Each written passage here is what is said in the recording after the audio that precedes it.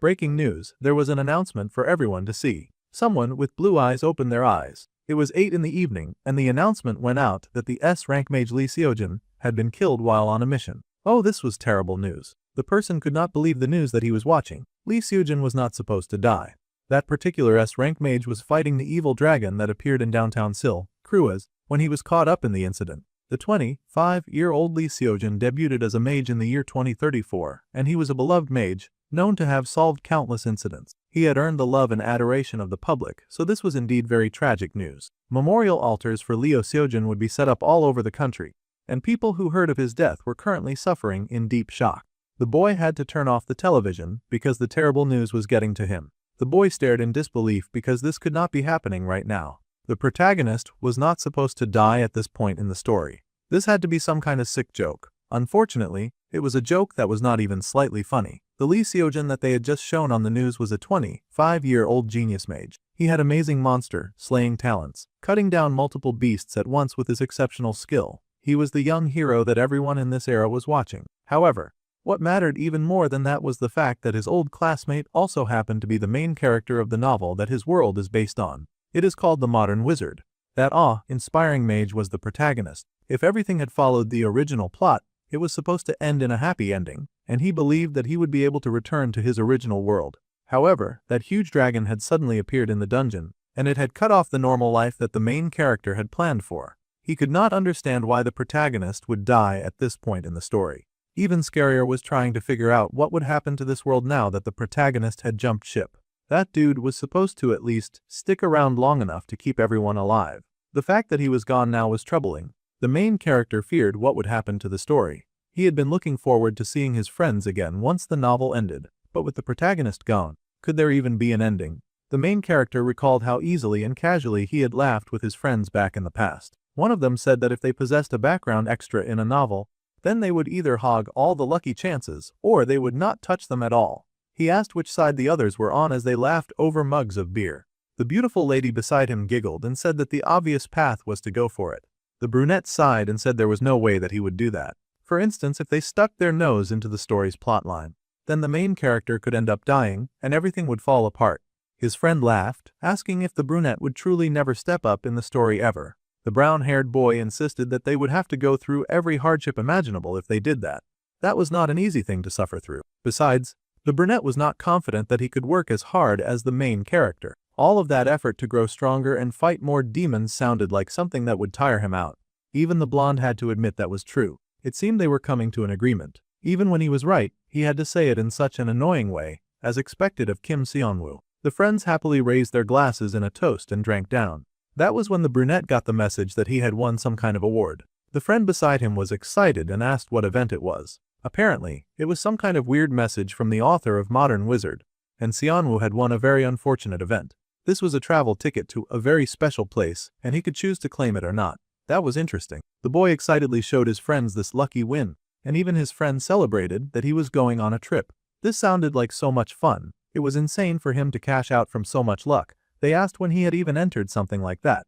Excitedly, the boy clicked yes as his friends tried to guess where he would be sent to. They were about to get the shock of their lives. They were thinking the boy would get to go abroad, and they happily cheered and drank in his honor after he hit the accept button. Just like that, 7 years ago, the atmosphere around him began to get brighter, and he found himself transported into the middle of a magic circle as a young teen. Some of the teachers were yelling that students should not climb on top of the magic circle while it was being drawn. Well, our boy had now fallen into the novel that he had loved reading, The Modern Wizard. Fortunately, it was a book he loved, or that situation would have gotten ugly pretty fast. Still, he could not believe that his favorite novel could not even follow the script that it had designed for itself, or at least the path the author had created. Since the original plot was not allowed to change, the boy had only been acting outside of the main story. He had ignored all the major characters and had made sure not to draw any attention to himself. Now, he wondered where it had all gone wrong. If everything was supposed to unfold according to plan thanks to his minimal interference, then how on earth was the protagonist dead? Suddenly, the television in front of him started to glitch. He was sure that he had turned that off. It seemed the glowing picture box had a life of its own. Leaning forward, the main character wondered what on earth was happening now. He waggled the screen a bit, trying to see if the television was just having an average malfunction issue. However, he was soon surprised by a sudden loud noise and the universe breaking apart in front of him. Now that was terrifying. Anyone who looked out the window and saw the sky falling apart would naturally be terrified. The main character looked outside and was even more horrified to see that the people out there were legit, just melting away like they were no more than an illusion. Of course, the death of the protagonist meant the death of the world. Now that the axis that the world spun around was gone, then so were the extras created just to support his story. The poor victim of the travel ticket was horrified and screamed, wondering what was happening and why. He was powerless and had no understanding of what he was seeing. Quite fortunately, an error message popped up to explain everything to him. See, the problem was that Lee Soo-jin had died, and now all the main scenarios were considered to have failed. Since the scenario could not proceed, the world would be reset. Now this was terrifying news. The boy was sweating as he saw the world around him start to shatter and crack, everything rearranging itself like a resetting game, except that he was not an element of the game. His eyes widened as he began to crack too, and he was in for a very painful and earth-shattering surprise. This poor kid also immediately reset. Everything went dark for a bit of a while. In the darkness, a voice called out to wake up the student. More voices called out, calling for the student to wake. He had to wake now, after all, they were at the school. The powerful voice took on a shout, and our dude yelled right back as he was startled awake from the worst dream that he had ever had. The bus driver was concerned by this reaction, and he apologized quickly, but he had expected the student to wake up and get off the bus by now. The teen blinked and nervously stood, apologizing for causing such a ruckus. Meanwhile, the main character's head was reeling. The bus driver had just called him a student. Come to think of it, he had definitely been in his room when the world fell apart, but now he was on the bus of a disgruntled bus driver. It had felt like the world ended. The brunette was still a little shaky on his feet when he descended the bus, trying to stay sharp even though his legs felt like jelly. He wondered if he had suffered some kind of dream. The light in his eyes was so bright, and he winced, raising his hand to block off the light. This place was the Grand School, a rather nostalgic sight. Posted on the board outside was a congratulatory message, congratulating students on their admission to the Korea Magic Academy class of 2032. This was the school that he had graduated from in the game. Something was off, the year was 2032. The realization made the main character gasp. That was 7 years ago, they had gone back 7 years in the past. He touched his chest just to make sure, but it was just as he feared. He had small hands and a small chest, and he was a teenager once again. The main character had regressed, a nice and special skill, and he had gone back 7 years. The announcement continued to ring out to all the students entering the Korea Magic Academy. They were wished a warm welcome. The entrance and opening ceremony will begin shortly. Students should please take their seats. Our dude was expected to repeat high school. The true embodiment of madness. He felt like he was going to lose his mind. Everything was exactly the same as it had been those 7 years ago. Since things had come to this, he had no choice but to accept it. At any rate, it was much better than dying indefinitely. Now that he had gone back to the past, he had to endure everything that he had been through before. It really sucked the excitement out of school, but maybe he could get better marks this time. Of course, our dude had a much more pressing question right now. He needed to know why Lee Soo-jin had died. According to the original story, there was absolutely no reason for him to die.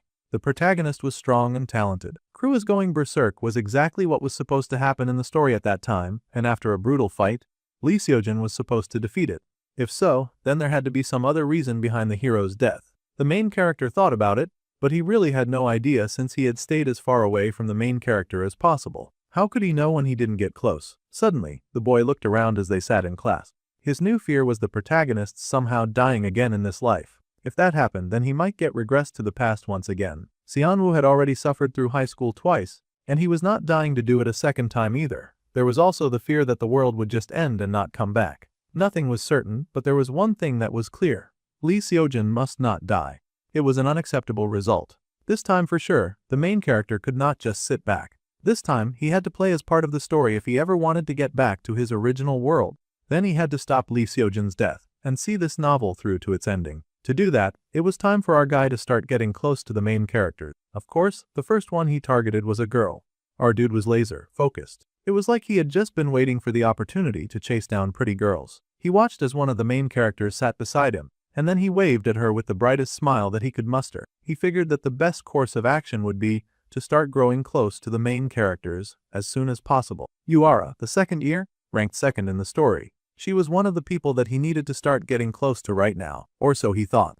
Unfortunately, our Navi regressor had just targeted the cold, serious type who immediately asked if he knew her. She did not even wait for him to answer, scoffing that she did not recall meeting him for him to act so familiar with her. Right? He knew a lot about her, but she knew next to nothing about him, so this kind of reaction was expected. The boy waved lightly, still caught between shock and the half-assed friendly gesture.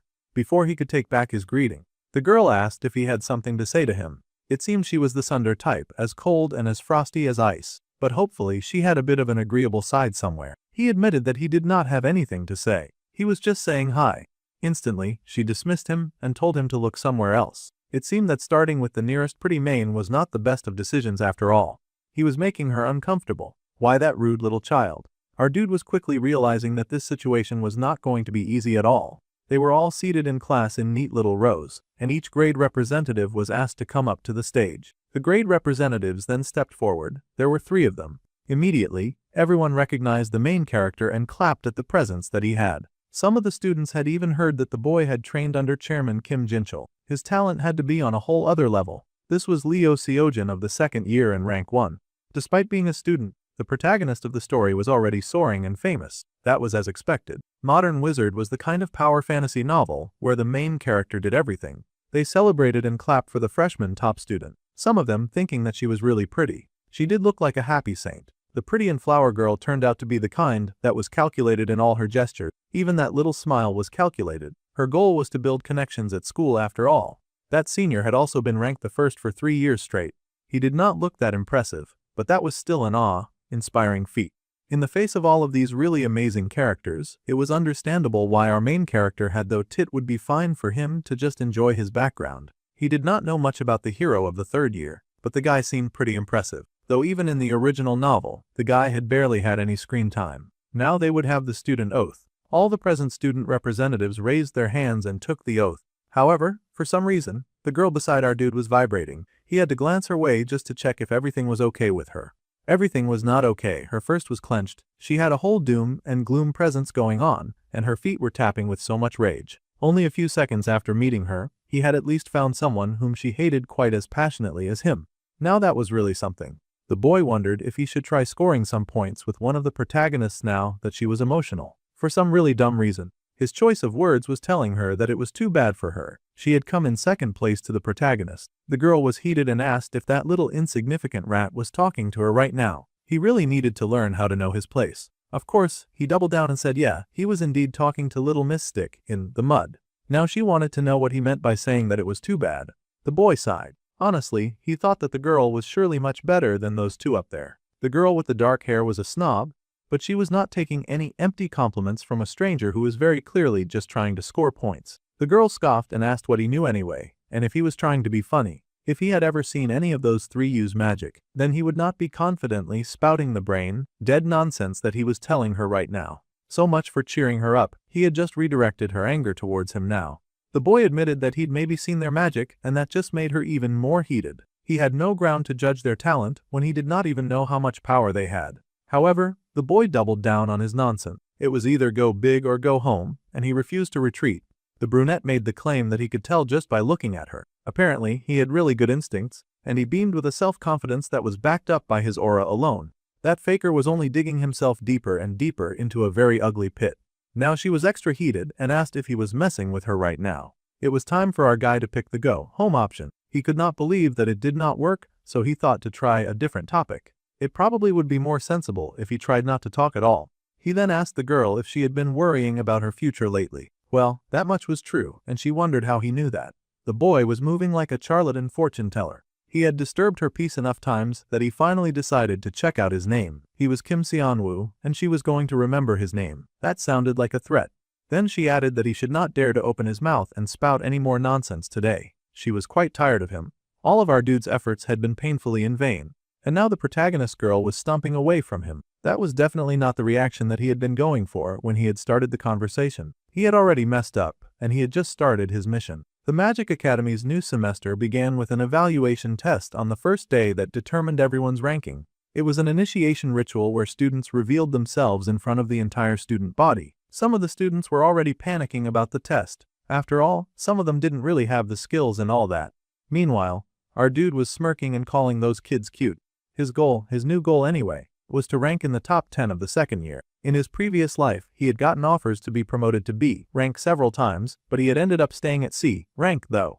It would be embarrassing if she could not at least hit average against these kids. However, he was starting from the beginning of this story, so he would not be a slouch. The main was so excited to show off his professional skills at the evaluation. and his number one hater was already hating his guts from a distance. Our dude had not even successfully made friends, but he had succeeded in gaining a hater. Hilarious. Of course, the top 3 students of each year were exceptional. Little Miss Polite Smile shot out her magical power with a shout and fogged off the running maniacs. One by one, those Earth-looking golems got shot down. The gathered students watched the exam go down, praising anyone who showed exceptional talent. They also watched in awe as the talent from the first years proved that she was a top ranker. Her skills were insane and incredible. Yes, it was none other than the girl who was praised at the assembly and was happy to show off her obvious exception. The second years were up for testing next, and they had to come up when their names were called. The blazing fury that was our dude's number one hater, of course, took the opportunity to show off her exceptional skills. She blasted her power forward and obliterated the targets before her. The other students gaped in awe, thinking surely a girl that powerful could not be the same age as they were. It was insane as she had professional level flame. That fire was impressive, but of course, since they shared schools with Leo Sojin, the hero boy overpowered the light of those flames. Then again, Uara was legendary too. The hero boy stepped up, and within seconds, he had zoomed to the targets. Those little stone creatures tried to run, but in an instant, they were cut down and defeated, sliced to pieces in an instant. With the golems fallen, the hero beamed with satisfaction. The boy sure was impressive, so impressive that the heated girl could not stand him. Our dude had sense now, so he was not going to try to offer her any comfort, when she clearly did not need it. The brunette thought that Uara was pretty good, too, even though she did not care about his opinion. It just so happened that Lee Seojin earlier was basically on par with a professional active mage. The girl had always been in first place, but that had been snatched by the pillar of natural talent that just happened to shine brighter than hers. Her frustration was understandable. Then, it was time for the second-year Class A, Kim Seon-woo, to show off his power. The boy was told to come up and display in front of all the other students. The boy stood with a proud smile now that it was his turn to play. The others gathered to watch wondered who Kim Seon-woo was. The lady had been in charge of last year's first years, but she did not really remember the name. A man smiled because he remembered. The boy was in their class, but he did not have much of a presence, so it made sense if people did not remember him. Looking at last year's records, the boy had a talent for reinforcement magic. Reinforcement was great, but the boy had come out to fight empty-handed. That was curious. It looked like the boy had switched to manifestation magic along the way. Well, sometimes they have students like that. Now, our main character stood before the golem dummies and prepared for his evaluation. He stretched out his hand and a portal opened up in the palm of his hand. Because of course it did. The ones who specialized in what they loved rather than what they were good at. The boy was more ordinary than he had expected. However, a lady at the back recognized the boy before her. It was not that she recognized his face, but she recognized the magic swirling in his hand. That child was using the compression manifestation technique. The first stage of manifestation magic was, of course, materialization. Compressing the materialized mana slowed a person to finally control the next stage, projection. That advanced technique was also called the compression manifestation technique. It was a technique that only veteran mages would use. Both the hero and the protagonist girl stared in awe as the boy used that magic now. It made no sense for a second year to be able to use a technique like that. However, this second year also happened to be a regressor, and he could not wait to wow them. With a bright smile, the boy fired out a blast of something right at the golems, and it shot out in a large boom, flowing around the standing mannequins into something that wowed the class in a way that was different from what was expected. Everyone was speechless, and for a moment, there was silence in the class. Then rang out the painful mocking sound of laughter. It seemed there had been a collapse of what he had tried to summon due to mana exhaustion. The students laughed because he could not even use his own powers. There was no point to materialization if he could not even project. Those awful jerks. Our poor dude was already going through a lot, but now he realized that he was well and truly in trouble. He was just wondering what the heck was going on with his abilities when multiple system windows popped up at once. The boy stared in shock and then horror, wondering why it was opening now. There was a very tired sigh, and our dude sat sulking in his room, wondering why the window had opened so belatedly. The last time he had opened it was at this time of the day. Something had changed with his power, and our dude Seonwoo needed to understand what had gone wrong. Back then, multiple windows had opened at the same time, informing him that outsiders' benefits had been unlocked. The main scenario had now begun. The windows also communicated that the second time around achievement had been unlocked, and he was going to receive a 3,000-point reward. He had also achieved the Talent of the Clown award, as if he wanted anything to do with that nonsense. However, the Talent of the Clown somehow achieved way more awards than regressing. He got 5,000 points for being laughed at. Now, 232 people remembered his face as the class idiot. They laughed at him, booed at him, and told him to get off the stage while the system gifted him a 1,000-point reward. The system was cruel. However, for some reason, the protagonist of the story was now interested in him. It was hilarious that this even happened for the worst possible reason, but our main character got 1,000 extra points for that one, too.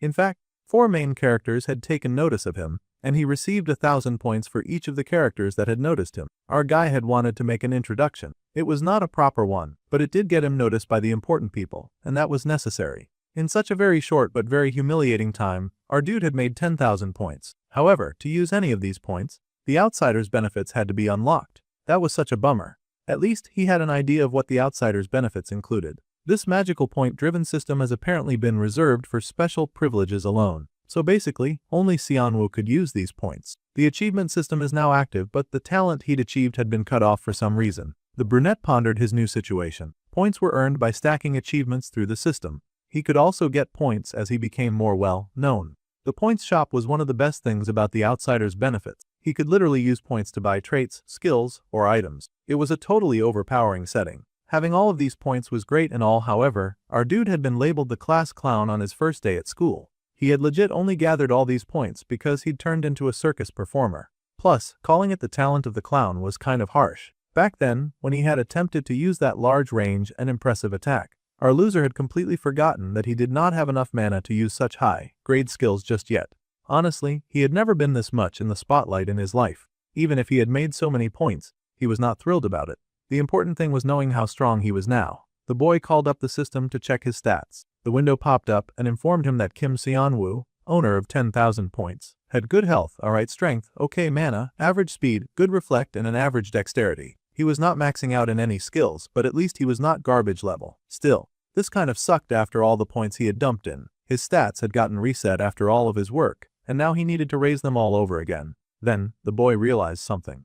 In this life, he got to reallocate his stats. The window explained that in this system, there was enhancement, manifestation, support, and summoning. These were the 4 branches of magic here. Enhancement was for boosting weapons on the body, close combat magic basically, so those mages needed more health. Manifestation was where a person could cast actual spells, the classic mage vibe. Then, summoning and support were, well, for bringing things out and backing others up. For the record, our dude had totally chosen manifestation as his main skill on purpose. He figured that if he was going to get a skill, he would prefer something nice and flashy. He was laughing at the situation now, but it was not very funny considering how things were going right now. Since he was in manifestation, he would have to start by maxing out his mana so that he could actually use his chosen power. The statue's window popped up, and our man was informed that another 50 people just been added to his circle of influence. How wonderful! News about him was already spreading like wildfire for all the wrong reasons, but that was good. He could use this popularity to max out properly when he finally acquired some actual good skills. Xianwu was starting to understand that just that one silly moment was racking in so many points. This was such a huge payout that he almost did not mind being the class clown at all. Actually, it was crazily amazing. Now, 400 people remembered his face, and he got a 2,000 point reward. 400 people were insane. He would never have a normal school life now. Well, he'd had to kiss that goodbye anyway, since he'd decided to save the protagonist. That was still an overwhelmingly ridiculous number. It felt like even more people knew him than the whole school body. Someone probably recorded him or something. There had been all of those guests on the balcony. Our dude instantly whipped out his phone just to check what was going on in the Korea Magic Academy website. Just as he feared, someone had uploaded the second year's last place test video. So many people were dragging him in the comments section. Bro had never been more clowned in his life. Some people were even asking how he managed to get into the school. This was so unfair. Xianwu had never imagined the day that his test video would blow up like this. It was embarrassing, but the points were pretty nice. Since he had come this far, he might as well cash out from the attention, and now our guy was wondering if there was a way for him to get even more attention and points. Suddenly, his eyes shone as he came up with a pretty cool idea.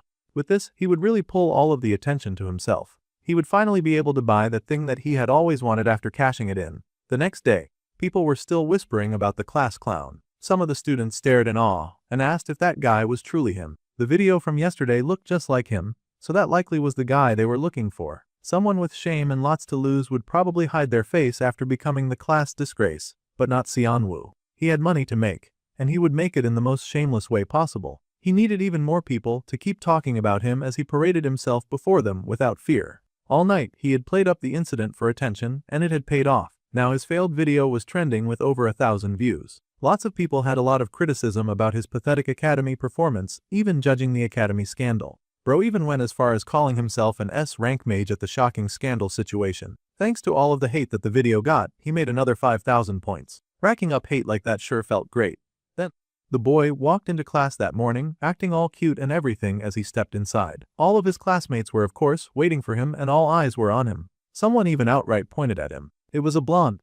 The bro looked like every stereotype of a bully that usually featured in these kinds of stories. However, surprisingly, the boy came over to cuddle with the brunette, laughing loudly about how hilarious yesterday had been.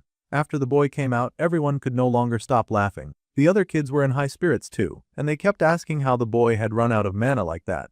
His family had to have money, or he would never have been able to get into this school. It was funny that they thought that, considering his involvement in this school was a total unfortunate accident in his life. Well, the main character at least recognized yet another of the protagonists. The blonde, his name was Park In-won, and in the novel, this dude was the resident loon in the beginning. It was never good to get involved with someone like that, so our dude would just not get involved and keep quiet around him. Unfortunately for the main character, the blonde now had his eyes fixed on him, and he grinned. From now on, he would be calling the boy a blockhead, and from now on, whenever he called, the boy would come running.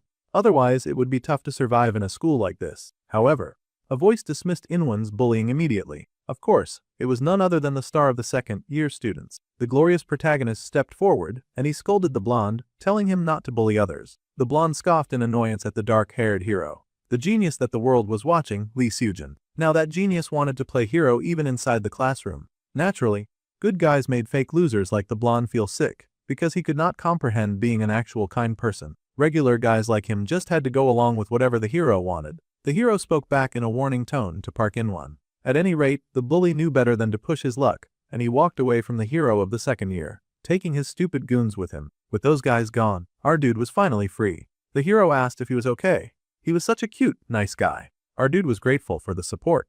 Without even trying, he had gotten the attention of the person that he needed to protect the most. Now, the hero looked at him, recognizing the boy as the class clown who had debuted yesterday. The clown tried to assure the hero that he was fine after all. He had really cashed out thanks to all of that attention and laughs. He then figured that he should at least have some shame. Normal people would have shame about things like this. So, he sighed and whimpered that he just had to accept it since that was how things were. That video was everywhere already, so he had to accept his fate. The hero reassured him, telling the clown not to worry about it too much. The person who had spread that video on purpose was in the wrong. Yeah, Seonwoo had sort of helped them spread it, too, so he was hardly one to talk about people who were in the wrong. At any rate, the hero wished him a great day and was about to bolt.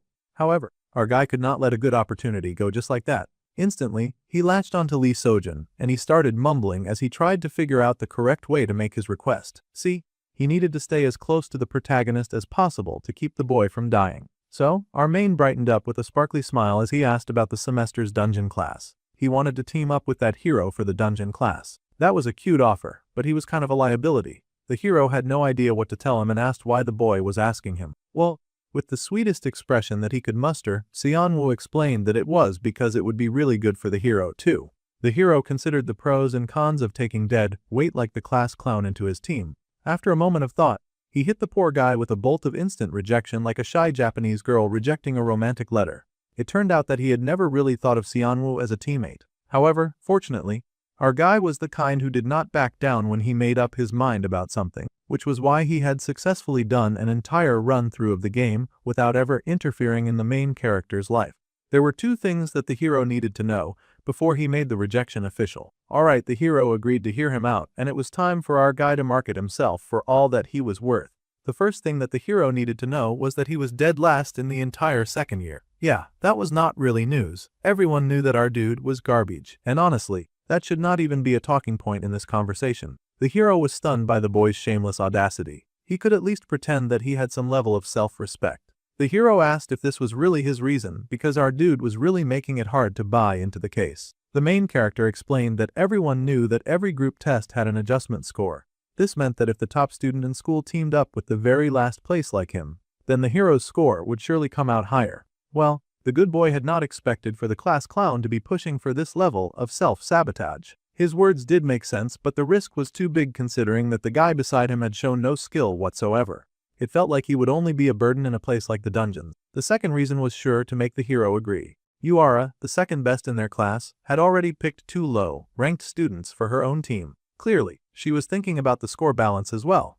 As the hero knew, the girl specialized in some wide area of magic. Even with 2 low rankers, she would manage just fine in the dungeon. This was a statement that even the protagonist accepted as true. Third, because it turned out that there was a surprise third reason, even if our dude had said that there were only 2. The boy beamed and then happily pointed to himself. He was the third reason. For someone in last place, he was still a pretty decent fighter. Well, there was no actual combat proof to back that up, but he had been about to use high-grade summoning magic, which was the only thing he had going for him, considering the wild stunt that he had tried to pull. The hero could not help but laugh at this whole display. The protagonist was such a sweet and jolly guy that finding motivation to protect him was going to be so effortless. This class clown was really seriously funny. He had seen his potential right from his debut.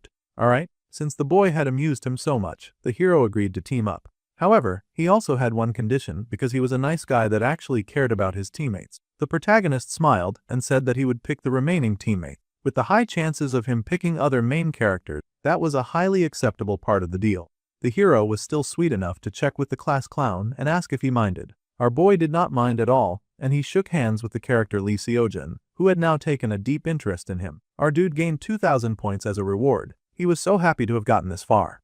Alright, so now it was back to serious topics like class and study. The origin of magic goes back to the 14th century. Back then, it was divided into 2 branches, not the 4 that they have now.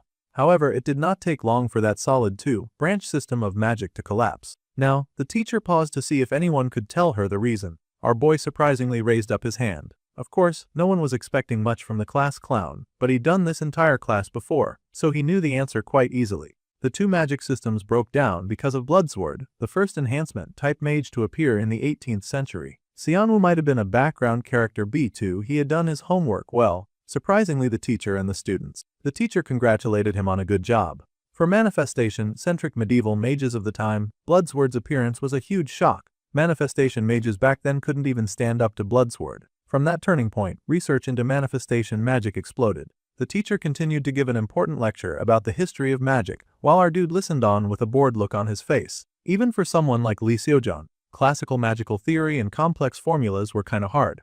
However, that was not the case for him. This was because of the outsider's benefits that had been bestowed on him. It fed him all of the basic info on the world, so when it came to written subjects, he was way more confident than anyone in class. Happily, the boy used his cheat skill to take down notes with joy. The other students in the back started to whisper and call him the class Hermione. He had gone from class clown to basically the class know-it all in just the span of a day. They even giggled that there was no point in his listening so hard in class if he was still the last place student. This pissed off the brunette. It was one thing for those guys to mock him for his mistake, but now they were calling him a bookworm. If they were that jealous of his skill, then they should go ahead and answer questions in class too. Well, the class ended, and it was time for everyone to enjoy their lunch break. Our dude had not really made a lot of friends, so he sort of lingered as most of the students filed out of class. He was just figuring out what step to take next when someone walked over and called out to Kim Seonwoo. That was him, so our dude turned to see who it was. It was the sweet hero who grinned that they were a team now, so they should eat together. That was so cool. They went and got their trays of food, and they walked together in the cafeteria to find a nice place to eat. Honestly, the hero was so jolly and smelly he was quite an easy person to like. As they searched for a place to eat, an excited boy waved over for Seojin to come and sit beside him. That dude was Shin Youngjin. The hero happily headed over to that guy, and they both laughed and teased each other. So, for some background, Shin Youngjin was one of the main characters in this world, and he was Lee Seojin's best friend. If all of the top rankers teamed up, their scores tanked, so it looked like most of them had split up this time. The Shin guy then noticed our brunette hanging around. The boy beamed, saying hello to Kim Seonwoo. Of course, he had recognized him on sight since everyone had seen that stupid video. Getting points was one thing, dealing with the aftermath of all that attention was another. Still, our guy took his seat, and the best friend happily asked when the loser suddenly became so close with the protagonist. The hero explained that it had just happened earlier, and they would be going into the dungeon together the day after tomorrow. The best friend had never heard anything crazier in his entire life. He was so shocked that he nearly stopped smiling. Bro had to slide right up to the hero's ear to whisper if he was that confident that he would get first place even without the last place buff. If they were that strong, then there was no need to carry this deadweight with them into the dungeon. The hero sighed and explained that Yura looked like she was out for blood. The best friend was surprised that she was a motivation point. Apparently, the second place hero was not playing around with the battle for first place, and she had put 2 bottom rankers in her team. That made the best friend flinch. That girl really was not playing around with how much she wanted to win. At any rate, they had already decided that Seonwoo would join the team, so they should just eat for now. The best friend agreed that he had been starving anyway. Ardu did not particularly appreciate the way the entire conversation had been had about him, but excluding him, but okay. They continued to eat together, and the gossip around them grew. Students were talking about the person who posted in the forest of the great sage. Seo Yuna, the poster, perfect girl for the first-year class, had been staring in their direction when her classmate called her attention. The girl was surprised and quickly dismissed the concern. She insisted that it was nothing. However, the first-year fairy was still curious. She had no idea how the class clown had suddenly gotten close to the second-year hero. Later that day, a bunch of the students were training in a little center with dummies and other practice tools. This time, our dude was going to have to practice his magic so that he would not become an inconvenience to the protagonist who had been so kind as to take him on. He would work with the amount of mana that he could control right now. Carefully, he generated that power in his hands, preparing to manifest. Slowly, the blue portal opened up in his hand just as before, and magic began to bubble in his hold. Now that he had a decent amount of mana, he controlled his project, and then controlled, raising his hand at the nearby dummy. This time, he actually managed to hit the target, and the other students who had been watching were kind of impressed. It was not something top tier, but it was not the worst attack that they'd ever seen. The boy was doing better than they had thought. He could totally hear them gossiping, and they did not even have the decency to gossip at his back properly. He could totally hear what they were saying.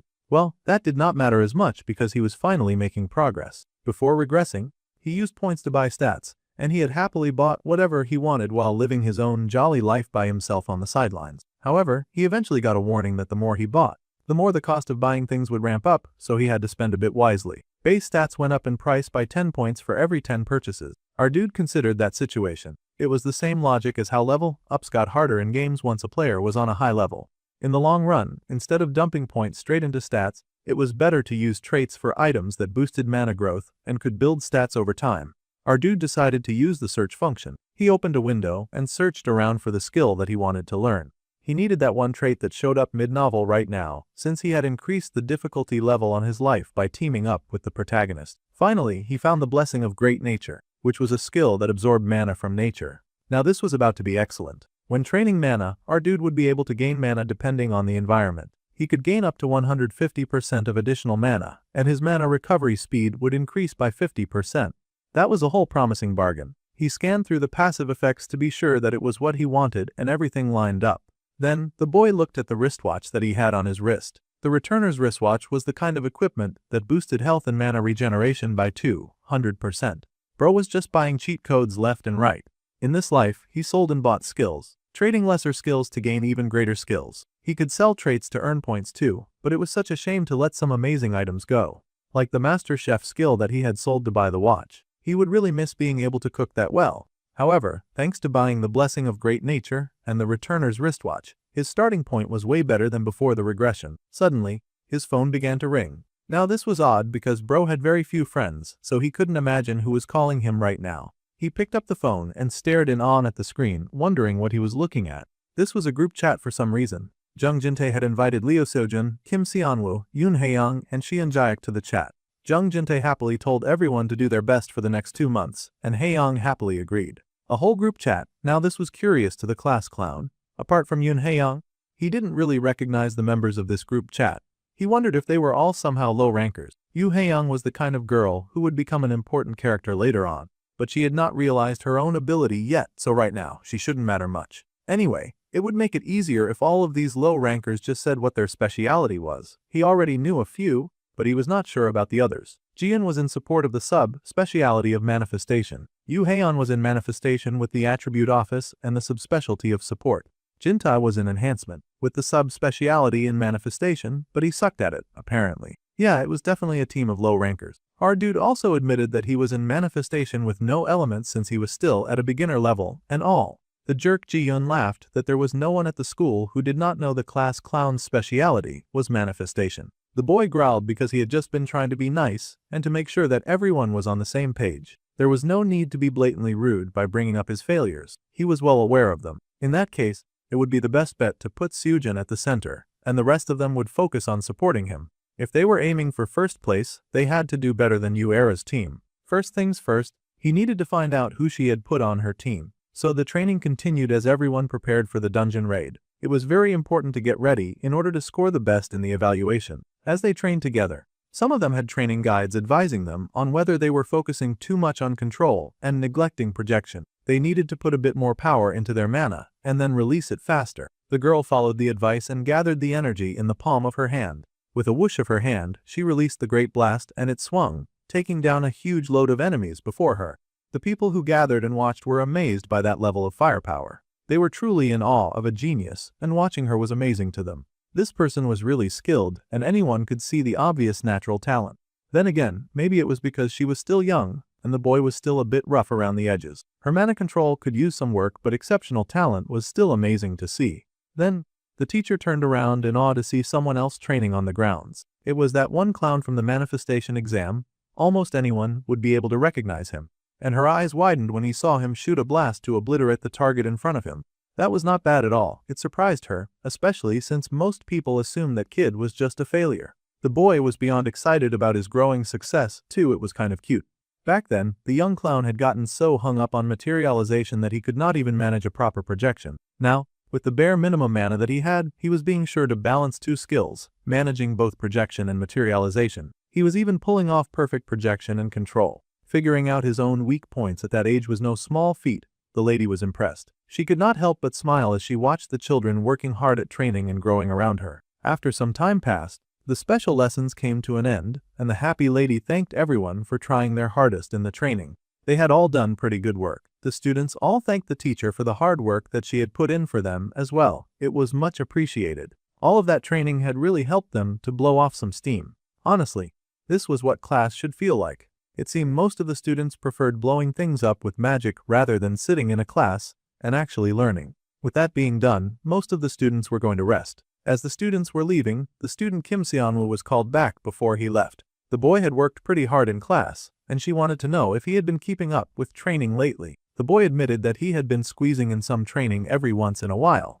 Then, she asked how his mana training was going as well. He was doing extraordinarily well with it. He was not about to admit that he had been high-key cheating with that one. And he was just buying some extra mana off the market and borrowing another half of it from nature. The boy was a bit hesitant, since the teacher had definitely noticed that his mana pool was lacking for his current level. The boy admitted that he was definitely growing it. Well, there was no rush, and the teacher assured him that he was doing well overall. In fact, his mana was really on the low side. There was no shortcut to building mana, so they just had to keep at it. The boy beat his chest and happily said that he would do his best. With a happy smile, the lady gave him a chain bracelet, telling him to take this. It was an item that helped with mana breathing and keeping their condition stable. The boy had not expected the sweet gift. He did not know if he should accept something like this. There was no need for the boy to feel pressured. It was just an F-rank practice item. It did not cost much to make, and it was not a big deal that she was giving this to him. The boy was excited and happy, saying that he would make good use of it. The class was over, so it was time for him to hurry along now. The boy could not believe the unexpected score that he had gotten, and he smiled with joy at the bracelet he held. As he was walking home from practice, he could not help but pause when he saw a lady lingering around near the wall. It was a dark-haired girl with laser-red eyes. She greeted Kim Seonwoo, and he wondered why she was even talking to him. She had made such a big deal about not speaking to him before, but now he seemed worthy enough to talk to. She was the one who told him not to talk to her ever again. She clearly remembered that, and she was clearly pissed that he was even reminding her. At any rate, she had heard that the loser had somehow joined the same group as Lee Sejin this time. The boy asked how she even knew that. She just scoffed that he was very clearly clinging to the thighs of the top student like a shameless leech. It was too bad, because the first place for this exam was going to be hers this time, so he should wake up from that dream. It seemed that she had come all this way just to poke fun at him. The girl turned away and scoffed, stomping and leaving. That was truly all she had come to say. What an aging tsundere. The boy could not believe it and wondered why she was touchy all the time. Later, on Thursday morning, a few of the students had gathered outside the dungeon entrance, and our dude raced over with excitement, happy that he had made it in time. There was the shining hero who was also happy to see him. It was the first time that all of the team members would be gathering in person, so it was best for them to do their best this semester. Everyone agreed that they would work hard and do their best, much to the hero's joy. However, there was always that one guy who tried to make a big deal out of everything, and he scoffed, saying that their team was kind of weird. They had got together with the top student and the very last of the class. The main character was wondering if that was supposed to be some kind of jab at him, or if the idiot just did not know how to talk. It was very clearly a jab, and that piece of nonsense was jabbing even more, asking the loser of their class to actually pull his weight during this exam. Alright, That was very rich of this dude who was barely a memory in this class. He had the nerve to tease the brunette for not being able to fire a single spell during the last test. No one could even remember this guy's name. Xianwu could not care less about some loser who was making jabs at him, and neither did some other guy who quickly jumped in to defend him. The other guy said that it did not matter if the class clown had failed so hard in the first exam since Xianjun was the one who brought him along, so he was fine with it. Since the hero brought him, then the hero would carry him. It was that easy. It was very unfortunate that our dude's defense team was made up of a dude who was clearly just trying to ride on Seojin's coattails. He started to wonder if there was even anyone useful on the team. Well, there was at least Yoon Hae-young. Her big moment in the story was still a long way off, but at least she was actually useful. She was happily asking the hero if he had slept well. The boy was wondering if it was because he had joined. The team that the hero had formed was completely different from the one he had formed last time in the story. Yoo Hae-young was one thing, but he wondered if the rest of this group would really be okay for this test. There were not a lot of heavy hitters around after all. As they walked, someone in front of the gate caught everyone's attention. It seemed to be a teacher, and now he would explain the day's dungeon exploration. This class would run twice in the morning and the afternoon. Since it would be the first day, they would only explore the basement level 1. Next, he would explain how their dungeon exploration score would be calculated. First, they would be measured by their dungeon clearing speed. The faster they cleared through difficulties, the more bonus points they would get. Second, the rank difference adjustment score. The more low-ranked teammates they had compared to their rank, the more points that they personally earned. The final contribution was, of course, the most important. This artificial dungeon used a special contribution system. This meant that they would get extra points based on how much they contributed to their team. Above all, they had to prioritize safety. Then the teacher checked if all the students listening to him understood the rules. They yelled that they indeed understood. Alright, if all of that was properly established, then it was time for the teams to enter the dungeon. Most of the kids were so hyped, and the others encouraged them to have some fun in there. The monitoring room was full of teachers keeping an eye on the students. They were not joking about safety first, and they would make sure that every single member of the dungeon would succeed. Teacher Jang was also there, and he waved, saying that he had come right after sending the kids in. The other teacher had been waiting for Mr. Jang to get there. They had to place their best on which team would get the highest score, though they did have to pick different teams for it to be a proper bet. Everyone was going to bet on Yuera's team. Most of the teachers had indeed picked Yuera's team, so it did not look like betting would do any good this time. However, the spectacled teacher said that there was clearly a way for them to bet. She beamed and said that she was going to put her money on Group 3, the one that had Lee Seojin. She was plenty convinced that his team would be able to do pretty well, actually. The teachers were in disbelief, of course. They knew the teacher was just being nice. Even if both Seojin and Ara packed their teams with low rankers for the bonus points, they had both done that completely differently. Seojin's team was pretty shaky and filled mostly with enhancement types. There was a limit to what the boy could do alone, and he could not carry the weight of all of those pathetic people on his team. The teacher with glasses admitted that this was true. Enhancement specialists were built 1-on-1, so without backup, it was hard for them to handle groups of enemies. Now, if they looked over at Yuara, whose speciality was wide area magic, she had already reached the middle of the first floor in the dungeon raid. That girl was moving pretty fast when it came to clearing speed. Even so, the teacher giggled and said that she still believed in a bottom ranker uprising. So, they would all see who would actually win this bet. At the end of the day, it was her funeral if she lost, so everyone was just going to accept it and see where this took her. Meanwhile, inside the dungeon, the hero was progressing as usual. He charged ahead, taking down lots of monsters who came to attack them. Slowly and surely, they advanced through the dungeon, felling monsters as they progressed down. They were making great progress so far. So much progress that most of the others in the team barely had to do anything. Lee Seojin fought really well. The happy coattail riders were really fine with just hanging around in the back while the other boy led them to victory. There had to be a limit to how shameless a person could be. They were already halfway through, and they had barely had to lift a finger. As they continued, they wondered who the first floor boss would be. No one was sure, but they figured the boss of the first floor would probably be some kind of trash mob. They were busy gossiping and guessing if it would be a trash rat or a dog or something. Even if they wanted to underestimate their opponent, the girl was wary. After all, it was still a boss, and it would be as strong as a boss. Then, Haeyoung turned to Seonwoo and asked what he thought it would be. Well, he'd already done this whole exam before, so he told her that a giant wolf was going to show up. Now that was a bold claim to make. Immediately, the bully in the group tried to poke fun at him and asked how he would know that a giant wolf was going to show up.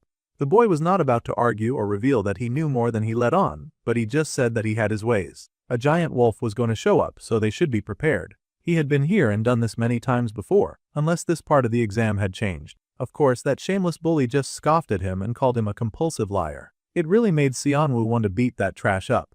That jerk could believe him or not, and the bully said that he did not believe the clown at all. In fact, he was going out of his way to be annoying on purpose, and it took all of our dude's willpower just to resist reacting to that filthy piece of trash. The hero laughed and told his teammates not to fight now. He wanted them to keep moving through this dungeon as fast as possible. So, the fighting calmed down, and they kept walking. Before they progressed further, someone asked them to stop.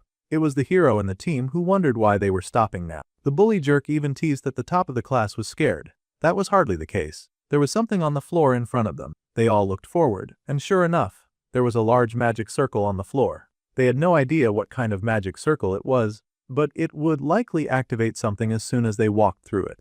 The other students were hesitant because they could sense the danger from the magic circle. They worried that the teachers would throw something really dangerous at them when they were just students. Xianwu came a little closer and bent to study it, though the hero warned him to be a little careful. They did not know what could come out of it. The boy said that he was fine. He was just taking a look at the runes and stuff like that. He studied it carefully, trying to remember why a magic circle would appear on the first floor. From what he could tell, it was not anything major, just a simple barrier. However, there had to be a reason a barrier would be here at this point of the test. Of course, the clown recognized it because he had seen this exact same barrier trigger in his previous life. He stretched out his hand and touched the barrier that surrounded the little magic circle. They could all clearly see the shifting magic of barrier air. Then he turned to look at them very pointedly. The bully was very annoyed that the clown was correct, and he muttered that he knew that too. Alright, since all of that was established, they could not pass like this. The coattail rider wondered if they would have to turn back. It would cut their time in half, and there was no other way through. The hero prepared his weapon, deciding to just cut through the barrier with his sword. He got ready as he summoned his magic, his power growing and glowing, and he charged at the barrier in front of him. The others who watched were excited, thinking that it would surely work. However, only a small dent had been made in the barrier. They had been so close. The others had really hoped that would work. The hero sighed and wondered if they could do it with the right approach. It seemed that it was now the bully's time to shine. The boy smirked and said that he was a support-type fighter after all, so he just needed a little time. He bent before the magic circle and started generating his magic. The bully touched on the magic circle, and it looked like he was actually going to be useful to this group for once. However, something was not working. Oh, how embarrassing. This was pretty complicated, and he realized it was going to take a while for him to solve this problem. Like 40 minutes too, even if he tried his best to hurry up. 40 minutes was crazy. Our dude grabbed his hand immediately. If he was going to spend all of that time trying to fix one problem, then it was time to try some other ideas. The class clown said that he would just break it. A crazy statement from Xianwu, who was seen as the weakest member of the group. The bully, of course, was not having it and tried to challenge Kim Xianwu. The clown ignored the bullying entirely because they were wasting time. He placed his hand on the circle on the ground and got busy as he put some work into it. The unique trait, Outsider's Benefits, was activating. The magical formula of the barrier was decoded, and it was pulled up before our dude for him to read. A collection of magical characters that he could rearrange and decode. Since our dude was so good at reading, he easily got the gist of what he was seeing in front of him. Once he rearranged the right letters, he tapped the circle in the right way, and it glowed. The barrier dissolved right in front of the team. It felt good when the deemed useless one was able to solve a problem that the bully insisted would take 40 minutes. The clown was done in like 5. Happily, the brunette turned to his team and said that he had won it. Even the hero was surprised that it had really worked and was very fast too. The bully was in such shambles that he could not think of a thing to say. The protagonist Lee Sojin was now quite astonished by him. In fact, the protagonist's interest in him had increased. Our dude could not help but smile. Now that the protagonist's interest in him had gone up again, our bro got a reward of 5,000 points for his hard work. It seemed this relationship was benefiting my way more than the 5,000 points. Even our dude was stunned. He now had an interest level system and the protagonist's interest had been stroked all the way to level 1. Suddenly, there was the sound of great chaos ahead of them and the echoing sound of a large paw hitting the ground. Just as our dude had predicted, the big boss had emerged, and it was, of course, a giant wolf. The boys and their one girl all stared at that terrifying creature, and the boss stalked forward, growling and drooling as it targeted the boys before them. The co-tailer was beyond impressed now. The class clown had been right about the boss too. It was a big wolf, just as he had said before.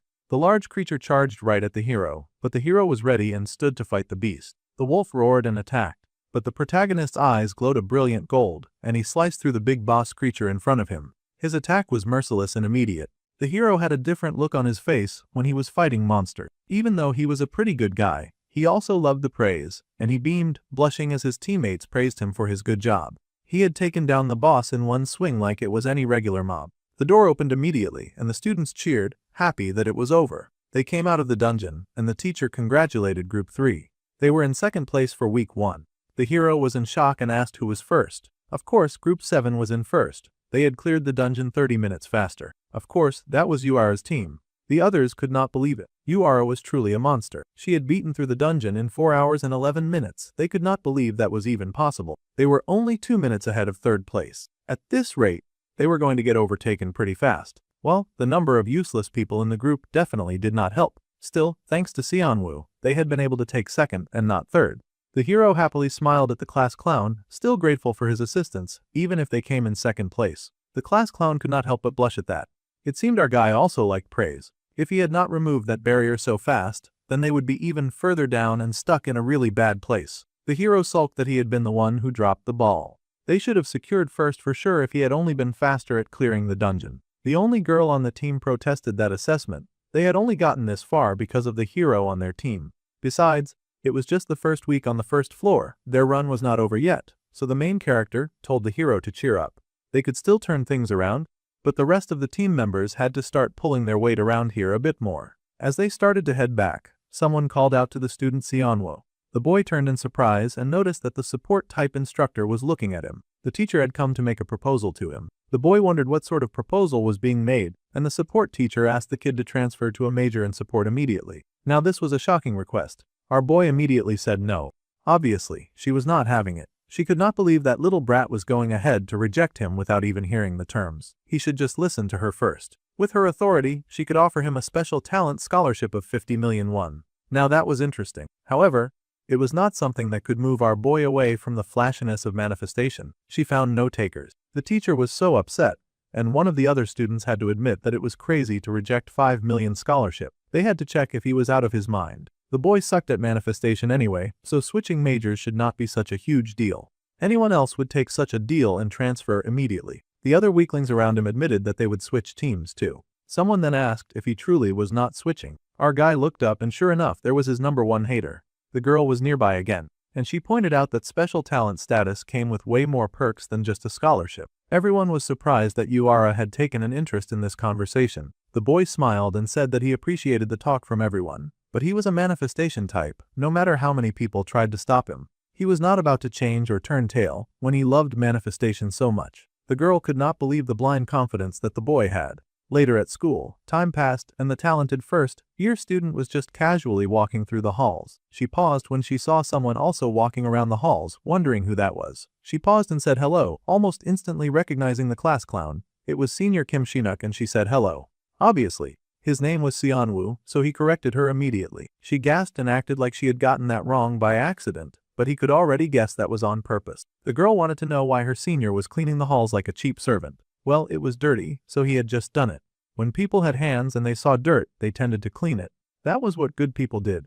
The girl giggled and laughed, saying that the senior was so nice. She happily waved and told him to keep up the good work. Of course, deep down inside, she thought it was such a pointless thing to do. Our dude had now unlocked the fairy housekeep achievement, and he had gained 1,000 points as a reward. This was great. It was not like the boy could actually tell them that he had worked so hard at cleaning the halls, just so that he could unlock something as silly as the fairy housekeeper achievement. Anyway, now that his cleaning was all done, he was going to take the bucket and put it away. However, someone had noticed the boy doing some cleaning, and he smiled with pride. Back in class, the teachers taught the students about all the different types of monsters. There were humanoids, animals, flying monsters, and all sorts of things. The most dangerous of all, of course, were the mains. Then, the teacher asked if anyone knew why the mains were so dangerous. Our bookworm took the past Bowden and explained that, except when they willingly dropped their disguise and were on the verge of going berserk, mains were almost impossible to tell apart from humans. The teacher smiled and said that this was correct. Mains fed on human blood, and they controlled monsters. They were the root of all evil and they had already deeply infiltrated their society. Due to the fact that there was not a lot of physical difference between humans and mains, it was almost impossible for civilians to identify mains without any equipment. However, in the situations that he mentioned earlier, the main eyes would turn black. Our dude listened to the lecture about mains, and his eyes widened. Right, this weekend was when the episode of the first main appearance would happen. It was the story where Lee Seojin, despite being a student, would defeat a man and get attention again. Seojin would handle it just fine on his own anyway, so there was little reason for the main character to interfere in this part of the story. However, considering how disastrous the crew's incident had gone, he would check in just in case there was any danger around him. If he wanted to go out with Seojin, he would need a bit more money, and he wondered what to do. Later that day, at the training center, the boy was busy working on some of his mana training. This was essential for him to upgrade his skills after all. A bit of meditation helped grow the man that was already within him into a growing pool of green that circled through his whole body. As the boy sat and meditated and worked hard, his mana slowly increased by 0.02. The Great Nature's Blessing effect granted an additional 0.03 mana. Great Nature's Blessing proficiency had increased by 12%. All that training, whenever he had a spare moment, was finally paying off. The boy had now built up quite a bit of mana. Suddenly, the boy paused when he saw an odd pop-up window. The Great Nature's Blessing had been upgraded to rank 2. That was great. The active effect of the trait, Great Nature's Blessings, had been unlocked. They could now soothe Great Nature's heart. The boy beamed. He had known that buying Great Nature's Blessing was the right call. Even though the cooldown was long, the mana recovery speed increased massively for 1 minute. He could not freely use it whenever he needed it. Thanks to this, he was built of the manifestation type. He recalled the teacher's call, asking him to transfer to the support department immediately, and he washed that off like the bad juju that it was. The boy had no intention of abandoning his clear-cut passion for manifestation. Honestly, breaking barriers was just him riding the outsider's benefits. He was not cut out for support. He could not actually create barriers either. Support was completely out of his league. Still, the truth was that losing that scholarship money kind of stung. Currently, his bank account is suffering, and he was truly dreaming of transferring. He just would not work well on that side of the department. It made sense that he was broke. Most students were broke. Well, he picked himself up from the floor. There had to be a way to make some quick cash. He had been going into dungeons hunting monsters, and selling dropped items was way too dangerous. Otherwise, there was the option of climbing the tower. He could handle the lower difficult towers, but he was still a student, and he would get wiped out once he so much as touched any higher floors. Our dude was in a very difficult position. Since he was still a minor, he could not get a license to go to any significantly higher floors. Our boy rubbed at his head as he considered the options available to him. Suddenly, he got a pretty good idea. The sky shone with bright stars, and the teachers talked about the really admirable student that they had seen in the dungeon that day. The trash student Kim Seon-woo from the second year was proving to be more than just trash after all. He had come to school early in the morning to clean too. The other teachers admitted that the boy focused well during theory class as well, and he answered actively in class. His attitude to studying was excellent, and it really motivated the teachers to do other jobs. The teacher with the glasses, of course, was happy to hear people singing praises about her student, and she beamed that this was just how manifestation-type kids were. Someone had tried to poach her precious student, but they had failed woefully, and she threw her head back and laughed. It seemed the lady could be malicious in her own ways. Of course, the teacher had always believed that her precious student Seon-woo was not the type to fall for something like that. Anyway, it was such a relief to have a student who was so diligent and upstanding these days. Most students were entirely focused on nothing but power and money. However, our dude was not really a student now, was he? The class clown was beaming today, feeling like an absolute genius. He had achieved the student beloved by the teacher's achievement, and he had gained 2,000 points. This was amazing. He had barely even been trying to get this achievement, but it was his now. He was so happy to have extra points now. He immediately entered the point into the shop, activating the search function. The price to purchase the item that he wanted was the 1,000 points. Now, he was going to get his money's worth and make some great cash too. The beloved student so loved by his teachers was now cackling madly at the back of the class. It was making the other students feel very concerned. Later, on Saturday morning, someone in gear marched out to meet another who was dressed in uniform. The man in uniform stretched out his hand to ask for a mage license. The person reached into his pocket and pulled out the license. It seemed there was a visitor to the tower. It was clearly our dude dressed in the shoddiest and fakest disguise ever known to man. He just slicked his hair back, wore some fake glasses and called himself Kim Jin-woo, age 25. And it was really amazing that the person in the ID was dressed in the exact same way as the idiot standing beside the security guard. The guard looked at the card, and then he ran it through his checker. It seemed that the student had not at all prepared for the chance that there would be an actual verification item at the gate. However, much to everyone's surprise, the seat-rank mage Kim Jin-woo, who was 25 years old, was somehow confirmed as a legit hunter. That had to be some kind of crazy glitch. The security politely greeted him and handed him back his card. No way, security was really lax around dungeon areas. The boy had known that he would not get caught, but he had still been super nervous. Wow. Bro really trusted in a faulty and corrupt system just to get access to what he wanted. This was the new identity that he bought from the points shop a few days ago. So, apparently, he could just buy an identity, too, from his silly little shop. That was crazy. He had even been given the opportunity to set the details of his new identity as he liked. A mage license could be issued together with it, too. The price was, of course, 10,000 points, so that was what he had spent all of that money on. Now that he had the points he needed, he got the fake identity card immediately, and now he was sneaking into low-tier dungeons. The mage licenses in this world were pretty special, and they contained a unique magic formula so they could never be forged, except through a magical cheat system, like the one that he was blatantly using right now. Plus, he had gotten these amazing color-changing glasses on, so his disguise was pretty flawless. Now, he would go ahead to clear the tower and go straight to the Han River. Lee Seojin's fight with the main would start at 9:30, and he needed to be close by when that went down. Our dude hurried into the dungeon, admiring the nice decor around the area. Kim Jinwoo was welcomed to the Tower of Proof, and he was currently only allowed up to the 27th floor, given his current power level. The boy stepped forward, and the tower asked him which floor he would like to go to. Our dude was ambitious, but he was not an idiot. He asked to go to the 10th floor. Unfortunately for him, the 10th floor had already been cleared. Even if he cleared it again, the reward quality would be lower. However, the main character surprisingly did not mind. He would go to the 10th floor anyway. He had a different goal anyway. The portal was pretty convenient as transport devices were found in every tower. There were several types of towers in this world, and the monster's strength and the difficulty of the traps were mostly determined by the level. In the side story of the original, the Tower of Proof, they had both entered the 10th floor. It was a place that most guilds would avoid because of its unusual difficulty. The brunette appeared there and found himself facing a strange wolf-like creature with many eyes. He stepped inside the tower, and the creature growled at him. Of course, it immediately charged, but the main character was ready, smacking that thing with a good blast of mana right in the face. The monsters that appeared were usually on the weaker side, but they made for good practice points. The main character had now achieved the extra title of the first hunt, and he had gained 1,000 points as a reward.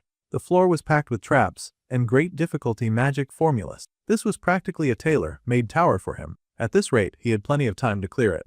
Alright, our dude prepped himself, and he was ready to keep going. Later, near the Han River, people were going about and doing their daily business. There were so many people there, and the hero was hanging out with his best friend. It was not even a festival, but so many people had gathered around the area. Since they were here, the best friend excitedly wanted to take a picture with his friend. The hero was a little hesitant about taking a picture, but his best friend insisted that this was an important part of making memories. The hero did not buy it, but since his friend was asking, he did not see why not. So, they came close together, and they prepared to take a picture together. As those two were busy having fun, our dude had knocked down the latest monster. He had even been able to get a magic crystal. It seemed that luck was on his side today. Well, that would cover the ride money, so it was time for him to get going. Carefully, the brunette walked around, searching for something that should be close by, his hands running over the surface of the door before him. Sure enough, he touched on a bit of gold before him and beamed. He had found what he was looking for. The gold on the door began to expand and sparkle as he placed his hand down on it, and his eyes widened when he saw the change happening before him. The main character had achieved the Barrier Breaker achievement, and he had thus earned 2,000 points as a reward. The door opened wide before him, and he had now entered the hidden floor of the Tower of Proof, the inner world.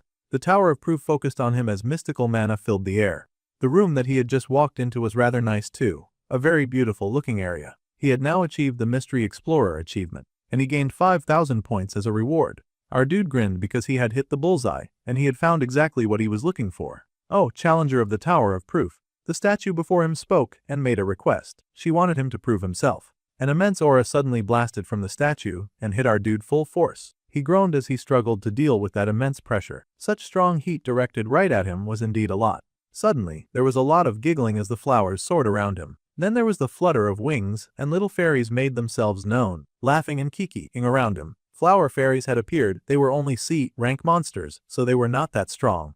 A bunch of tiny flying C-rank monsters sounded like they could be very troublesome, though. Immediately, these seemingly sweet fairies suddenly bared their teeth, and they flew right at our dude with the intent to cause harm. These monsters were not very strong, but they were the crazy type that would lose it the moment they saw a human. Fortunately, they were tiny, and they flew. So Xianwu got to work blasting them out of the air as fast as he could before they were able to close the distance. It would be way too annoying having to fight those ants in close range after all. He didn't want to shoot his foot by accident. When it came to taking down these annoying little bugs, speed was everything. At least one of them would get hit.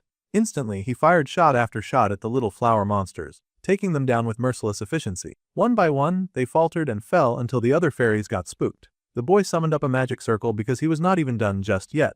Even if he defeated every fairy, he would not be able to clear this floor. The statue had asked him to prove himself, but that was a little difficult. His individuality was not something that he could prove by just taking down all the fairies. So, he activated the unique trader off the outsider's benefits and decoded the magical formula before him. The formula popped up on the screen, once again like a god-given cheat code, and our dude read through what he had to do. All he had to do was prove himself after all, and he was going to do just that. The magic was read all through the garden, and he read the secret to the room that was highlighted in all the blue mana around. It was time for Xianwu to fulfill the room's request, and he grinned with excitement. His individuality was the same as decoding this formula. It was every ability that he had gained as an outsider in this world. So, using his special power, he proved himself and thus achieved the recognition by the Tower of Proof achievement. The boy gained 10,000 points as a reward.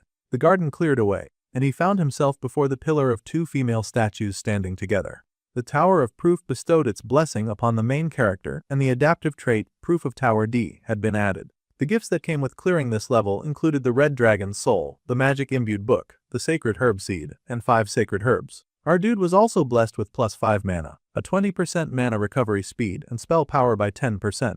This was great news to Xianwu, who cheered at these results. The tower congratulated the main character. There was a huge spark that shone through the environment, and a firework exploded, telling him that he had successfully cleared the hidden floor in the inner world. The two boys who were chilling at the Han River looked up and realized that the festival was starting. Then, the hero asked his best friend to check something out. It was the photo that they had taken earlier, but there was something else that the hero was pointing out. Behind them, there had been a dangerous-looking man who had watched them with dark eyes. The best friend gasped with shock when he saw what his friend identified. Those eyes, there was no way, and yet it was true. There was a Mane among them right now. As they looked around, they soon discovered the Mane walking around like a zombie from an apocalypse movie. No matter how things seemed, that thing was definitely not a human. The clock chimed, and our bro realized that it was almost 9:30. The main character was walking around, and he could clearly see it, so where the heck was the hero supposed to slay the monster? However, for some reason the hero was late. The wait was driving our dude crazy, and he wondered if he would have to step in. However, this was a major event and a no-name loser like him was not supposed to complete it.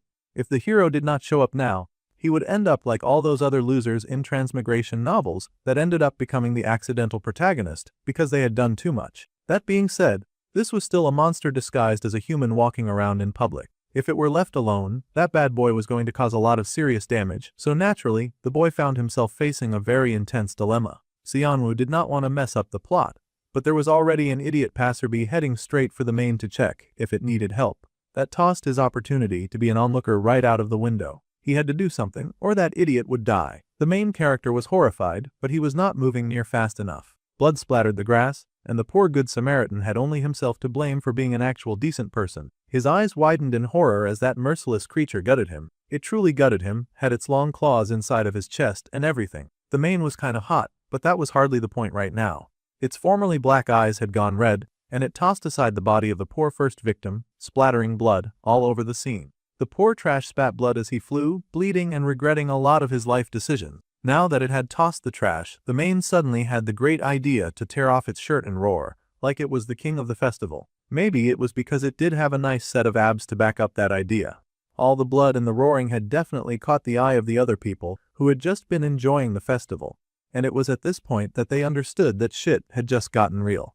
There happened to be one idiot lady standing way too close to that monster, and she was frozen in fear because she knew that she was dead meat. The time for standing and observing was over. It was time for Xianwu to do more than just watch this madness go down. The poor people around had started to panic. There was a mane among them, and it was very clearly going berserk. Someone was saying that they needed to call someone and tell them that a mane was at the festival. Meanwhile, our dude finally took action with those fake glasses on his face. He rushed forward, because story or not, people came first, and a lady was about to die in front of him. He could not just keep standing back. Apparently, the hero was being delayed because he had done the responsible thing of reporting the spotted mane, and the authorities were telling him the results. After looking through the picture, they were sure that the creature was a mane. Jung Hyun-soo, and an agent of the Anti-Terror Special Task Force, was the one investigating the situation. He worked for the Mage Association, and he was still asking some really dumb questions about when they had taken the picture. Yes, the picture had been taken nearby, and the agent worried because this creature had been spotted during a festival when the area was crowded.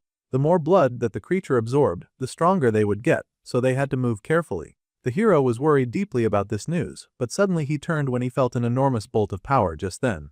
The agent rushed forward because he was also thinking the same. There was no mistake about the situation. They had to get to the scene immediately. The rest of the crowd that had gathered around the main, because they did not have the common sense to run away, were wondering why a dude was running straight at the monster. Xianwu used the opportunity of the thing's distraction to toss a big orb of shiny blue and white power at it. He was going to hit the weak point at the back of the head. It seemed that his huge blast did make contact, and the creature stopped. There was a pause, and the two froze for a moment. The boy was wondering if he had really been able to get the creature. However, there was no way it would be that easy. Our dude was sweating buckets when the ugly behemoth suddenly turned with half of its face fallen apart.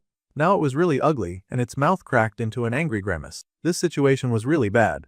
It was already bad before, but now it was getting worse. The boy had not been able to destroy its brain, and now it was targeting him. He was great at fighting a few fairies on his own, but he did not want to deal with a giant roaring monster that was making its way right for him. The beast was boiling at getting hit by that weak attack, and our dude was not in the best mood either, because now he had to turn tail and run. Unfortunately, that ugly beast had no intention of letting him get away, and it leaped right at him. This was the kind of situation where the main character had to put himself first. He was planning on saving his secret move, but now he had to use it here in front of all these people. What a pain. Now, our dude activated the Great Nature's Heart, and for 1 minute, his mana recovery speed would increase by 1000%. Not a bad deal. Charging his hands full of mana, the boy knew that he might not be able to finish the creature in a minute, but he could at least half kill him. With that logic, he shot a gazillion fireballs at the annoying creature. This made the main rethink its decision to chase the guy. He had thought that he was chasing after easy prey, but easy prey was raining mana balls at him. Naturally, he was not digging the situation at all. A lot of the creature's body got fried, and it fell back, landing on its feet as more and more mana balls came soaring towards it. At this rate, it looked like the main character could take care of the situation without the protagonist's help. Then the big bad guy got into a boxing stance for some reason. Our dude grinned and told that big monster to keep trying to block him all that it wanted, because they were going to be doing this back and forth for quite some time. He pushed mana ball after mana ball, trying to at least stall the monster from attacking any more innocent people. He was going to smash its head in no matter what, or so our dude thought. Fortunately, who would appear but a hero swinging a master sword? It was amazing. The story had unfolded just like in the book, but with an extra twist. The main's head went flying, its mouth open in surprise because it had not expected an enemy to come in from the back. Xianwu's eyes widened when he saw the protagonist enter the scene. It sure had taken Xiujin long enough to get here. The main was cut into pieces within an instant, and the agent they had contacted sighed in relief now that the situation had been resolved. Jung Hyunsu, the agent with the Special Task Division, stepped forward, and he thanked the random stranger who had aided in making sure that thing would end much more easily. The man even asked to see the dude's mage license for a moment, as he needed to verify the man's identity and issue a reward. Fortunately, Xianwu had a fake license, so he just offered that one up. The agent stared in surprise that a C rank had been able to hold on this long. He had thought for sure that he would at least be a B rank. As the agent spoke with the mysterious mage, the other boys from school were also watching in their direction. Now, this made the brunette a little nervous, because he was worried that the hero would recognize him. He had used magic to change the color of his eyes, so hopefully the protagonist would not notice. However, Lee Seojin and Shin Youngjin were standing quite close to the scene. He could not believe those two jerks had shown up at this time near the end of the final scene. He'd had to step in and do their work when this should have been their job. It was a good thing that he had come, or more people would have died. However, the hero was staring at our dude from across the room. It felt like his imagination, but he could swear that he had seen that shady guy with the glasses somewhere before. The boy just looked very familiar. The hero stepped forward, and the main character started sweating. Seojin asked if, by any chance, this strange hunter knew someone by the name of Kim Seonwoo. The hero's memory capacity sure was incredible, but that was hardly what would help them right now.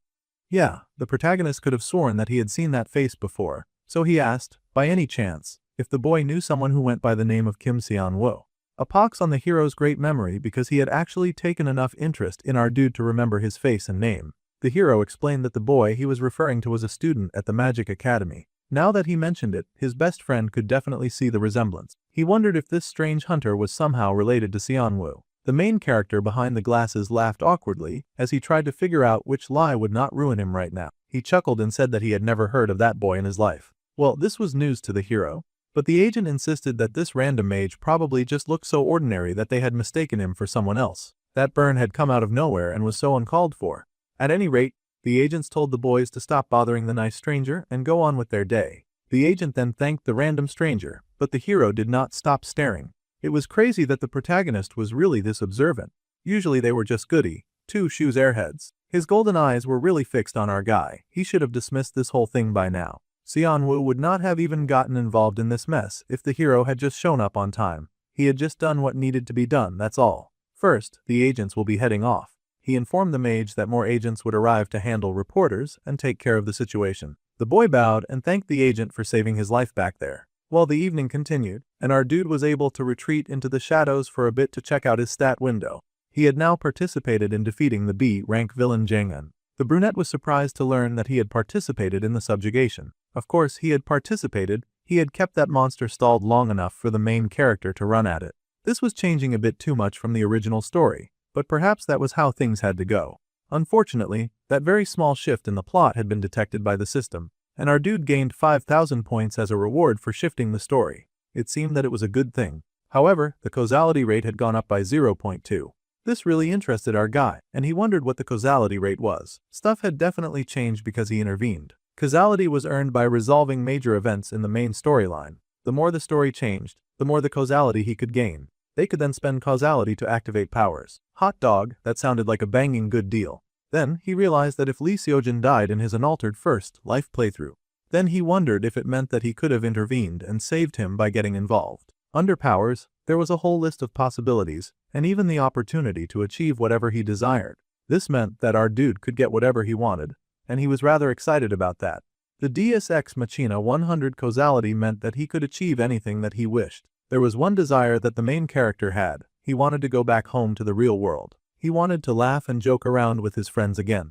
Our guy was one of the few people who actually enjoyed the life that he lived before getting isekai'd. If that was the case, then there was no point in hesitating. He would charge full speed ahead into changing the story as much as he could, and upgrading until he could gain the success that he desired. If he wanted to protect Seojin and also gain causality, then they needed to actively intervene. Suddenly, a 15 million won reward came in for defeating the main. That was a lot of money. Sneaking around with a hunter's license had a lot of cool benefits. The brunette could not believe that he had cashed out just from accidentally participating in an event like this. He had not been sure about bringing his fancy trident straight back to the dorms, but that worked well. After everything today, he was going to treat himself with this money. Bro went into the excess of treating himself like a shameless teenager who did not know the purpose of savings or investment. He went into a 5-star, mage-exclusive hotel Hansung.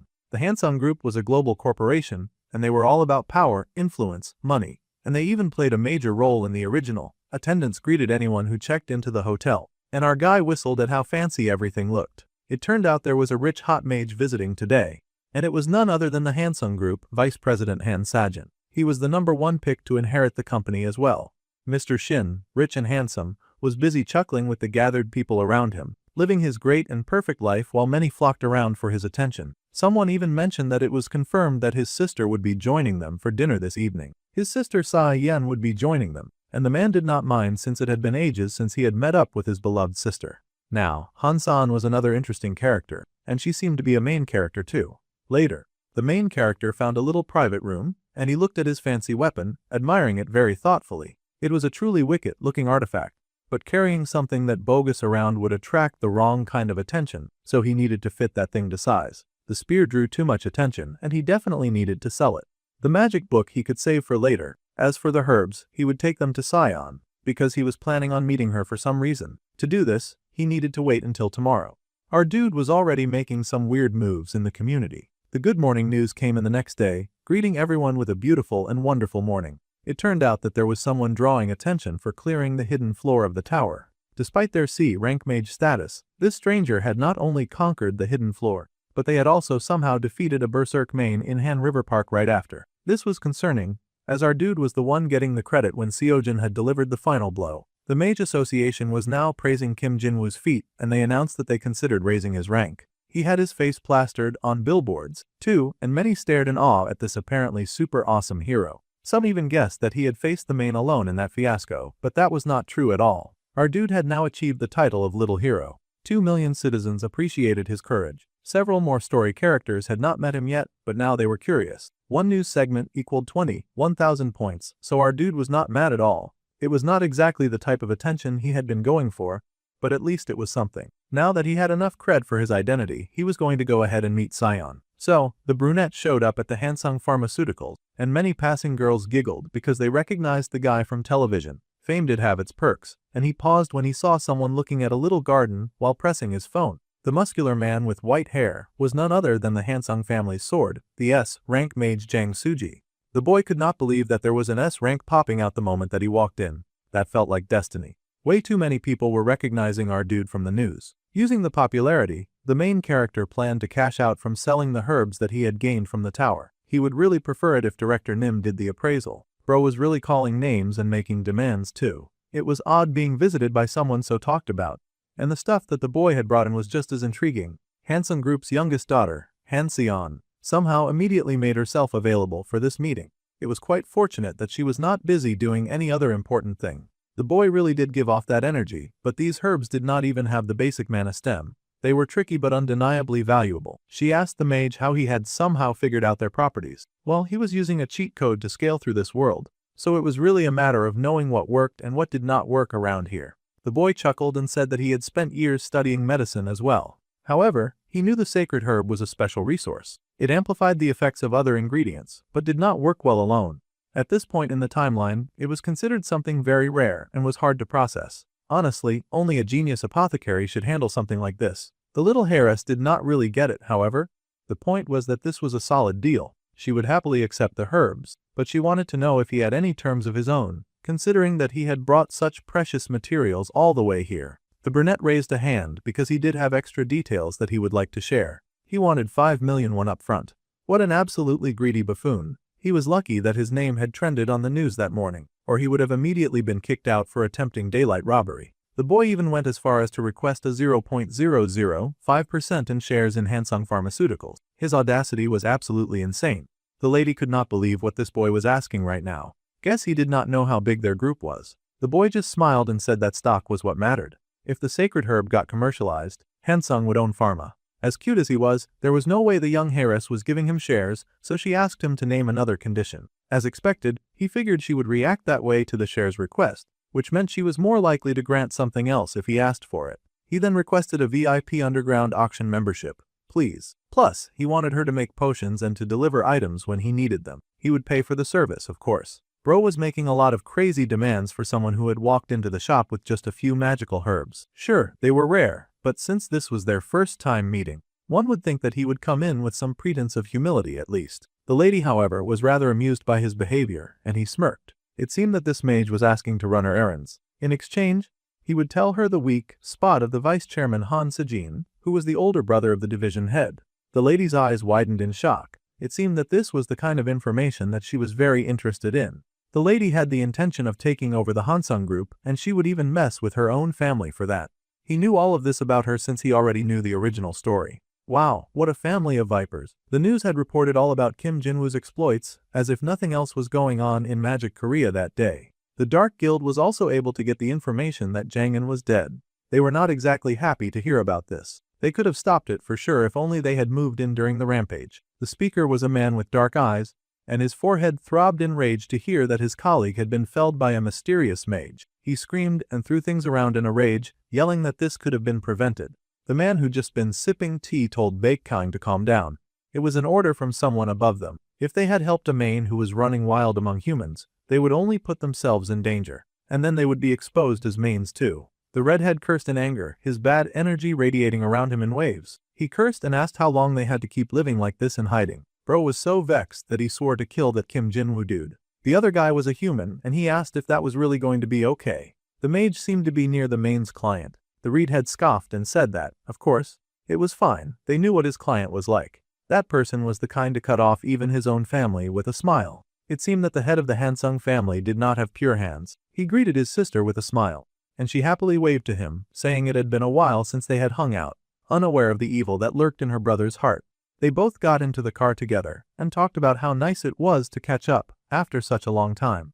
The man asked how work at the company was going for her since she worked in a pharmacy. The lady smiled and said that work was hard, and dealing with people was indeed exhausting. She guessed that he could say that she was a bit mentally worn out. Father was a little hasty when he handed over so many company shares to her when she was still young. Well, we know she's an ambitious crook, so those were fighting words from her brother. He even said that if it was much too difficult to handle on her own, then she could just pass that on to him. The disrespect had her internally seething as he added that once he became chairman, he would even make her the vice president. All men did was lie. The girl curled her hands into angry fists, barely containing her anger. Her brother was a joke and should really not make her laugh. Meanwhile, our guy was in his room and was busy handling his own affairs. Now he had the information saved by using 2 accounts. Meeting Sion really was the right call, and she had sold the spear for him, too, so that was really convenient. Thanks to her, he could happily return to his dorm room with his mind at ease, without worrying about drawing any attention to himself. Sion should have pretty solid intel as well, and she had immediately perked up when he had revealed that he could so easily tell her about her brother's weak point. He wondered if she was checking whether that weakness was mentioned and if it was actually useful. It was the Hansung family after all. Suddenly, our dude got a message notification. He got a message about a month ago from Han Sion. She would be his errand runner for just that long. The character Han Sion now trusted him. She would send him the upfront payment and the spear money within the day. Then she asked if the boy needed anything else. The boy had now gained 1,000 points as a reward for the lady's trust. As our dude was a point junkie, this was great news to him. It was faster than expected, but that worked just fine for him. Also, he would like the talented pharmacist to make him some potions, and he needed an admission ticket to the underground arena. The potions would take some time to brew, and the lady would contact her newest partner once they were ready. The deal was done, and they could extend the agreement later. He just had to prove that this relationship was of use to her. However, moving as Kim Jin-woo meant that he would attract mains. There had been a revenge plot in the original story, too, and since his name had been broadcast as the one to take down the monster, it meant that his fake identity was in danger. Seonwo activated the search function because it was time to start making some important preparations to deal with the occurrence of a possible attack. The detection search results popped up, and he scrolled through a few of the available skills underneath that. He found the one he was looking for, the ability to detect killing intent aimed at him up to a 500-mile radius. It was an expensive $50,000 fee. That was insanely expensive. Our dude would need to harvest a whole lot of admiration to be able to buy that. He was gonna have to risk a lot of the points that he had already gathered. Still, he needed to buy that skill. It was the price of staying alive after all, so he closed his eyes and pressed purchase. A few days later, the main character was living his life, and he was able to retrieve the potions that he had requested for. The lady had made them with a sacred herb mixed in. All he had to know was that the side effects had been amplified along with the effect. The amplified mana elixir potion was a kind of increase in mana recovery speed by 500% for 5 minutes. However, our dude would then suffer mana exhaustion for just 30 minutes. That was almost a fair price to pay. Then, out of nowhere, he complimented the beautiful damsel in front of him, telling her that she looked pretty good right now. Yeah, she was not falling for such easy rage bait, and she arrowed her eyes at him, changing the topic suddenly. Everything about this mysterious young man was suspicious. He was a capable mage who wanted such a high-ranking potion. Plus, she wondered how he even knew about the conflict between her and her brother when they appeared amiable and loving to most outsiders. Now that she had fulfilled her half of the bargain, she would like to speak on the weak point of her brother's that he had mentioned the other day. She had dug through her own channels to investigate, and it was honestly shocking what she had found. Her brother had always seemed rather shady, but she would have never suspected that he, of all people, would somehow have killed someone, and it looked like a whole lot of someone's. There were also traces of contact with someone suspected of being a main. All of this was terrifying information. Everything about this situation was suspicious, and she wondered how on earth he had found this out. Well, obviously, it was thanks to the original novel, but he could not tell her that. Han Se-jin was a high-risk character who was driven by greed and sided with the mains. As time passed, he would slowly turn into a full-blown villain. However, he could not tell her that he had gotten his information from a fantasy story. So, he just said that he would tell her if she would give him 5% of the Hansung pharmaceutical stock. He was making an audacious request again, expecting her to turn him down. The girl was annoyed because she could tell that he was just saying that because he did not want to tell her. The whole thing made her so upset, but it was rather amusing to him.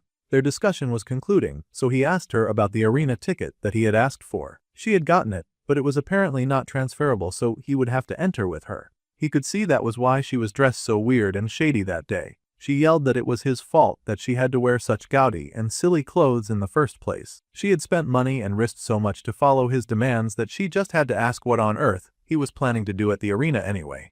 The boy explained that he had made some money, so now he had to grow it. That was Ariel's fancy way of saying that he was just going there to gamble. She could not believe that he was going there to blow all of the money that she had just sent him on gambling. Youths of this day and age were so irresponsible. He was not about to get scolded by another adult when he was cosplaying as an adult. Besides, he was 2 times her senior from regression and dimension jumping, so she should at least pay him some form of respect. Well, she did not support his life choices at all, and she told him to consider their deal over at the end of this month. The character Han Seon was now deeply disappointed in him, and her interest in the boy had sharply dropped. She was so disappointed that our dude would probably not get any more points from her for a moment. However, that did not matter to Seon Woo. He took up the fancy mask that he had brought and quickly put it on his face, knowing that by the time they left the arena, he would have earned even more of her trust. The evening sky darkened, and the two made their way into the special place. There were guards at the door, of course, so they had to check if they were authorized to enter. They got the very important person banned, and then they stepped inside. It had been a while since the people had welcomed a VIP. The brunette was about to keep stalking in, but he gaped in awe when he saw a familiar-looking dark man with a mask. However, he could not entirely disguise himself to our guy who knew so much, and he instantly recognized the man as the S-rank main and top-tier villain, Ha Ryong. Now that was frightening. Bro's eyes did not look even slightly dark at all. The main character was sweating as he realized that it made sense for a man this important to be here. Ha Ryong was the host of this very arena, and the man smiled, asking them to please enjoy their time. He walked past them with a polite smile, but Seonwoo could not help but stare after him in awe. That dude was terrifying, and he was not at all on the level to handle him. He had to make sure that he did not get tangled up with him. They proceeded into the arena, and the stands were packed with people, of course. Everyone had on masks as they eagerly watched the games that would take place on the stage below. There were quite a lot of people in the area, and the atmosphere was pretty hyped too.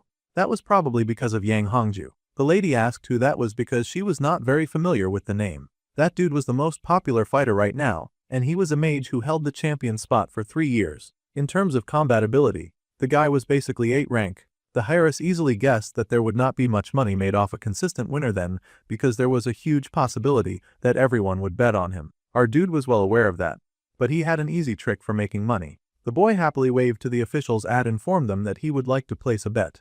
They asked how much and on whom. With the biggest and proudest smile that the boy could muster, he put a whopping 530 million on Yang Hongju's opponent. Now that was insane. Even the lady could not believe that the boy would do something so reckless. The official could barely believe his ears and asked the main character to repeat himself. The lady begged him to reconsider. They did not know anything about Yang Hongju's opponent, and he was placing such a large amount of money on something so casual and stupid. The main character just smiled. He had a few ideas about the man's opponent, because he knew that a rookie would be having their debut match today. The rich heiress could not believe that this idiot was about to place his bets on a rookie who had not even debuted yet. Meanwhile, inside the room, the main had taken off his mask. He had already heard the rumors that someone had bet a whole 530 million on Yang Hongju's opponent. This was correct, of course. Immediately, the main wanted to know what idiot had that much money to spend. The answer, of course, was a dude wearing a rabbit mask. Too bad for our guy, who had not wanted to get the monster's attention because he had it now. In fact, the monster remembered that he was the VIP from earlier. Now this was an interesting turn of events. To a very important person like that kind of money was likely just pocket change. A rich weirdo with weird tastes, something that could be overlooked. However, a different sort of information was leaked to different ears. The redhead had just heard that Kim Jinwoo had shown up at the underground arena. He heard that he had come with Han Seon for the event. This was perfect, as the red mane had been so frustrated for way too long. He had been pissed about having no intel about that guy. Now, it was time to get the car ready. Tonight they would be avenging Jang Han. Meanwhile, there was a battle going on between two men. They were monitoring the proceedings in the pit, and the fighter inside was begging for his opponent to spare him. This seemed like the kind of fight to the death battle. Gruesome, ugly, and bloody. No wonder a lot of mains were hanging around the area. The poor fighter begged that he was surrendering, but his bloodthirsty opponent just mocked his whining and said that he should have surrendered from the start. With a swing of his ruthless weapon, he cut that man down, and the man gasped, choking on his blood as he was knocked down. They had a winner for the first match, and it was none other than some crazy jerk with long hair. The people could not believe that the crazy person whom he had been fighting against had actually surrendered in that battle. They had bet so much money on him too. Of course, people were not happy about the garbage that had lost his match, and they yelled really mean things at him because they valued their money way more than his life. The underground arena was definitely ruthless. Still, the main character informed her that the host would not actually let any of the fighters die. Well, that was a relief to hear. Now, in just a moment, the strange rookie would fight against the arena's champion. The match between Liang Lang and Yang Hongju was about to begin. This match had 2.8 billion on the champion, Yang Hongjun, and a whopping 530 million on the rookie Liang. Apparently, no one else had bothered to be on Liang. Everyone had played it safe and put their bet on Yang Hongju. This meant that he was about to cash out big time. Some people around him whispered, of course, judging whatever stupid lunatic had been dumb enough to place a bet of such a large amount on the Liang Lang. After all, reverse odds were great, but there was a limit. If that rookie lost, that idiot would get nothing. There was not even a doubt that the long-running winner would win. The student smirked and told them to talk all they wanted. If things went his way, he was walking out with almost 6 times what he put in. Now, at last, the fighters were entering the battlefield. The first person to enter was the muscular, known behemoth that almost everyone was betting on. The next person to enter was the dark-haired fighter, called Liang Liang. Everyone whispered when they saw the dude. Dang, our guy was not feeling confident anymore, even after laying his eyes on him. The first noticeable thing about this fighter was that he was kind of small. The difference in weight class alone almost made no sense. Xianwu tried to play it cool. Sure, the fighter was skinnier than he had expected. Perhaps it was because he had not grown yet. In truth, he was not here only for the money. The villain group that played a huge role in the main story was called Jaein. The fighter that they were going to display now was someone who was going to end up joining the Jaein group. The skinny-looking short guy with muscular arms might have made for a more intimidating look if he were taller and did not look so sickly. Obviously, a heavy hitter like that was someone that the brunette was interested in watching. He wanted to see the villain's fight style at least once. However, he had not expected the dude to look like that. Now people were going about asking who the heck had bet such a large amount of money on a loser like that. Xianwu was fighting not to die from embarrassment. He had to trust in the plot. Even though a lot of the story had changed, he had to keep believing. This was a scene that had been written in the original novel after all, and he had not done too much to change this particular part of the story. The fighter Liang Liang had never lost a single match in the underground arena. Of course, the big winner took one look at that sickly-looking short pathetic wrote, and he laughed, saying that the man was so low-level that he could not even bother with it. It was an insult to him that he even had to fight a guy like this. Bro was just radiating all the colors of arrogance. With a scoff, the muscular fighters powered the sparks all over his body, and he burst forward at maximum speed, flying forward to take down the opponent standing in front of him. With a gasp, the small, emaciated-looking villain dodged with shock, managing to avoid that punch that had come flying right at him. The villain actually looked surprised, like he had not expected his opponent to attack him that fast. However, the mighty Hongju suddenly spun in his attack and managed to land a hit on the villain that had been trying to dodge him. With a gasp of pain, the smaller-looking future villain went flying. The poor dude hit the wall, smashing against it hard, and he struggled to stand up as the muscular guy advanced. The crowd was cheering and crowing with joy. They were so pleased about what they were seeing. Meanwhile, Xianwu was high-key panicking. It was good to see a main character act unsure about his decisions for once. He did not want to lose 500 million on a crazy dare. He believed in the story, but the beating the future villain was taking was incredible, and he wondered if that tiny guy could actually win. While our bro was worried about the future of his finances, a smooth car was driving towards the arena with the intention of ending all of his futures permanently. They needed to get to the underground arena, but there was an understanding that they could not storm in right now. If he rained Ha Ryong's event, he would not be able to make it out in one piece even if he did get some vengeance. Instead, the redhead main was going to play it smart. He needed to know what time the event would end. Fortunately, the event would be ending at 10:30. That was a good time, and the evil monster grinned because that worked great for him. When he killed that loser, he would make sure that he would regret it. Meanwhile, the Liang Liang dude was getting beaten within an inch of his life. Bro was getting smacked by that big, muscular giant in every possible way. With a heavy fist, the big multi-winner slammed a huge sucker punch right into that tiny guy's gut, and the future villain made out a large cry of pain. This beatdown was so one-sided that the main character had every reason to worry about how this was going down. The big muscular Galut laughed at his victim, and he told the little runt to know his place and to get lost. With that, he kicked that dude into the wall again. At this point, he was treating his opponent like his own personal punching bag. He was just playing with him at this rate, kicking him, punching him, and throwing him around for fun. That was so many levels of fall. Unfortunately, all dirty moves were allowed in this arena, and that big muscle gorilla was free to beat up his opponent as much as he liked until they were ready to surrender. The poor debut rookie was now in a worse state than when he had stepped out of the door, and all of his body, arms and chest were covered in dust and debris. The people cheered for Yang Hongju. It was looking like Xianwu was about to lose a whole lot of money, a situation that the boy could not be pleased about at all, and for good reasons too. No one would want to lose that much at once. He had trusted in the story, but now the crowd was happily praising the name of Yang Hongju. The main character could not believe how fall the story was doing to him right now. There was no way that the big gorilla had actually won.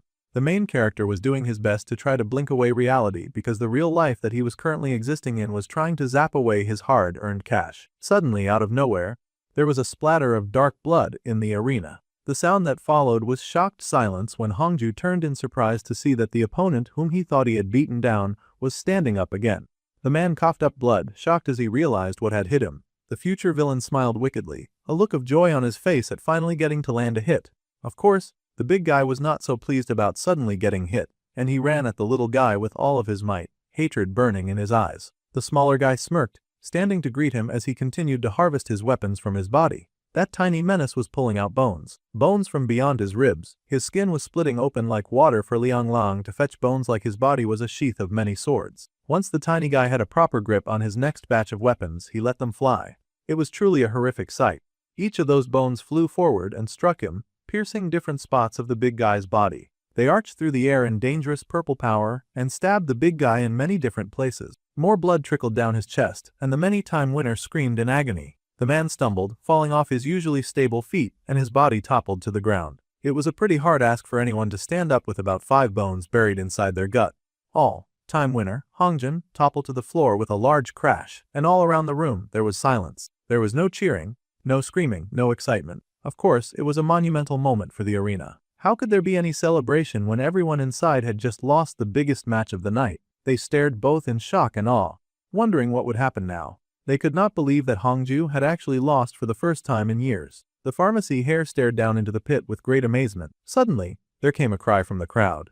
A scream of frustration as they yelled in hatred at that coward who had lost them so much money. They screamed and cursed at the loser that they had cheered a few minutes ago, hating him for daring to lose their money. As those people cursed and screamed, it was time for Xianwu to wrap up a day of hard work. It had been a pretty close call, but it was time for him to go. The lady rushed after him, of course, amazed at the miracle that she had just witnessed. To call this situation a coincidence was perhaps a bit convenient.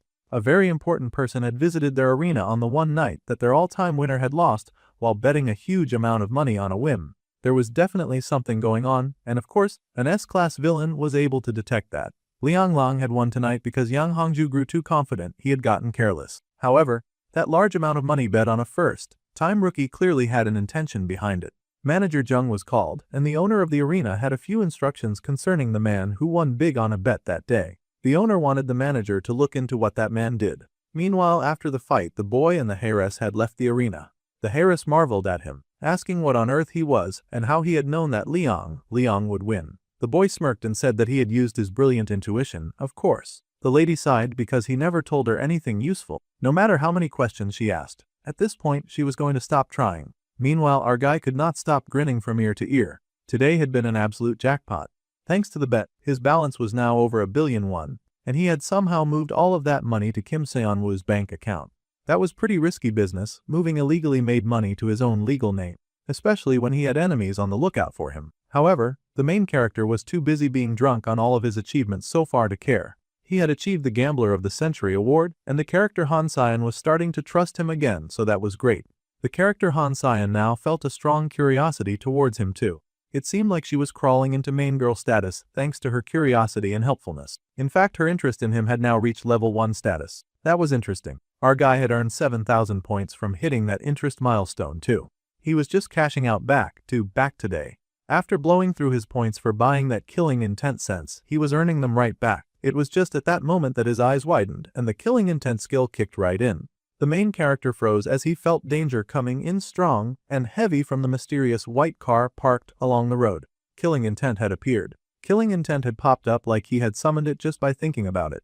What a tragedy. There was just one group that immediately came to mind. It was definitely the Vengeance Society that had come to fulfill their little vengeance plotline.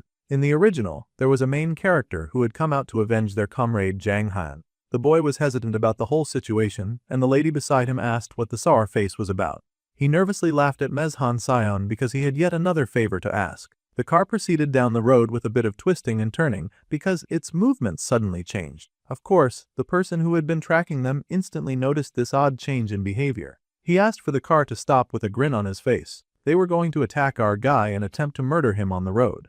It seemed that Xianwu had the same idea because he had also gotten out of the car. The redhead main stepped out, eyeing his chosen victim. The bold hunter stood alone, not even Han Sion was in sight anymore. Then again, he wondered if his pathetic-looking hunter was really the one to kill Zhang Han. The dude did not look very impressive after all. His body was also not trained or muscular. To top it off, the energy radiating off him was loser energy, weak and pathetic, with barely enough mana. Now the big bad red was confused. However, standing before him, our dude chugged down that very expensive elixir that he had just bought. He had spent so much money on it that it was used up that quickly. After taking his little cheat potion, his body was now radiating with a bit more power, and he grinned, wiping his lips as he cooed for his enemy to show himself. He needed the enemy to speed things up a bit, because the nonsense that he had just put in his mouth tasted completely foul. He had taken the amplified mana elixir, and now his mana recovery would increase speed by 500% for 10 minutes. After that, he would get mana exhaustion for 30 minutes. In other words, he needed this battle to go very quickly, and he needed his opponent to show up immediately. This battle could not last longer than 30 minutes. Since his opponent was taking his sweet time, Xianwu went out of his way to goad the jerk a little. They knew that the little monster had been aiming at him for a while now, so they could skip the pleasantries and jump right ahead into business. The man frowned, seeing that the hunter's aura had now changed all of a sudden. It was still not exactly threatening, but at least it was not as weak as before. The man chuckled, saying that our dude was pretty impressive. Then, out of nowhere, he summoned some pretty intense fire spears, pointing them all at our guy. The hunter had noticed that he was being tailed. That was good, which meant that they could cut to the chase of this interaction. The main wanted him to die. It was a very simple request. Of course, Xianwu had not lived through an entire universe collapsing to be fine with just dying. He readied the mana in his hand and prepared to fight. His shot expanded and fired, zooming straight at his mad opponent. It was a grapple of two tigers, both very determined to win this fight, except that instead of hand-to-hand combat, they were using magic to smack the mana out of each other. The blast was spectacular and the main grinned. He had 2 shots of firepower left, and after exhausting that, he could just drop to physical power, which would prove difficult for our guy. However, the main character also had the advantage of a 500 upgrade boost, so they could fight on equal footing for at least 30 minutes. That was what it seemed like until those terrible yellow spears made a beeline for the brunette, and he actually looked horrified to see them. There was a huge explosion, and the pharmacy head sweat just watched that fire from afar. She knew that a fight was going to break out, even if she did not properly understand what the fight was about. She had seen the look on the brunette's face and had asked him what all of his sudden seriousness was about. The boy had explained that there was someone tailing them, and she panicked, thinking that it could be a rival company of the Hansung group. However, she was not the only important person in the car. She should put some respect on his name. Technically, this mess was connected to her since her brother was working with these evil monsters. At any rate, he needed her to drive somewhere more secluded. It would be no good to avoid this guy and have him trace him all the way to school. It would be in his best interest to catch and take that guy as soon as possible. The lady asked if the person chasing them was someone that he could actually fight, and the boy smiled that it would not be easy. The mana of the enemy was the kind to far exceed a B rank, and the lady was worried within reason. She knew the guy beside her was not a wimp, but he also did not strike her as the Hulk of fighters. She worried if he would be okay, but Xianwu assured her that there was nothing that plot armor could not do for him. That was why he was asking for help. The pharmacist's heir parked the car and decided to trust in his skills. He had to come back safe. She was counting on him. It was not the time for our dude to do the loser version of aura farming, as he somehow managed to dodge those pikes that had come right at his face. That was crazy. It was almost like the red-headed guy was actually trying to kill him. Still, the main character smirked. Dodging these many attacks was nothing. He was an enhancement-type fighter until the first year, so he could match up to the speed of those projectiles quite easily. His wicked opponent smiled, asking if all he could do was dodge. Then, he raised his hand and raised even more dark spikes into the air. It seemed that this guy's motto was to keep hitting the brunette with everything that he had. He fired an even larger volley of large and intimidating spikes, surprising our dude because he could not believe how many spikes this guy had in reserve. It seemed to be his special form of magic. The man had gotten even faster than before, but our dude was ready for that, too. There was a blast of fire, and he dodged that as well. It seemed that his intentions for the beginning of the fight were just to continue dodging. The redhead was not pleased, but our dude suddenly had less than 2 minutes of the effect left. That was insane. They had barely started fighting. This skill was clearly such a rip-off. It was about time for Xianwu to do something incredibly foolish before all of his power ran out. He needed to settle this fight once and for all. Immediately, the brunette activated the amazing effect of Great Nature's Heart. For 1 minute, mana recovery speed would increase by 1000%. Now things were about to get really wicked. The main could tell that there was something wrong moving through the eye, and his eyes widened when he realized that. Suddenly, the hunter standing before him had a much stronger aura than before. Now it was time for our dude to aura farm to his fullest potential. He bent to the ground like a frog prepping for a mighty hop, and then he burst forward, running like a bullet train right for his opponent. The angry redhead responded with his special magical skill of a buffet of spikes, growling as he prepared to launch it at the madman running straight for him. This was dangerous. The monster knew that he had to block that attack no matter what, though dodging would be a bit more common sense and would possibly lessen the damage. The monster's fear was valid, though, because our guy was speeding through the spikes of fire, like it was a casual maze that he was playing for fun. The mane grunted in horror, seeing the boy come even closer and closer. It grabbed one of its spikes like he intended to use it as a weapon, and he slashed it out in front of him, discouraging the brunette from coming any closer. The main character did not hesitate, and he charged up a blue ball in his palm like it was a special attack that he had borrowed from another franchise with a blonde-haired lead. Immediately, he tossed it, careful not to get too loose to Mr. Red and Nasty. That blue ball landed quite solidly in the poor man's gut, and he choked out in pain, being pushed back from the force of that hit. Man, our dude had thrown such a huge attack, but the enemy was still on its feet. They could not let up now. Any opening that was granted would quickly be used against him, so Xianwu charged up a second attack and launched it a second time at the wicked creature before him, figuring that he needed to spam the attack mode for as long as he could. That wicked redhead blocked the attack, growling in annoyance at how persistent the student was. The mane cursed, hands raised as it pushed back the attack. Xianwu was also doing the best he could, but he was struggling to some degree. At this angle it was difficult for him to aim for the monster's brain. Suddenly, an idea occurred to the brunette in glasses. Suddenly, he quit attacking from afar and actually came right up close and personal to someone who was actively trying to kill him. This behavior stunned the redhead, of course, and he was even more stunned when he suddenly got slammed in the jaw by a very unforgiving fist. From here, he could definitely hit the brain, and the monster growled for his opponent to stop, as if he was going to stop when any slowing down meant certain death. This was over, it had to be, and the main character grabbed the monster by the neck, squeezing down in an attempt to permanently end its life. However, for some reason that he could not understand, the neck underneath his hand was not breaking. It did not make sense. He had increased mana recovery speed by 500% for just 10 minutes. Of all times for that stupid mana exhaustion to activate, and for 30 minutes too. This was the worst thing to happen to our main character. For some reason, he had been unable to kill the main, and he was forced to back away. The monster, of course, immediately took the chance available to it.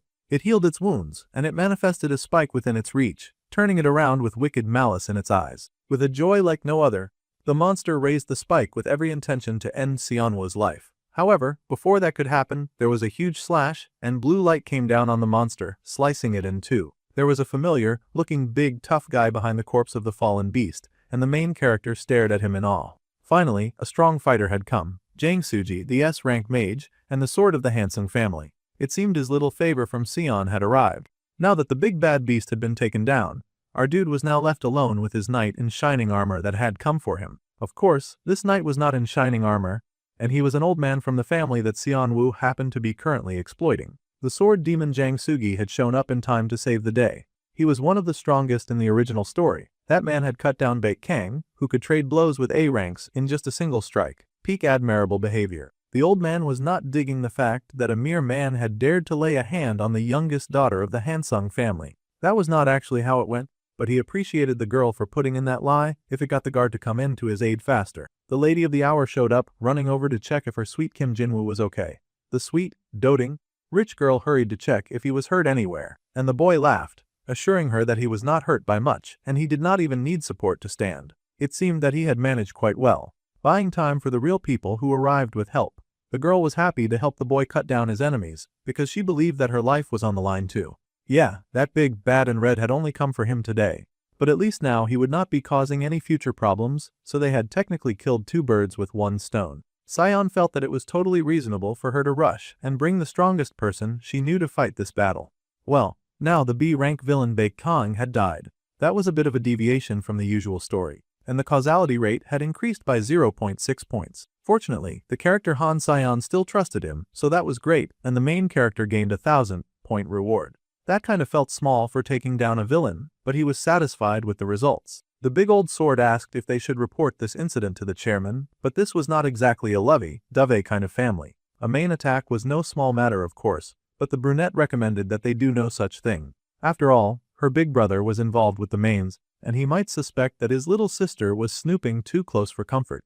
He could make some risky decisions if he even suspected that, so it was for the best not get involved. If word spread that someone from the Hansung group was attacked by a main, it would cause a huge and uncomfortable uproar. Plus, there was no need to blow things that deviate from the original. Things had already changed too much, and our guy would like to keep problems like this to a minimum at least. The lady considered this and figured that the boy was right. If this leaked outside, it would drag an annoying trouble, and she needed to lie low so that she could scheme in peace too. So, she informed their hero that they would be keeping the incident between them. It was in their best interest if their uncle Suji also said nothing. The man understood and promised silence. He was way too old for gossip anyway. 3 days later, our guy was chilling in his room and casually looking through things on his phone. As thanks for saving her during the Baekhyang incident, even though honestly, she had been the one to save him, Han Sion offered to find our guy any information that he needed. In that case, what he had then asked her for was the timing for when sacred herb potions would go commercial. For this very moment, he had gone all in, and he had bought up Hansang Pharma stock with everything that he had. He watched his phone very diligently now, waiting for the perfect time that he would get the cash out from what he wanted. It was 8:59, and as soon as it hit 9 o'clock, the market would be open. Our guy dove into that market like it was his birthright, and the shares skyrocketed. The boy screamed and cheered because it was time for him to move up in life. Before regression, even a lifetime of dungeon runs would not have bought him a house. Back then, the main character would have never believed that money could really be this easy to make. He was cashing out in style, and he was giggling and happy about it too. It almost felt a bit bittersweet considering how hard he had worked to stay out of the main narrative back then. There was a notification on his phone, and that made the boy sit up. Han Sion was now surprisingly in regular contact with him, and she even invited him out to lunch. He was immediately intrigued because she had mentioned that she had a present for him. At the Café Veller they met up, and the boy was surprised to see that the lady had arrived rather early. She was even sipping a drink by herself and acting all sweet and dainty. The lady smiled up at the boy, saying that it was a habit, as expected of a businesswoman, to always arrive on time. Hansung Pharma's stock shot up quite a bit, and the boy chuckled that he'd had quite some fun thanks to her. The hare asked how much profit the boy had made, and if he had made 500 million. The boy smirked that he had made 3 billion in a single day. Now that was something truly admirable. She almost could not believe it. Well, they should just think of it as a small token of appreciation. It was all thanks to the director. Now that he had come all this way, the boy was, of course, really excited to see this gift that she had mentioned. The lady then got a little serious and explained that she had found the identity of the main that had attacked them. Yeah, he already knew that, but it was not like he could tell her that. So, he decided to roll with her little exposition. The lady revealed the man's name was Baekhyang, and when he was disguised as a human, he was usually a very notorious hitman. However, during the investigation, they had learned that there was someone who dealt with Baekhyang frequently. That person was, of course, none other than her own dear older brother, Han Sejin. The main character already had the idea that the big bad brother was dealing with mains, but he had not guessed that the big red would be one of them though. He was not surprised about the whole thing all the same. This was all very interesting, but Xianwu had to wonder how all of this information would somehow benefit him. The girl smirked because the boy was so calculating even after they had saved each other's lives. At any rate, she was going to show him the real gift. It was a way of saying that she would be depending on him. Happily, she presented a box. He had asked the boy to meet today because she was about to become very busy for a while. The boy stared at the mysterious black box curiously, asking if something was going on. Now that her brother, no, that man was too despicable to even be called kin anymore, so she preferred to call him Han Sejin. He was now closely linked to Baekhyang, so it was pretty obvious who was behind the attack. Right? The Hira still believed that the attack had something to do with her. Since our dude had not revealed that he had just been using her advantageous fighter. The lady scoffed that she could not stand being in anyone's debt. In truth, he was probably in her debt, but he had settled that score by helping her find out about her brother's nefarious acts. Whether it was a favor or a grudge, Sion preferred to pay back as soon as possible. With that, she got up and left, leaving the main character alone with the storage and a very mysterious box. Sion's assumption that Han Sejin was behind Baekhyang was still just a misunderstanding. However, the fact that her brother was a villain would not change. That man was evil, and it was probably better to end him as soon as possible. Sooner or later that man would get in Sion's way too.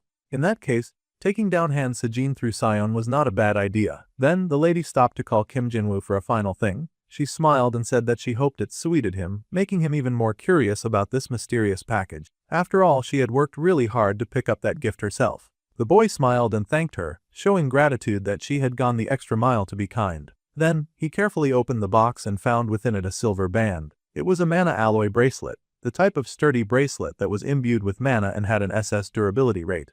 How kind of the rich heiress to buy him such an expensive item. It was almost like she was flirting. The boy beamed with joy at getting such a sweet item. He sat there staring happily at his wins when he suddenly got a notification. The boy looked up in surprise and saw that the character Harayong was curious about him. He was now gaining 1,500 points. That could not be a good thing. Inside his office, the big boss of the mains was looking through the files that he held, studying as much as he could about this strange, masked rich guy. Someone came in and bowed, greeting Lord Harayong. It had been almost 10 years since he had known Qianhai, and he asked if the man had come to discuss the 10 Demon Council. Well, that was correct, but there was also another matter that the council wanted to address. There was something that the man wanted to ask first. With his head bowed, he talked about how he was sure that the main man had heard that his close friends Zhang Han and Baek Kang had been killed a few days ago. Coincidentally, this could all be traced back to their encounter with a human mage who was tangled up in both incidents. According to Baek Kang, before he had died, this man had visited the arena not long ago.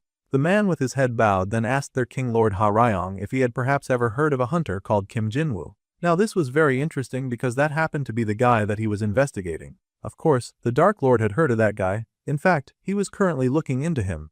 It was interesting that other people were taking an interest in his query, and it was no surprise, honestly, because his query had been very busy. That guy also happened to be the only VIP that had bet on Lang Liang. In the dimly lit office, the man then made the request for the big boss to share any information that he had on Kim Jinwoo. The man was ready to spill his blood on the graves of his fallen friends. Oh, that guy was also a main. They kept popping up one by one. Immediately, the big boss called Qianhei to heal. It was one thing to come into his office and make a request. It was another to get so passionate that the request started to border on a demand. It was best that the big guy watch himself, or he would get burned. The strong and oppressive pheromones oozing from the big boss hit that dude like a ton of bricks. He quickly got the message to shut up. If Qianhai was thinking of laying a hand on his client, then the man should be prepared to face the dark and demonic consequences. It seemed that the big boss had now somehow claimed our dude was his client. Now our guy had dark protection among a few other things. The man quickly bowed his head in apology, of course, swearing to never touch Kim Jinwoo. He begged for some gracious forgiveness immediately. With that settled, the man then requested that the bowed man should just deliver the 10 Demons Council's message. That was all that he wanted to hear right now. The man was sweating, but he relayed the message. From the holy relic, the prophet's altar, a prophecy had come down. Now this was an interesting turn of events. In the year the child destined to destroy Mains turns 18 and awakens, the king of Mains would meet his end at that hand. Now that was a terrible turn of events, and a rather foreboding prophecy. The big boss narrowed his eyes as he realized that the king was clearly stirring up trouble again to get this kind of dark and foreboding prophecy. The child of prophecy had been the message, and the man asked if they had gotten any other details, according to the prophet's altar. The place where this now 18-year-old child of prophecy resided was none other than the Magic Academy. After so many days of side quests, it was finally back to school where the real protagonist dwelt. If he could even be called the protagonist at this point. Our dude was standing around and observing something in front of him. For now, the boy was admiring the beautiful bracelet that Sion had gotten him. He had caused a lot of havoc as Kim Jinwoo, and it was time for him to lay low so that he did not attract even more awkward attention. The character Harayong was curious about him, and that was not a good sign. The extra points were appreciated, but there was no way that he wanted a big bad's eyes turned in his direction. It was not the time to get tangled up with Harayong just yet, or he'd end up eaten alive. There was something more important that the main character needed to focus on right now. Something that had to take up most of his attention. Xianwu grabbed the scroll before him and opened it up, its magical properties glittering as it revealed what it held inside. This was a magic-imbued book, with a spell shield that would deploy a barrier to block one spell. It would only last for 12 hours. Our guy was doing his best to study. It would not be long until the midterms began. This was where students had to prove their ability in front of all kinds of important people. It was a key event that was tied to Li Yujin's future path. But these midterms mattered even more because of one key element, the child of prophecy, an almighty being whose coming had been foretold in the ancient text, the future ally of Li Xiujin and the one born with the power to destroy Mains. To flesh out the still unawakened child of prophecy, the Mains would suddenly show up and infiltrate the school at 4 in the evening. Using their dark powers, they would attempt to strong-arm the school into giving up the child that they came for, but they would then be quickly wiped out by Li Xiujin, who would not tolerating their nonsense. That was how it went in the original anyway. The scale was not huge, but it was an episode loaded with all sorts of important hints. This time, our dude would be watching not just Xiujin but the child of prophecy as well. He had to make sure that neither of these two people would get hurt during the raid. So, that day at school, the teacher called their attention. In addition to the next week's midterm schedules, there was one more announcement. The midterms were already killing the students, so they wondered if they could really survive waiting to hear one more announcement. One girl was so done with school that all she wanted to hear about was romance. Well, too bad. They could never get away from the school life, and they heard that training was live combat, and live combat was training. For them to prepare for midterms, this year's second years would be doing several days of free sparring classes. The class looked stunned to hear this. Free sparring was an interesting idea. If they could not find a partner that day, then they could go ahead and watch or practice alone. For now, the group was dismissed. The announcement was barely over before Yuara suddenly started burning with some holy flames. That girl was obsessed with Lee Seojin. The hero was so over it. The main character already guessed that Seojin and Yuara would pair up together just like in the original novel, and the girl was already storming towards him. So it looked like that would play out as planned. Still, even so, the boy could not believe that absolutely no one wanted to partner with him. He had worked so hard to boost his deficient reputation during that last test, and still other students were going in every direction except towards him. How horrifying to be in that position. Well, it was not like it was that surprising that he was getting abandoned. No matter how good he was at theory and barrier breaking, nobody wanted to pair up with the student who was dead last in almost everything else. However, this did not matter, because the person who would be his partner had already been decided. It seemed our guy already had his eyes fixed on the person that he wanted to fight beside. A timid girl who was currently saying nothing. She was not getting picked either. It did not take long for Yuara to get her fire won, and she was just blasting and storming and banging her way through life, trying to take down the #1 fighter in class with all the gusto in the world. The boy just managed to dodge her crazy fire attacks, groaning because he had almost died from just getting out of the way on time. The crazy girl was not finished, of course, and she madly asked Seojin if that was all he got. With skills like that, she would be taking the top spot in the school from now on. That girl was so thirsty for that top student position. She was putting all of her energy into snatching it. The kind hero stood firm despite the tenacity of his adversary, and he told her not to get ahead of herself. With a smile on his face, he drew his sword, ready to face his opponent and cut her down with all the strength that he had. He had not even finished warming up yet, and he swung his weapon at her. They both clashed, fighting hard as they beat each other around. While those two monsters were clashing swords and firepower, our guy was paired up with a nice and meek girl. That girl looked around for some reason, just admiring the quiet nature around her. Oh, it was not nature, she could just see Lee Seojin and Yuara trying to tear each other apart from the window. They were both so dedicated to that crazy fight. They ranked #1 and 2 in the whole school. The girl turned away, creating her little ice shards in her hands. She could not pay attention to them right now. She was going to make her small power grow. The more she compared herself to geniuses, the smaller she would feel. So what if she had not grown to their level yet? It was only a matter of time. Yeon Hae-young had not even been considered as a sparring partner by most of the class. They ignored her because she was the 82nd in class. That was pretty low rung. Her theory was rock solid, but she was weak in practice. The girl pretended not to be heartbroken by hearing her classmate say those words within earshot. She knew that she was not that strong, but it still hurt to be dismissed so easily. It was a bit sad, really, that her brains could not back up her talent. No one was sadder about the situation than poor Hae-young, who was not considered good enough by her peers. She was a good person, but being good was just not enough in places like this. The girl bit her lip and suppressed her feelings, focusing all of her frustration on getting better. Crying would do her no good, sobbing about it was useless. If she wanted to improve, then she had to focus all of her attention on growing stronger. The girl shot her ice shards at the target in front of her. The shards were still small and had little effect. By the time her attack was done, the target was still standing. It was a rather discouraging situation. The girl screamed in frustration. Anyone would at this point. She wondered why it was that no matter how hard she tried, nothing worked. Our dude popped in at that point to give some constructive criticism, telling her that her ice construct was flimsy.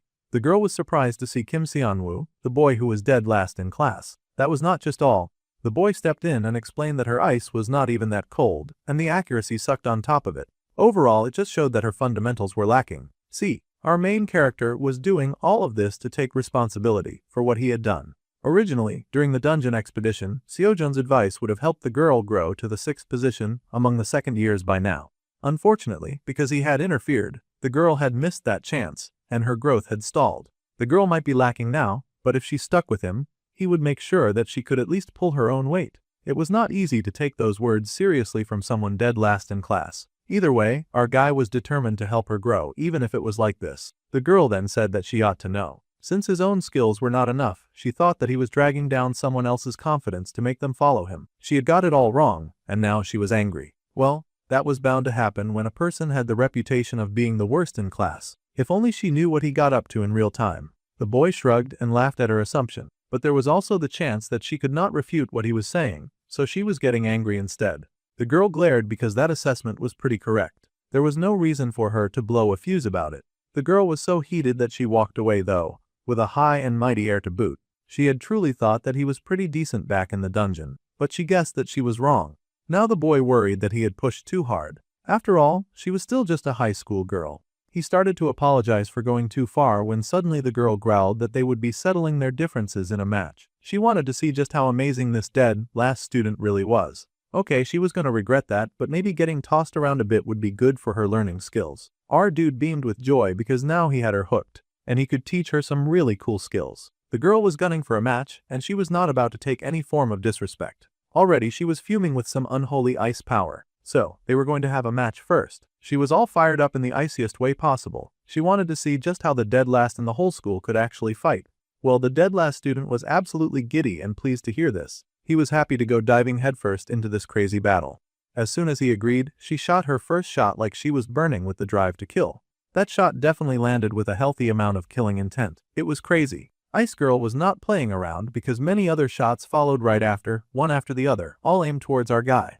It was time for Seonwoo to get serious because Haeyoung was done with acting cute and nice. That was great, because our guy was definitely ready to kick this fight into gear. He launched himself forward with the right kick of his heel, dodging projectiles like he was fighting to survive the Hunger Games. The moment the girl got serious, the density of her construct had changed. That was interesting to see. Her technique was not bad at all. In fact, the main character found himself impressed by her drive. It would not be hard for a brilliant fighter like this to grow. However, her attack pattern was a bit too simple right now. She needed to try for something different. Ice attribute manifestation mages were supposed to shine in utility after all. The girl grit her teeth at the insult, and she growled, asking if the boy was really ready to see a different pattern. With that, her hand raised, and she suddenly summoned a giant ice spear. It was incredible. She had no business wasting her time with those tiny ice projectiles when she could pull something like this. That thing was at least 5 times her height. Seonwoo stopped because he was quite impressed by it. It was true that she now had an impressively big weapon, but the question remained, could she use it? With a blast, she shot that death weapon right at the student suspected to be dead last in the whole school. That was almost premeditated murder. The boy stared in alarm at how fast that thing came flying at him. It was large after all. He had to kick to the sky immediately, dodging the ice spear and the way it exploded, covering almost the entire area in ice. Haeyoung herself was shocked. That thing that she had been trying so hard to develop on her own had never worked until now. It was crazy that we had been practicing all this time just to get it right at this time. The ice explosion was so deadly that the main character had to take to the air just to dodge that attack. He landed on the large ice pillar that had been erected, looking at the girl who stared up at him in awe. People needed the right kind of stimulus first if they were going to draw out their abilities. So, provoking the girl had clearly been the right choice because now she was making fast progress, and the boy smiled with pride. The girl, however, seemed to take that as an insult. But that was fine since this kind of provocation was apparently great for her growth and health. The girl asked how he planned to win if he was always going to run away. She raced at him with rage, asking if he really wanted to partner up with her when he was not even showing her his skills. The battle continued, and the boy stomped his foot on the ice. An inexperienced manifestation mage shared the same weakness as most mages like her. With a blast, he shot forward, reaching the girl in a matter of seconds, and she gasped, caught off guard by his sudden approach. He smirked because once it came to close combat, a lot of these high-power mages were instantly shut down. Still, the girl tried her best when it came to defending herself, and she raised her hand to block his attack. The magic power bubbled in her hand and met his elbow. It was time to see who would triumph when fighting so close. There was an explosion off ice and power, and the young girl got knocked off her feet. She had only just started fighting in big girl style, so of course, her footing got uprooted pretty quickly because she was not yet used to it. The poor girl fell, eyes widened in fear as his attack came close to her face. At this rate, she is going to get hit by his magic. Yet suddenly, his magic dissolved. In a show of power where the main character did not feel like he needed to hit a girl to prove a point, he smiled at the girl's surprised and relieved face. She got the idea of how to use her magic now, and the entire point of the demonstration was to help her tap into her magic. The boy smiled and told his classmate that it was a good spar. The girl was surprised, not expecting such acknowledgement or strength from someone who was supposed to be dead last in the class. The poor girl fell to her knees in exhaustion, a little shaken by everything that had gone down. She had lost this battle, but she had also learned something new about herself. Everything about this situation is kind of overwhelming. The girl was tired, but with a small laugh, she wondered if she really should be learning magic from the dead last class after all. The boy smiled and stretched out his hand, saying that she just did not know how to bring out her talent. That was all. He smiled and offered to help her, and they would try doing this together. The girl was surprised, staring at this outstretched hand and wondering if the guy could really help her to use her talent. Well, she took that hand and took that gamble, willing to see what the future had in store. Since this battle had proved fruitful to some degree, the girl smiled and agreed to give Seonwoo a chance, so he had better teach her well. After all, he was her teacher now. Once again, our main character had been able to level up. The character Yoo Hae-young had now gained some interest in him, and Yoo Hae-young's interest had hit a level 1. From now on, they would be doing some attribute adaptation training. The boy showed off something in his hand. All magic started with adapting to an attribute, and it was very important to be in tune with the right one. Adapting meant that the mage was able to understand the attribute, and that would determine how well they could manifest their magic. In other words, without basics, no amount of practice would actually raise their level. The young girl had an understanding of what attribute training was, however, she had never heard of doing things like this. The poor girl currently found herself in what seemed to be a huge pool of ice. The poor thing was probably freezing and very confused. Our dude was now moving like the Dark Lord and insisting that feeling her attributes with her whole body was the fastest and easiest way to grow. So, she had to hurry up and start adapting immediately. If she did not hurry, then the ice would melt, and that would be troublesome. Later that night, some dark rumblings were afoot, and some very weird and suspicious-looking shadows started moving through the place like dark spirits on a mission. It seemed to be sucking out the life from certain fallen beings. The dark shadow then settled into a barely identifiable form and asked if everyone was present for the necessary meeting that was about to go down. Everyone responded affirmatively to Lord Qianhai. As ordered, the mains had been gathered, particularly the ones that had been operating around the Magic Academy. They knew the ins and outs of the place, as well as any given weaknesses that the building might have. The infiltration date to find the Child of Prophecy at the school had now been set for next week. All the members listened attentively as their boss, Keonhai, gave them the details of this mission. Their contact inside had informed them that the security often got lax during the midterms, so that was exactly when they would strike. The time had finally come, and the gathered mains looked really excited about it. However, one of the gathered had a question for Lord Cheonha. They wanted to ask the Lord Harayong for some extra help so that they could end the Child of Prophecy once and for all. Well, that had not gone as planned, and the bigger boss had gotten stormy at the thought of harming his person of interest. The big boss had apparently said that there were more important matters than the fate of their race. Well, naturally, this news did not sit well with the rest of the gang, because they could not imagine what could be more important than possible extinction. But it was not like any of them were about to volunteer to go tell the big boss exactly what they thought. Still, they did not think that 4B rank mains would be enough to kill a Child of Prophecy. They were brutally outmatched on this field. Still, one of the other overconfident mains scoffed and asked if his colleague was scared and needed help to kill one brat.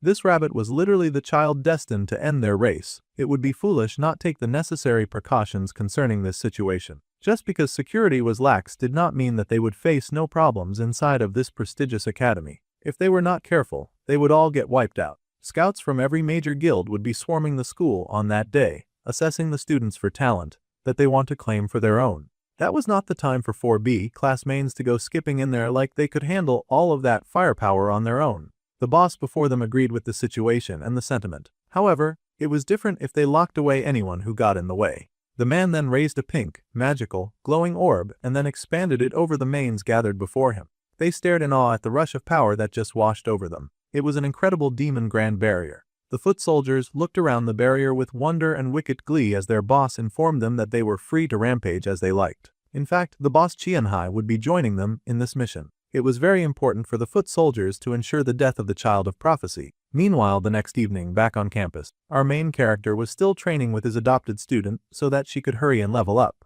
First, she needed to master the attribute and then the form, solidifying the water before her. She needed to be able to picture the ice without actual ice present. Then, she would carve that sensation into her whole body. The girl focused as she created a single snowflake in her hand, pretty and gorgeous. Slowly, that flake expanded into her giant snow spear.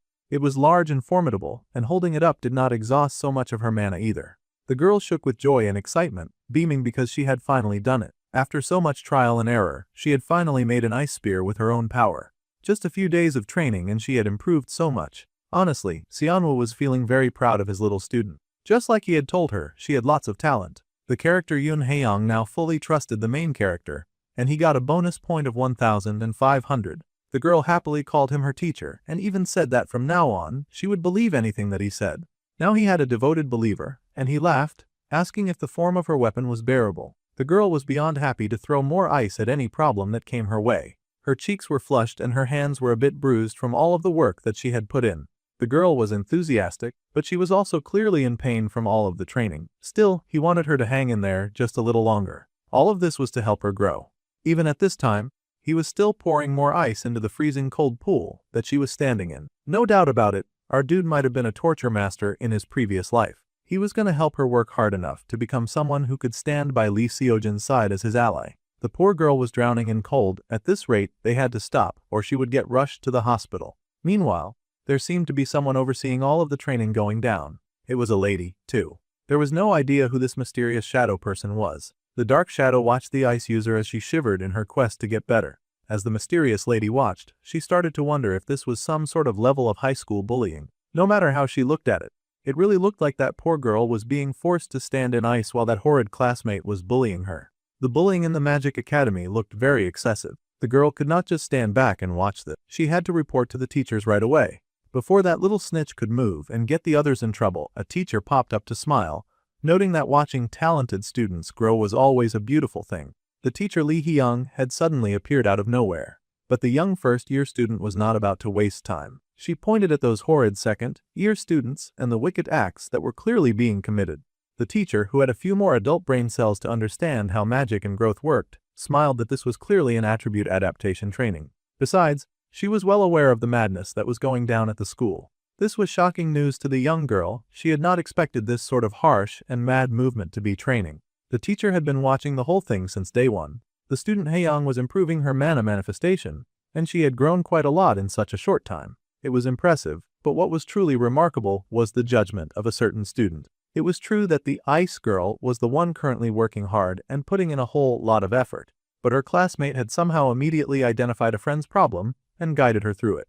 The senior Kim Seonwoo. The first-year students were really surprised to hear that loser had any relevance. The teacher smiled when she realized that the first year knew about the boy. She had thought that Seoyeon was the kind to memorize only the names of the top-ranking students. It was slightly embarrassing that some of the teachers already knew her usual pattern. The girl protested weakly, but the teacher added that Seonwoo was a high-potential talent, so it was good to remember his name early after all. The young girl was unsure what to think of that. Sure, maybe the boy was kind of impressive right now, but he was also the one kid who was dead last in the whole school. That was definitely something that was concerning. Plus, the boy was also someone who only did nice things for others. They even wondered when he would work hard enough to raise his own skills, so that everyone could see the results of his hard work. The teacher fell silent, staring at the young girl for a moment, before saying that they could just give the dude a chance to prove his skills. The teacher smiled, saying that they would look forward to this midterm. Meanwhile, the main character was not looking forward to the midterms at all, actually. Apparently, there was a special sale going on in his system shop for a subspace pocket, up to 30 kilograms on limited time sale, at a discount. He had 5 days to pull up with the cash and buy it. A subspace pocket was an extremely valuable item, and naturally our dude wanted it very much. After all, the pocket was priceless in its ability to summon stored items anywhere. On top of that, it was useful in both combat and daily life. It was great that this kind of item had shown up in the special sale shop. However, even if the item was on sale now, the poor brunette only barely had over 8,000 points. Now this limited edition item that was being sold for a lower price was out of reach for him. He would just have to work hard enough to make 11,000 points in 5 days. He needed a surefire way to scrape together points too. The brunette had his hands on his head when he suddenly realized something. The teacher Lee Hyung was calling. Now this was a surprise. Meanwhile, someone was talking about Yuara, Park In-won, and Kim Seonwoo. There were 3 students who had somehow been selected for the second-year manifestation advanced class. The poor Lee Seojin had not even been considered. Then again, he was not in manifestation magic. The teacher wanted the students to think of it as an intensive class for students with high potential, regardless of their grades. Lee Seojin was in the enhancement advanced class. If our dude could somehow get in, then he would have more chances to be around him. This would be great for scoring extra points because no one gave points like the protagonist's attention. However, the blonde random in the manifestation class suddenly protested. He understood why the second best and his handsome self were getting recommended, but he had no idea why the teacher would have any intention of bringing a failure like him into the advanced class. Seonwoo did not know where to start with this guy. Park In-won was in his second year, and he was ranked 5th. The brunette was not really into him, and he wondered what on earth his problem was. The blonde insisted that he was 5th in the year. Being grouped with a dead last loser was so unfair. The pouty blonde turned to the second best in class and demanded that she complain too. The second best finally sighed, and exactly what she had to complain about. Whoever got into the advanced class did not matter to her because all she had to worry about was herself. The blonde was annoyed by this faultless logic, and he cursed internally that this was exactly why that little witch had no friends. Then, the student Xianwu was asked what he thought about Inwan's opinion. The brunette smirked that if rank was the problem, then clearly all he had to do was raise his. The teacher was, of course, very pleased about that response from her favorite student. Then, before the young genius joined, he should prove his skills on the midterm.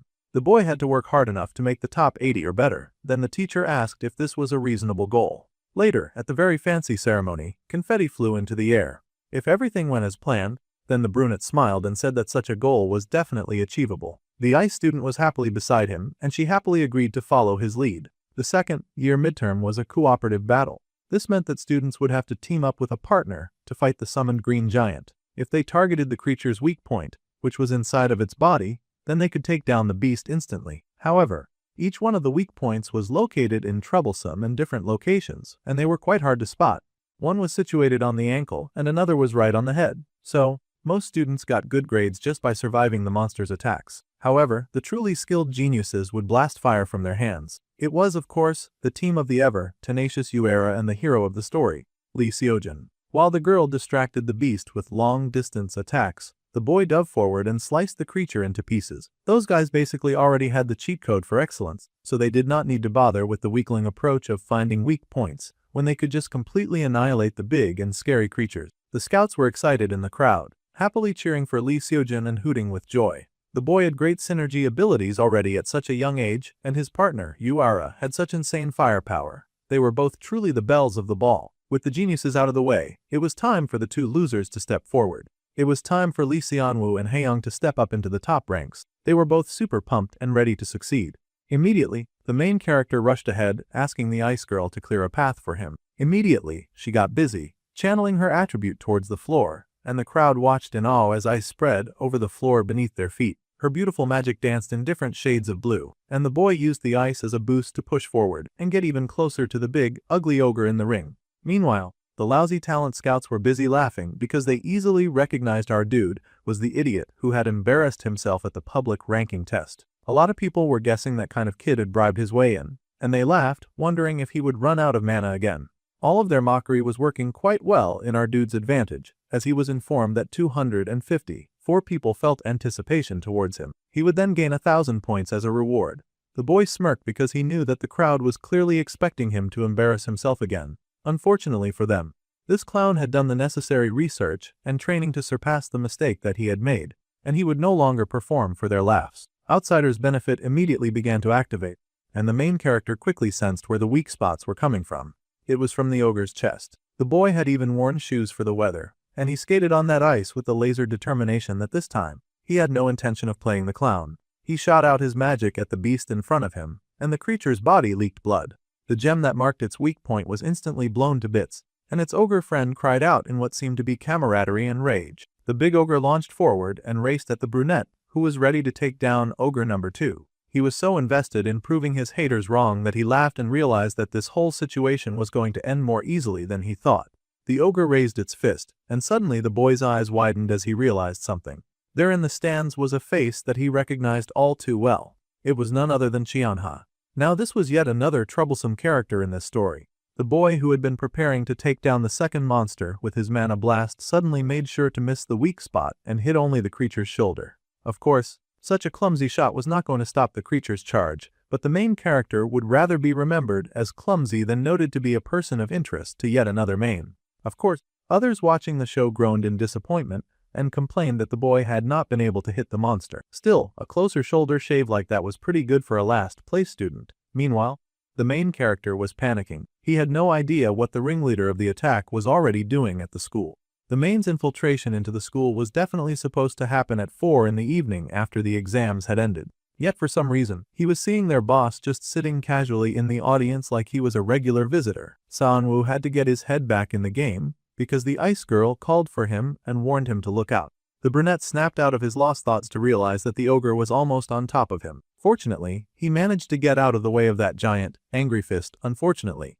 that orge's big smash shattered the ice underneath his feet and sent the boy flying. However, Haeyoung had spent all of that time working hard for a reason, and now an opportunity had opened for her to show her skills. With joy, her icy attack came down, and dozens of ice spears came down to freeze and slow down the creature. The girl yelled for her senior to stand up and snap out of it. They had to win if they were going to advance in class. The girl managed to help him to his feet, and the boy groaned weakly, while that big leathery beast gave a large arena law. That scream of victory seemed to be enough to snap our guy out of his trance, because he was not tolerating that disrespect, and the creature being that happy felt very disrespectful to him. With a wave of his hand, a blue shot of magic pushed out from the boy's hand to the ogre's body, and he was able to slash that big creature in two.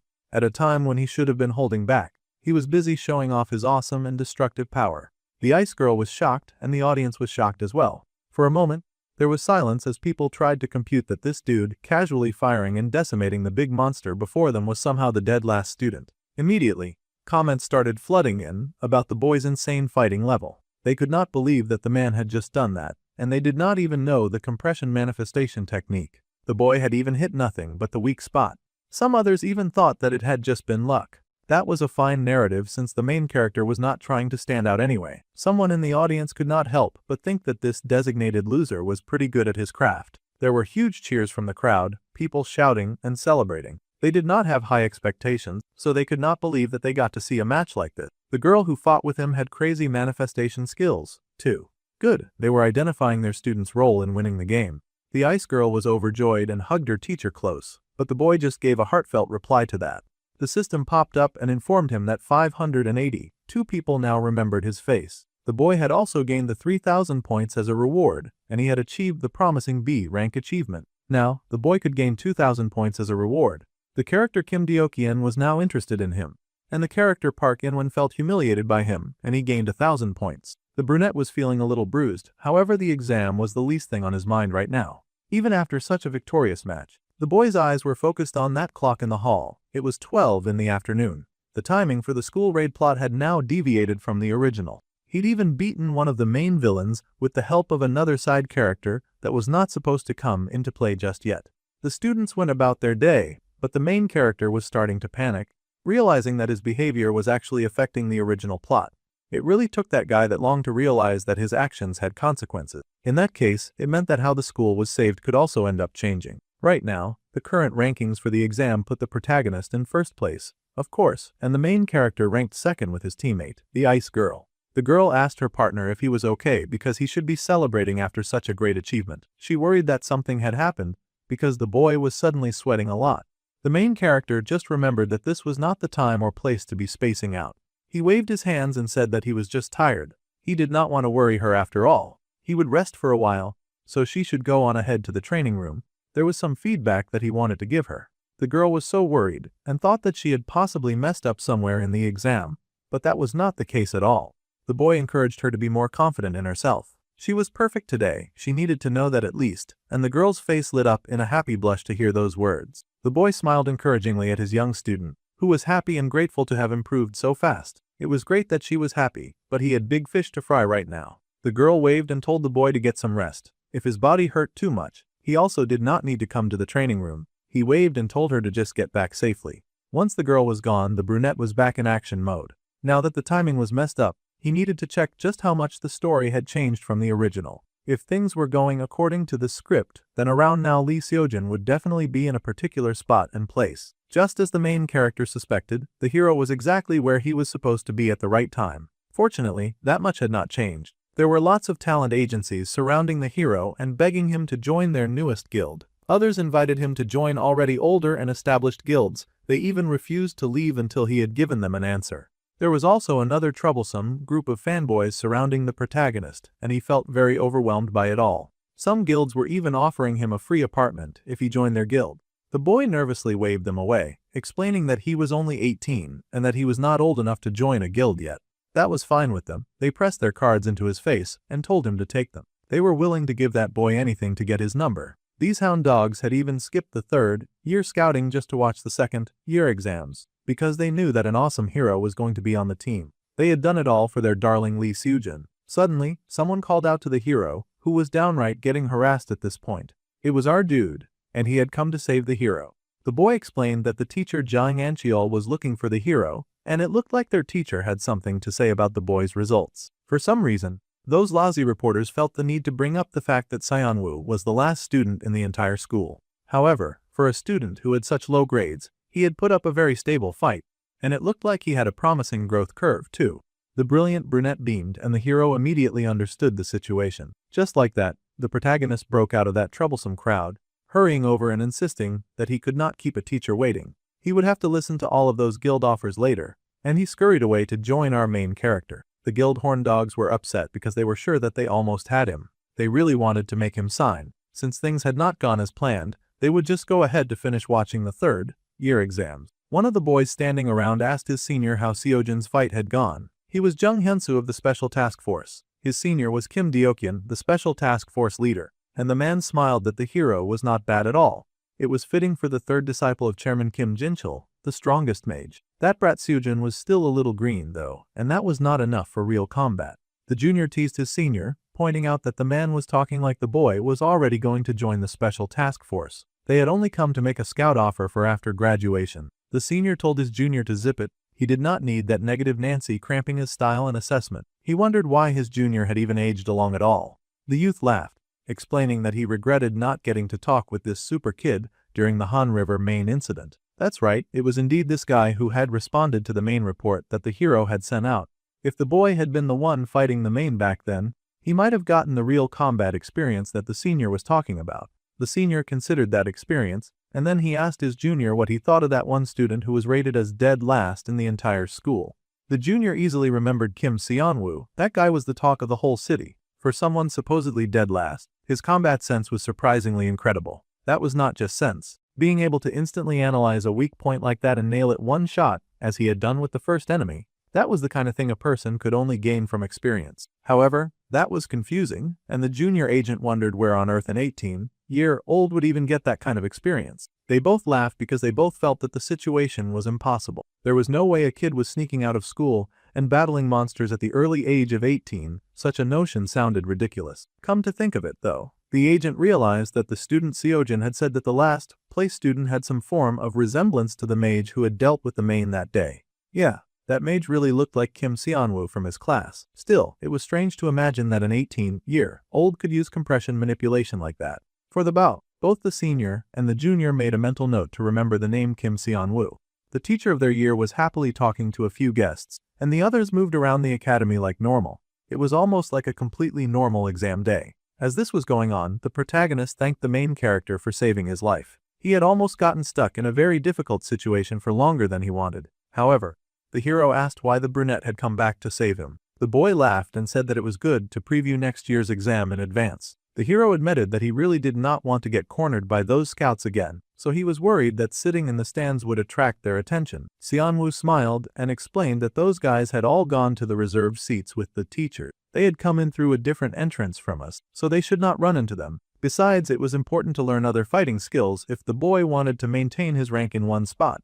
Using juicy statements like that, the main character was able to convince the hero to stay by his side. He figured that if they watched quietly like this, then they would not notice them. Getting Seojin to agree with him was great, because the main attack was supposed to begin in the third-year exam hall, where it was easiest to make contact with the insider. Since no one knew when the attack would start due to multiple changing events, our dude needed to keep Seojin in the exam hall and then go to find Cheonha. Despite being worried about changing too much in the plotline, this greedy dude was still planning to go and defeat yet another main villain. What a pretentious dude. To him, it sounded like the easiest and fastest way to protect the child of prophecy, but at this rate, he was erasing the hero's importance in his own story. First, the main character asked the hero if anything important had happened after the exam. Seojin was smiling down at the fighters below, and he asked if the brunette was asking about the scouts. That was fine since the situation with the scouts tended to happen all the time. Well, the boy was fine with that as long as he was okay. This was good, and it meant that the original flow was still mostly intact.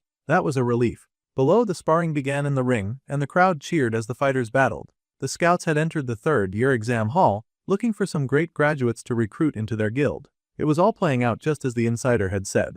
The man asked how everything else was going on their end. The others had already gotten to work, and they had released and hidden a healthy number of monster summoning circles all over the school. It sounded like they planned to make the area very unhealthy for normal living. However, Jen-san was sure to go wild the moment he saw a human, so they had been sure to place that guy somewhere secluded. So far, the work was done smoothly, and the boss congratulated Yangan on her good work. The lady smiled that it was only thanks to the good Lord Qianhai joining them that they were able to get this far now. The man stood with all the intentions to begin the raid and unleash his magic. With a wicked smile, the man gathered up the bubble of pink in his hand, and he was now ready to hunt for the child of prophecy. Meanwhile, the oblivious third years were still battling it out in the ring with sparkly power while those watching cheered and clapped. One third-year girl got knocked back, and she couldn't take the heat anymore. Quickly, she surrendered and called it quits. Park Miney forfeited, and the final winner was the mysterious Kim Changin, who was the ace of the third-year class. The hero was actually having way more fun than he thought he would.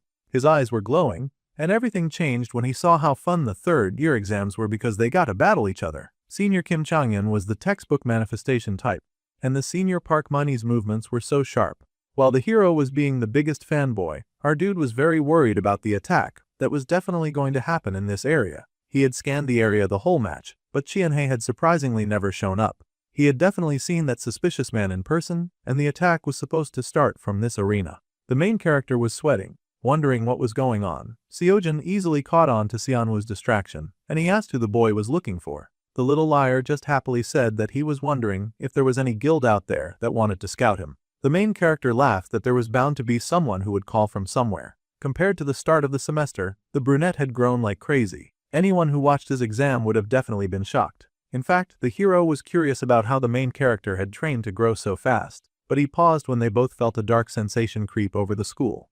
A deep purple barrier spread over the stands, and the two looked around in alarm. It was worse than the brunette had imagined. The mains were using this kind of thing that had never happened in his last life. There was now some deep trouble afoot. Some of the people down below knocked on the weird barrier that had suddenly and magically appeared around the school, wondering why a barrier had appeared.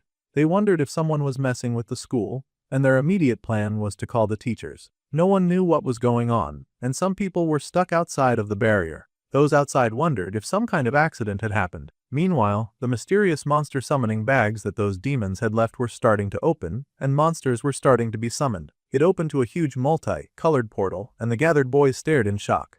Absolutely no one was happy to see the multiple red eyes staring back at them from the deep abyss inside of that churning and multi-colored portal. The wicked man smirked and then activated the portal, unleashing the monsters within. Goblins leapt out of those portals, filthy and hungry for violence. They immediately attacked the people standing around, who raced away in horror at the appearance of such monstrous people. The last thing they expected was to get attacked at a school event after all. They screamed that a monster was after them and then screamed for help for good measure. Monsters had invaded the school, and that call went out, seeking backup for anyone who could somehow get past that very thick barrier. All students and visitors were asked to immediately evacuate to the safe zones. The announcement was repeated that monsters had invaded the school. All teachers, scouts, and mages who could fight had been sealed inside the barrier. With nobody left to help, the child of prophecy would have to reveal themselves. That was actually a pretty neat trick. All of the actually equipped fighters had gathered to watch the third-year match, which meant that anyone with any form of capability was now trapped behind that stipulated purple barrier while monsters ran loose inside the school. It was genius. However, as the goblins ran amok, someone stepped out to stop them. One of the goblins immediately got sliced up, and the head boss cursed in annoyance, wondering who on earth was getting in his way. It was that senior agent and his junior. The special task force was here, and they had not gotten trapped underneath the barrier. That was kind of annoying and would put a damper on his evil plans. However, the Big C was not about to give up on his wickedness that easily. This was just a temporary setback. Some of the students cheered in relief that the special task force was here. Those guys had apparently come in to watch Seojin's match, but now they were fighting monsters and rescuing people. That was such a relief. Both the hero and the main character were kind of relieved to see him. If the task force came to see them, then that meant that Captain Kim Deokyeon was on the case. Once the barrier was lifted, the fighters would join them right away, so there was no need to be afraid, and all the students just had to trust their teachers. The main character was relieved because if the special task force joined them, then they could still turn things around. However, there was just one very annoying problem, and that was the fact that they had no idea how on earth they were going to break the barrier. The people outside were banging desperately at the mages who were stuck in there, begging them to somehow break out and save them.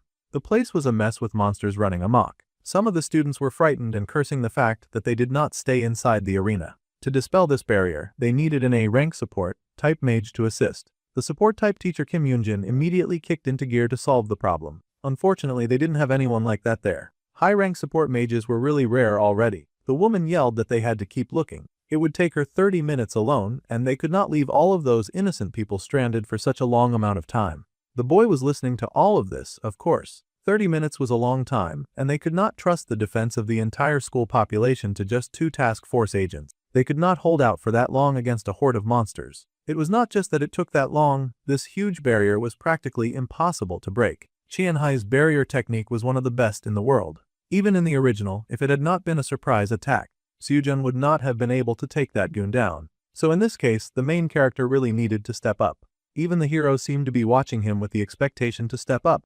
However, before the boy could even speak, someone offered to help. It was someone who claimed to be an A-rank support type mage, and she was called Yang Yanjin. It was a good thing that she happened to be nearby. Except that this little devil happened to be the woman who was working directly with Qianhe. She was basically a huge part of the opposition, and now she was pretending to side with them just to slow them down. This lady beamed and said that she would take care of everything. That filthy liar. The main character knew better than to try to accuse this person of being a man here, and now, because he had no proof, it would make people suspicious, and that would only slow down the rescue. However, having this piece of garbage join their team was definitely going to slow down the rescue. The fake Good Samaritan said that she would start from this side, so the other mage should please assist in breaking the barrier. Together, the two go to work with the redhead working from the inside and the other lady working from the outside. The Narvi and kind-hearted hero thought that it was a relief that the teachers had a plan. They would now be out in no time. Except that one of the assisting teachers was a total demon, so they could not count on that person. In fact, our boy needed to get moving, so he grabbed the ultimate plot armor powerhouse and dragged him along. They could not waste time waiting for a barrier that was not going to fall anytime soon. The two students left the two mages to work, but it did not take long for the redhead to realize that something about this barrier destruction magic felt off. When it was unlocked on one side, a second lock kicked in on the other.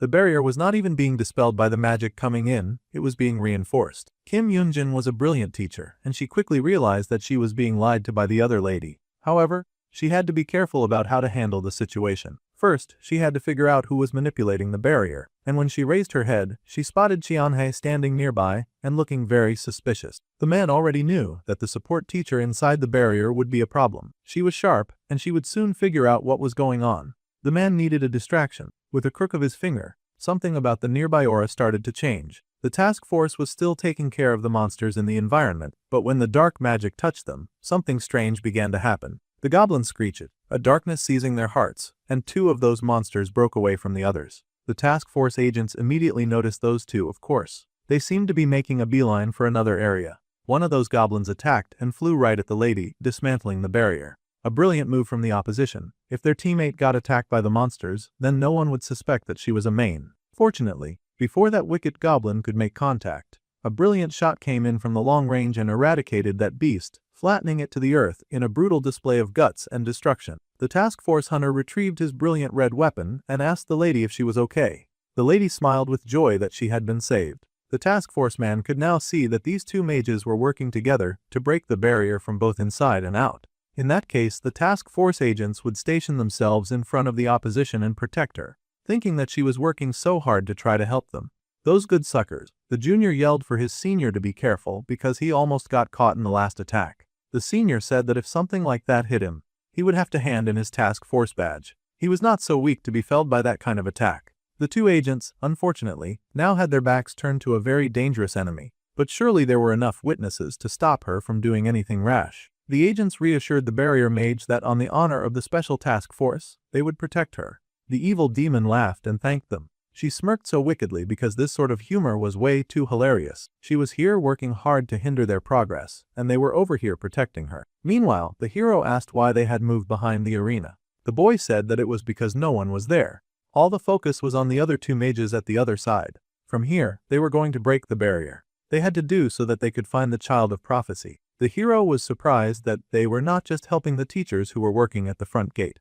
The main character sighed, trusting only the protagonist with this information. The loser that had shown up pretending like he wanted to help them was actually a main, and they could not trust him. He was currently pretending to break the barrier while actually reinforcing it. At this rate, the barrier would not come down on time. The hero was horrified to hear this. He thought that they should tell everyone right away, but it was useless to do that. Mains were dangerous, plus it was only a hunch, and they had no proof. They would look like idiots, causing a stir at a time like this. That sounded like an easy fix to the protagonist, and he just told our guy to prove it. He was the one who got offered a spot in the special class for barrier breaking. Still, there was no guarantee that anyone would believe him. They needed to break the barrier, and then they could go and tell everyone after. They could not create a new problem when the first one had not yet been solved. If the one speaking was a globally recognized genius and not just some student, then maybe they would listen. That made sense to the hero, so the next question was whether or not Seonwoo could break this thing. The boy was about to find out. He turned his attention to the barrier while Seojin drew his sword. Carefully, the main character activated his ability to decode the magical formula. The system got into business really fast, reading as much information about the barrier as it could. The Demon Grand Barrier. The little Maine could not believe what was happening. The grand barrier that they had erected around the school had been pierced. Seonwoo was relieved, and he dusted his hands with a sigh. He had taken down that huge thing like it was nothing. He had even done it in an instant. The hero could not believe what he had just seen. Right now, they had a situation to fix, and Seonwoo told Sujin to hurry and resolve that. However, before the protagonist left, he needed this child to answer one question. He asked why Seonwoo was hiding his role in all this. He had been the one to take down the barrier. Usually, a student would jump at the chance for the recognition of his strength. The boy just smiled that this was more than enough for him. His other personality was already causing him a great amount of trouble. He did not need trouble in his school life too. For now he needed everything that happened to remain a secret.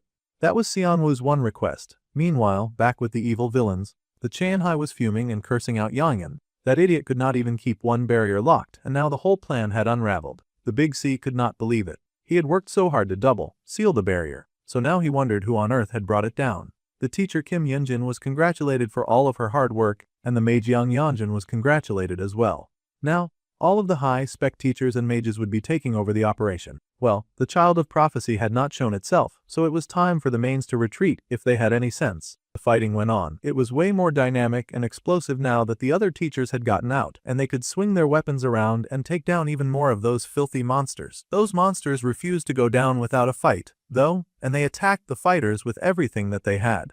The man in charge curled his fingers into a fist and punched the creatures in front of him, tossing them around. The teacher was also there, and she lit up those flying creatures as soon as they got within her range. With a determined look on her face, she electrocuted those troublesome foes, hitting some of them with a charge so deadly that they died on the spot while the others went flying away. The task force member could not help but applaud this brilliant display. He thought that this was a clean finish from the teacher Lee Hyong. Teacher Jang Ankal was also praised for his one-hit power, which was as sharp as ever. Thanks to the cooperation of all the teachers and the fighters around, they had been able to clear this area quickly. The man smiled that it was an honor to see the special task force in action up close. The task force was not sure where the ringleader, who had started this chaos, was hiding, so it was advised that everyone stay on high alert. Once they regrouped, they would need to track that guy down first. However, the support teacher had one lead. She was not sure if it was the ringleader, but there was one person who was very suspicious to her. The lady stepped forward and grabbed the collar of her fake assistant, glaring at them and asking what exactly they had done while breaking the barrier.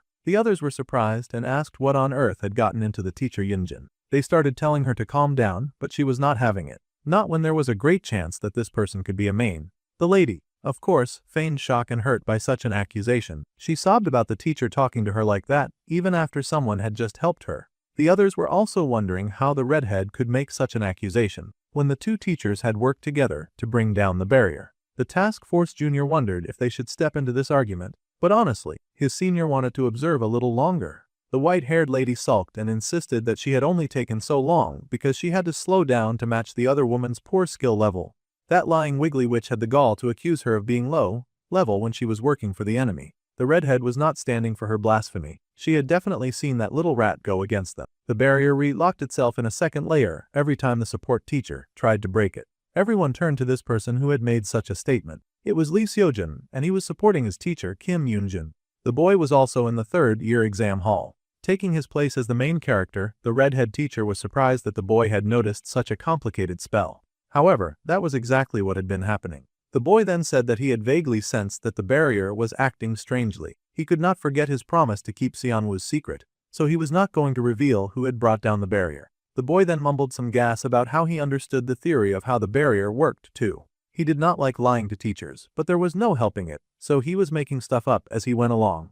If even Seojin, the genius, was backing up that theory, then it suddenly sounded very believable to the common people, who were now looking at the white-haired lady with judgment. Something about her story felt fishy. Come to think of it, there was no A-rank support mage named Yang Yeonjin. At this point, the other mages were getting suspicious, and the main was starting to panic. She cursed the situation and wondered what she would do now, hoping for Lord Qianhai to come and save her. The man just scoffed and told the lady to do what must be done. Just like that, the task force immediately recognized the ringleader, and they tried to attack him at once, shouting for others to get him. They raced for the guy and tried to chop him up. Instantly, they unleashed some brilliant attacks, but the man slipped away before they could cut him. The enemy had used the darkening technique, and it was clear that they were up against an A-rank main. Things were definitely getting bigger than expected, so they had to be careful. If the mission failed, then there was only one thing left for the white-haired lady to do. The hero's eyes widened when suddenly a bunch of humans in the area started to transform. It seemed that there were a lot more mains in the area than they expected. One would think that they would use the confusion to run away, but instead, they were rampaging and doing this. The white-haired lady had one strict instruction for her people. They were to kill as many humans as possible and then die. She swung her hand to take down the hero, and he unsheathed his sword just as fast. Seojin's sword glowed with its usual golden power, and he swung it through the air, slicing off that main's head immediately. Bro had the ultimate power when it came to one-shotting mains, and he was finally getting this story on track. If she wanted to rampage and kill people, she had definitely picked the wrong place. The task force agent had also helped in taking down that raging monster. The other mains were also killed pretty fast. After all, this was the Magic Academy, a place flooded with high-power mages who were trained to annihilate monsters. With everything over and done, the hero bowed before the captain Kim Deokyeon and thanked him for his kind assistance. It had been a year since they had met at the chairman's house. The young hero was shaping up to be quite the mage, and the captain felt very proud of him. He also told the youth to ensure that he collected the bounty for slaying the main later. The boy happily thanked the agent, but then he wondered if he should have asked for the account number in advance. After all, the one who really deserved the thanks was Kim Seon-woo. Meanwhile, our dude was racing against time to fulfill a different and important mission. He had to find the Child of Prophecy, and he was sprinting with all of his might. The brunette used his magic power to leap and fly towards the place that he needed to go, and an explosion before him signified that he was getting closer to his target. The boy cursed, hurrying over to quickly get to the Child of Prophecy, who amazingly seemed to be Yuara, the second year rank 2 at the Magic Academy. The main fighting her felt disappointed to think that the genius said to rival Lee Seojin was only this strong. Then again, perhaps the lady was being weighed down by dead weight, and she could not show her true skills. After all, she was trying to protect Taeyong. The girl trembled and wondered how on earth it had come to this. She had just been training with Ara, and suddenly, there were monsters and mains. The ice girl had hurried to help, however. The fire girl had told her that she would only get in the way, and that the best thing was for Haeyoung just to run away. The fire girl had been determined to handle the situation on her own. The main laughed as it charged at them, asking if that was all that they got. Its hand was charged with dark power, and it swung its wild attack. Laughing that it looked like the fire girl was clearly not the Child of Prophecy. He broke through her defenses and grabbed her by the neck, choking her out with a wicked smile on his face. Mains were always devouring humans for the mana in their blood, and he could really not bring himself to hold back now that he had such rich, high-quality mana, infused blood right in front of him. The girl was really getting choked out, and she gasped because she really could not breathe. She felt like she was dying. Suddenly, a blast hit the main's hand that was choking her, and he paused to see which pest was interfering now. It was Haeyoung. She was not going to sit back and watch her classmate get killed in front of her, at least not without putting up a fight. The girl insisted that she was the main's opponent. It was such a touching, tear-jerking display of friendship. How cute humans were. However, the man laughed that the girl really thought that little blast of mana would do anything to hurt a guy like him. The man began to charge up his next shot, and Ice Girl braced herself. Deep down inside, she knew that she could not win. However, she still wanted to try. She was not going to run away and leave her friend to die. No matter how scared she was, she refused to be a coward. The girl charged up her ice magic and shot right at the big brute before her, piercing through his skin, much to his surprise. Now the man was starting to get it, because he recognized that mark and the amount of power she just displayed in ripping his arm off. His wounds were also not regenerating. It was supposed to be just an ice attack, but the ice was chilling him to the bone. The girl was also confused because it had not been her usual power that just blasted from her fingers. More importantly, the mana drain from that magic was insane. The girl collapsed from the mana drain, and the main groaned with exhaustion. They had finally found the Child of Prophecy, the mage born with the power to destroy mains. Now that they had found her, all they had to do was kill her with their own hands. However, our dude could not let that happen. The Child of Prophecy was a key player after all, and he refused to let her go so easily. So, Seon-woo activated the Great Nature's Heart as he declared that the main would be the only one dying here. Obviously, the demon man did not like that, and he growled for the newcomer not to interfere. He at least still had one working hand, and he used that to blast a huge bolt of mana over at the main character. Fortunately, our boy put up the Spiel shield that glowed blue and was strong enough to negate that evil juju being thrown at him. That flimsy spell was not going to work on him. The main cried out in pain as he got blasted by energy shots while Xianwu stayed hidden and safe behind that big shield. That man was distraught to get hit like that, and he groaned in pain. It was non-stop fire from the brunette because he could not risk letting his guard down for a second. He had to protect two defenseless people solo. It was not easy. The main groaned and writhed in pain, eventually falling to his knees. The man groaned, unable to understand how his opponent had so much mana. Yeah, our guy was just stealing that from his environment. Still, the poor man was shaken, and he wondered how a child could possibly be that strong. The boy scoffed that he got more experience than he looked. After all, this was technically his third life. The man growled at him, saying that he would not die alone. That was a sign that he was about to do something crazy. The man turned his attention, of course, to the main killer child of prophecy, and he stomped his foot on the ground, launching himself right at Haeyang while screaming his evil intent. Xianwu could not let that murderous monster get away with such nefarious activities. He swung his magic immediately, and he seemed to clock that evil beast in the head. The man's body came crashing down, and he hit the floor, blood spurting everywhere. Looks like it was a good hit, much to the boy's relief. The brunette then paused and glanced at his power. That monster had come so close to touching Haeyang. That was close. The B-rank villain Jin-san had now been successfully defeated, and the causality rate increased by 0.4. Xianwu did not mind, he was just relieved that he had been able to save the ice girl. Now that he had achieved the savior achievement, he gained 3,000 points as a reward. The awakening had come early, but the ice girl had also held out rather well. The mains, having received a prophecy about the birth of their natural enemy, would continue to target the school. Through this, Yoon Haeyang and Lee Seojin would continue to grow.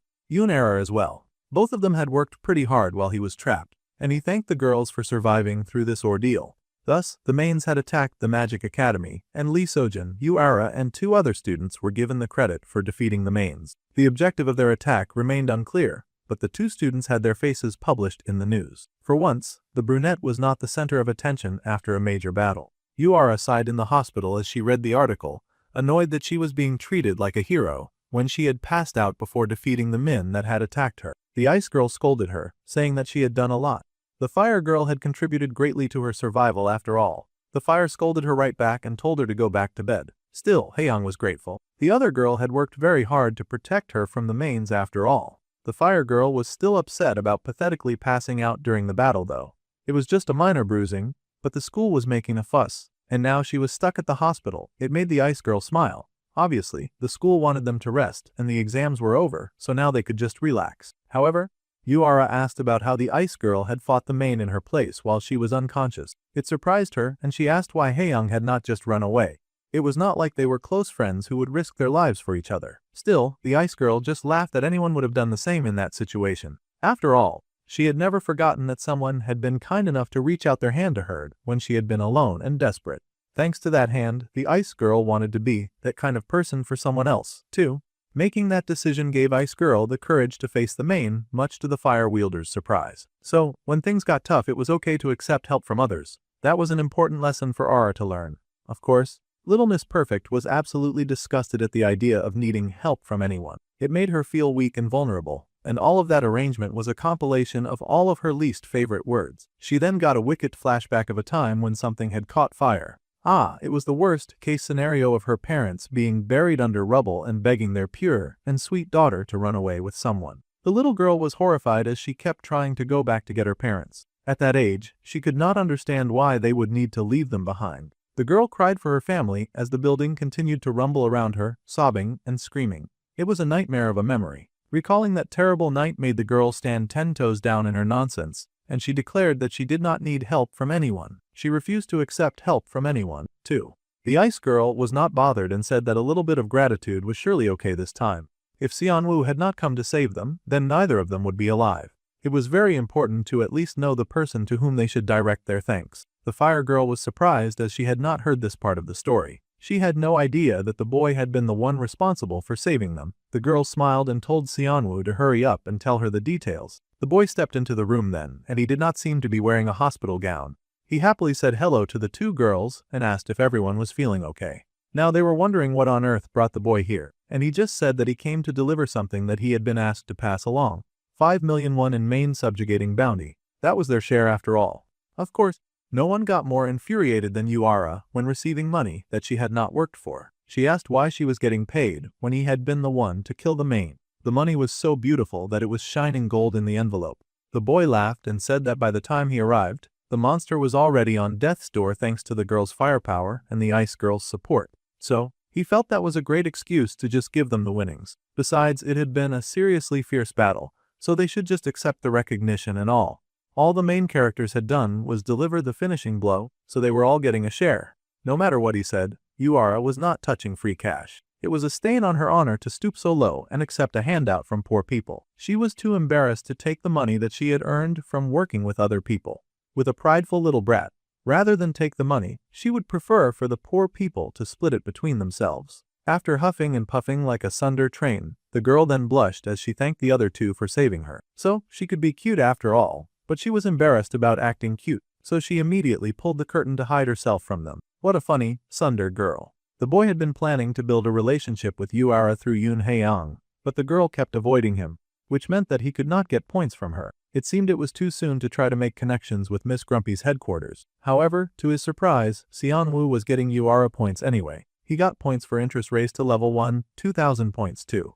The ice girl laughed that their classmate was just a little embarrassed about the situation. After all, she had such great pride. After that, our dude got a pop-up message about a special sale being on for the subspace pocket. It cost 20,000 points at a discount, which happened to be the number of points that our guy currently had.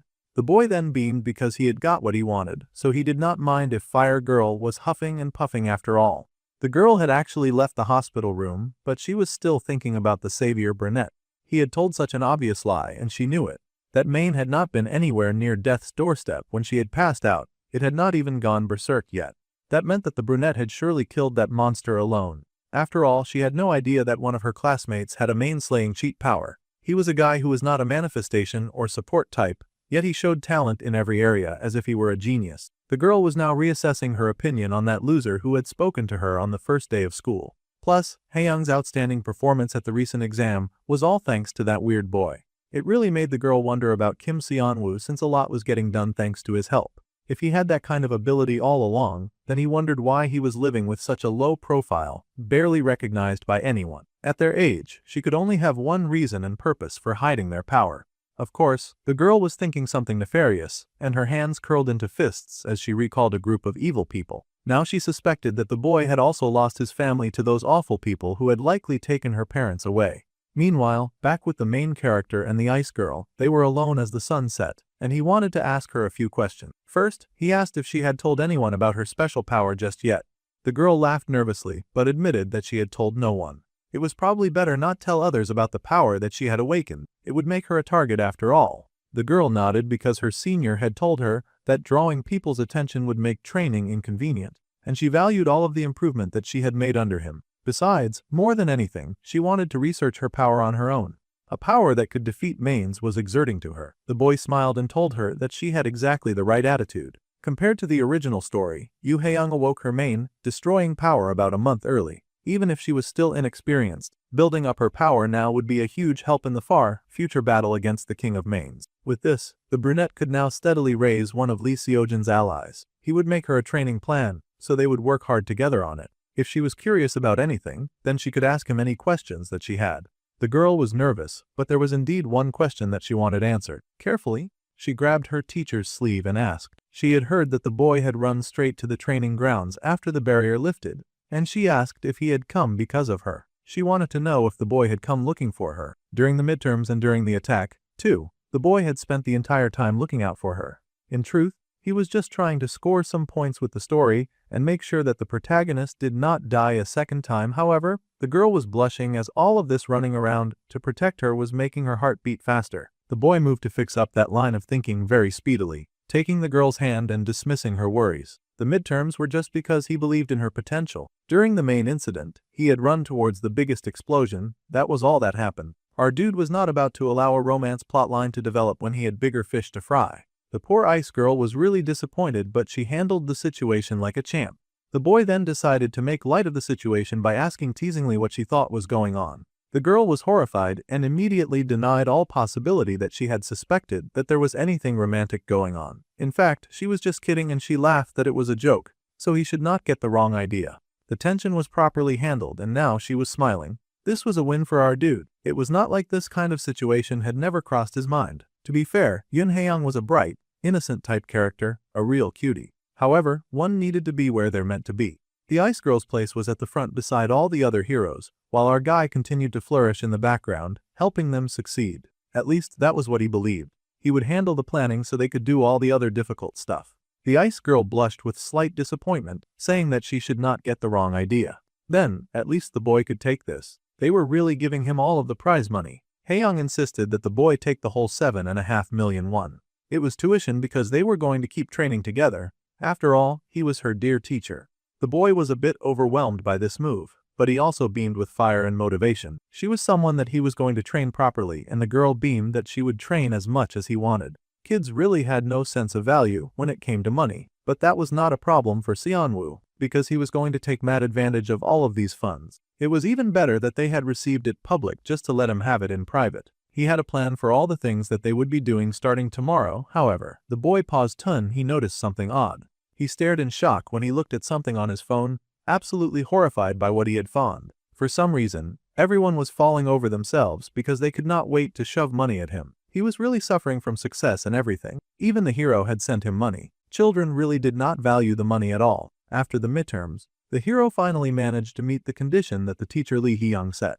Now our dude was ranked 72, and he was very shamelessly proud of it. Now he could boldly join the talent track special class, a place that he had never even set foot in before regression. All the big shots were in that class too. It was almost terrifying. There was the third-year rank 1 Kim Chang-in, and the third-year rank 4 Park Min-hee. First-year rank 1 Choi Seo-yoon, and the first-year rank 2 Jeon Min-ki. Of course, the second-year rank 1 and 2 were also there, and Seojin happily waved Seonwoo over to the front like they were best friends. Ura was also present and was as frosty as ever, but no one was very surprised about that. From here, it would be much easier to get involved in future key events and make sure that none of the main characters died. Suddenly, there came that blonde bully again. This dude was consistent in being annoying. He scoffed that a little rat had snuck in here, and he scoffed at the fact that the boy had landed the last hit on a half-dead main. The blonde idiot still did not think that Seonwoo had earned the right to sit at the same table as them. The main character sighed because he had already met the teacher Lee Hee-young's conditions to raise his rank. Besides, where he studied was not the bully's business. The bully still tried to double down, growling that the brunette should have the sense to back out on his own.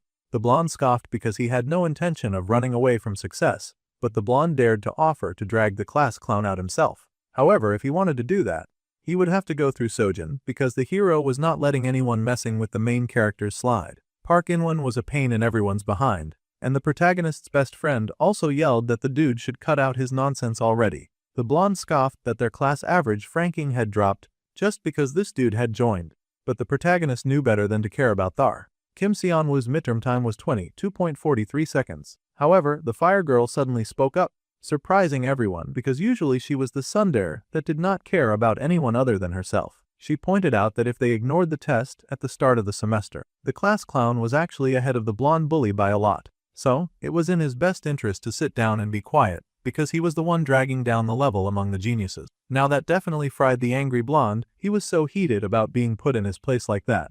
The blonde tried to pretend it did not matter to him. Of course, scoffing that he had not realized that Ura cared so much about this knucklehead.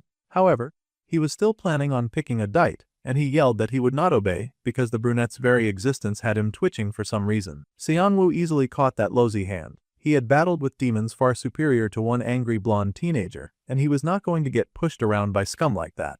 The bully could not believe the clown's grip strength was this insane. He had the nerve to tell the main character to cool his head when he was the one picking a fight. Suddenly, something slammed down hard on that idiot's head. He might have even bitten his tongue. For not only got hit hard, he also got kicked down the stairs. The main character was worried about if the blonde was even alive after such a brutal attack. The boy tumbled right down the stairs and everyone stared in shock at the culprit. The culprit who was now asking if Kim Seonwoo was okay. The brunette laughed and thanked the guy for stepping in. Just like in the original novel, this guy was still the same.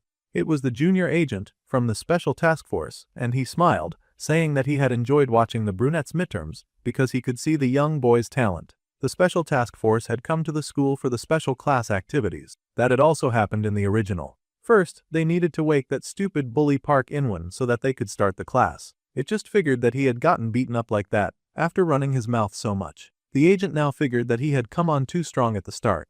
Kids were really fragile. The agent had been absolutely shocked when he had first heard the assignment that made him go to a school. Apparently, a bunch of mains who had been hiding separately all gathered and attacked the Magic Academy. There were too many suspicious points. It was true that most mains only move alone unless the king orders them. It was way too easy for those monsters to infiltrate the school too. It felt like the school was not doing enough background checks. There must have been an insider helping them get in. Due to that, the boss of the agency was now sending Hyunsu inside the school to work with them and to find out what the mains were after, as well as to discover the insider. The agent happily greeted the students, informing them that he would be with them at the special class, and he was a special task force agent, Jung Hyun-soo, dispatched from the association, since someone from the task force was here. One of the students asked if this meant that their special class was going to be deployed for main subjugations or counter-terror ops. The man said that would happen, but little chicks like them would not get thrown straight into real combat. After all, they were still learning. So instead, under his strict and coordinated guidance, he would take these kids to scout monster appearance zones. That should be safe enough. It could be dangerous, so it was important for them to report anything that they found suspicious. In truth, they were not going to be taken to a danger zone at all. It was just a secret training ground exclusively for the task force. There was on dungeon, but they had cleared that area out completely. Now that sort of blind confidence sounded like a recipe for disaster. Still, Hyunsu was sure that the surveillance and magic circles everywhere would let them pinpoint any suspicious individuals. The special class had much more freedom of movement than other students, so if there was an insider, odds were that it was someone in this class. Then again, this was all likely what the agent was thinking. The main character had experienced all of these plot lines before, so he could guess the agent's direction of thought. It was true that there was indeed an insider at the school. However, that guy was so sharp, so they would stay quiet for a while. What mattered right now was that our guy had to help Lee Seojin obtain an S-rank item from the hidden stage in the dungeon. Plus, he had to support Choi Seoyeon because she was about to start an important part of her character growth. She would be working with Seojin in this special activity class. With all of the introductions done, the teacher slammed his cane on the floor and said that teams would be in pairs of 2, and they would move out to their assigned operation areas. This time, the main character was sure that things would follow the original no matter what. He was just one extra student in class, that was no big deal, and he was so sure that there was no way that the team draw was going to change. Yeah. Seonwoo's hopes were dashed really fast, and he found himself standing in the forest in great disbelief as he stared at his team partner, Choi Seoyeon. It seemed something like this could happen too. He was not part of Team 14 with the chipper but slightly fake first-year student. The girl was not so crazy about being paired with the odd senior either. However, she could not believe the look on his face. He was acting like being in a team with her was that disappointing. Everyone else was dying to get closer to her, and yet he was acting like they had both been diagnosed with some kind of deadly disease. It was slightly off-putting. Some people were even jealous that Kim Seonwoo got to be aired with the beauty Choi Seoyeon. The two seniors were the only ones acting differently, with Seojin not paying her any attention at all. She could see why she would not be able to satisfy the number 1 in the second-year class. But this brunette was the loser and the biggest clown in his whole department, so she had no idea why he would be looking annoyed. It was ticking her off. For now, they would get moving. There was no changing the situation, so the main character would do what he could. The protagonist's best friend was so upset, whining about he wanted some quiet and alone time, a cute junior too. Seojin laughed, asking if that was really something to throw a fit over. Even Yura felt it was pathetic. Meanwhile, the two tops of the second-year class were, of course, in the same team. Fate kept putting them together, and the best friend wailed that it was easy for his friend to dismiss the situation, because the cute junior was actually interested in him. This was Choi Seoyeon that they were talking about. She was the pillar of perfection in their school and the only daughter of one of the 5 great magic houses, with both skill and looks. She was a catch and everyone knew it. Still, Seojin laughed and pointed out that Yura was also a magic noble. She did not want to get dragged into this stupid conversation. The other boy insisted that the sweet, magical and fairy, like Seoyeon, was completely different from the satanic Yura. It seemed he was whining so much because he got paired with the most muscular dude around, and he could not stop crying about it. That was the second-year rank 3, Shin Youngjun teamed up with the first-year rank 2, Jeon Minky. Youngjun should be much kinder to the sweet Minky. Meanwhile, the lucky Seonwoo was walking around the forest path with his junior behind him. The junior was also trying her best to make the situation work. If they were both unhappy about it, it actually made things a lot easier for her. This senior was an anomaly to her. He was the dead last in the whole school who had suddenly become buddy with Seojin, and now he had somehow slipped into the special class as well. The boy's behavior was very suspicious. As our guy walked, he received the notification that the character Choi Seoyeon was curious about him. He now gained a 500-point reward. Her curiosity was going to burn a hole in the back of his head from the way she would not stop staring at him. It looked like there was something over there, and the boy pointed randomly in a direction. asking if she was up for checking it out with him. The girl smiled and agreed. However, she was determined not to fall for any of his weird plots. Things would not go the way he wanted. At the same time, she was happily pretending to agree with him. The girl beamed and said that she would happily work together with her senior, while high-key plotting his downfall in her mind. As long as she was here, things would not go exactly the way that he wanted. The boy sighed as he looked at Choi Seo-yeon, and she dialed up her cute factor as high as it could go, beaming and blushing at him as he struggled to gather his thoughts. She definitely had the face of someone plotting something nefarious. At this point in time, the happy first year had become obsessed with recruiting Lee Seo-jin in the original novel, and she cozied up to him as much as possible. This was because having him close would raise her own value. The boy pointed in a general direction, saying that they should head that way first. If he used this as a bait to lure Seo-jin over, then he could make things follow the original plot. The girl was also using this opportunity to get inside his head. The more that she saw of him, the more amazing he seemed to her. He had been so humiliated at the start of the semester, but he somehow got strong enough to join the special class. That was such an amazing feat. It was like finding out a clown dog actually figured out how to climb a tree. Her backhanded compliments were completely see-through, and the main character twitched as he explained that it had just been a mistake back then. It seemed that one mistake during his opening exam was hell, bent on haunting him for the rest of his life. Then the girl went on to sigh that forcing his way into the special class could totally backfire on him. She was acting like she was giving concerned advice from a good person, but she was actually a shameless manipulator. After all, if the boy somehow drew too much attention, then the boy would end up with loads of enemies instead. Been there, done that, he had already handled the main problem that had arisen the first time. Choi Seo-yeon, a devil with an angel's appearance. She had a great family background, great looks and talent. It was a popular saying that this young lady was born with everything. However, beneath that surface lay an entirely different reality. The effort and determination to meet her family's standards, that was what truly created Choi Seo-yeon's perfection. The girl worked hard every day, harder than most sometimes, as she strove to become someone worthy of her family name. She worked hard to be kind to everyone, or to at least appear that way, while also keeping close only those who could raise her value. Her pretense was a lonely survival strategy, never being her real self with anyone. The girl had to master creating a fake personality just to survive existing beside the upper class. Seonwoo sighed when she mentioned enemies, deciding to play dumb like he did not understand what she meant by that. Of course, this made the lady feel very haughty, and she laughed that he knew what she was talking about, and all the things that had happened earlier that day. No one said anything outright besides the senior Park In-won, but there were others who did not want the last place clown in the special class. The main character was well aware of the jealousy and judgment glares that he could suffer from the other students. However, he also could not care less about those guys. He had not joined this class for them. The boy had a goal in life that he absolutely wanted to achieve in the special class. He smiled with pride at this unshakable goal of his, and the girl was shaken. She had not expected such a determined and unbothered response from someone whom she was trying to tear down. He was not going to play her game. The boy had a life goal, which was shocking to Seo-yeon. Unlike most people, the young genius was not permitted to have a life goal. Her life had already been designed by her parents, and all she had to do was follow the path that they had designed for her. They even put on the pressure by insisting that this life that they had handpicked was all for her sake, so she should be grateful and obedient and follow whatever they said.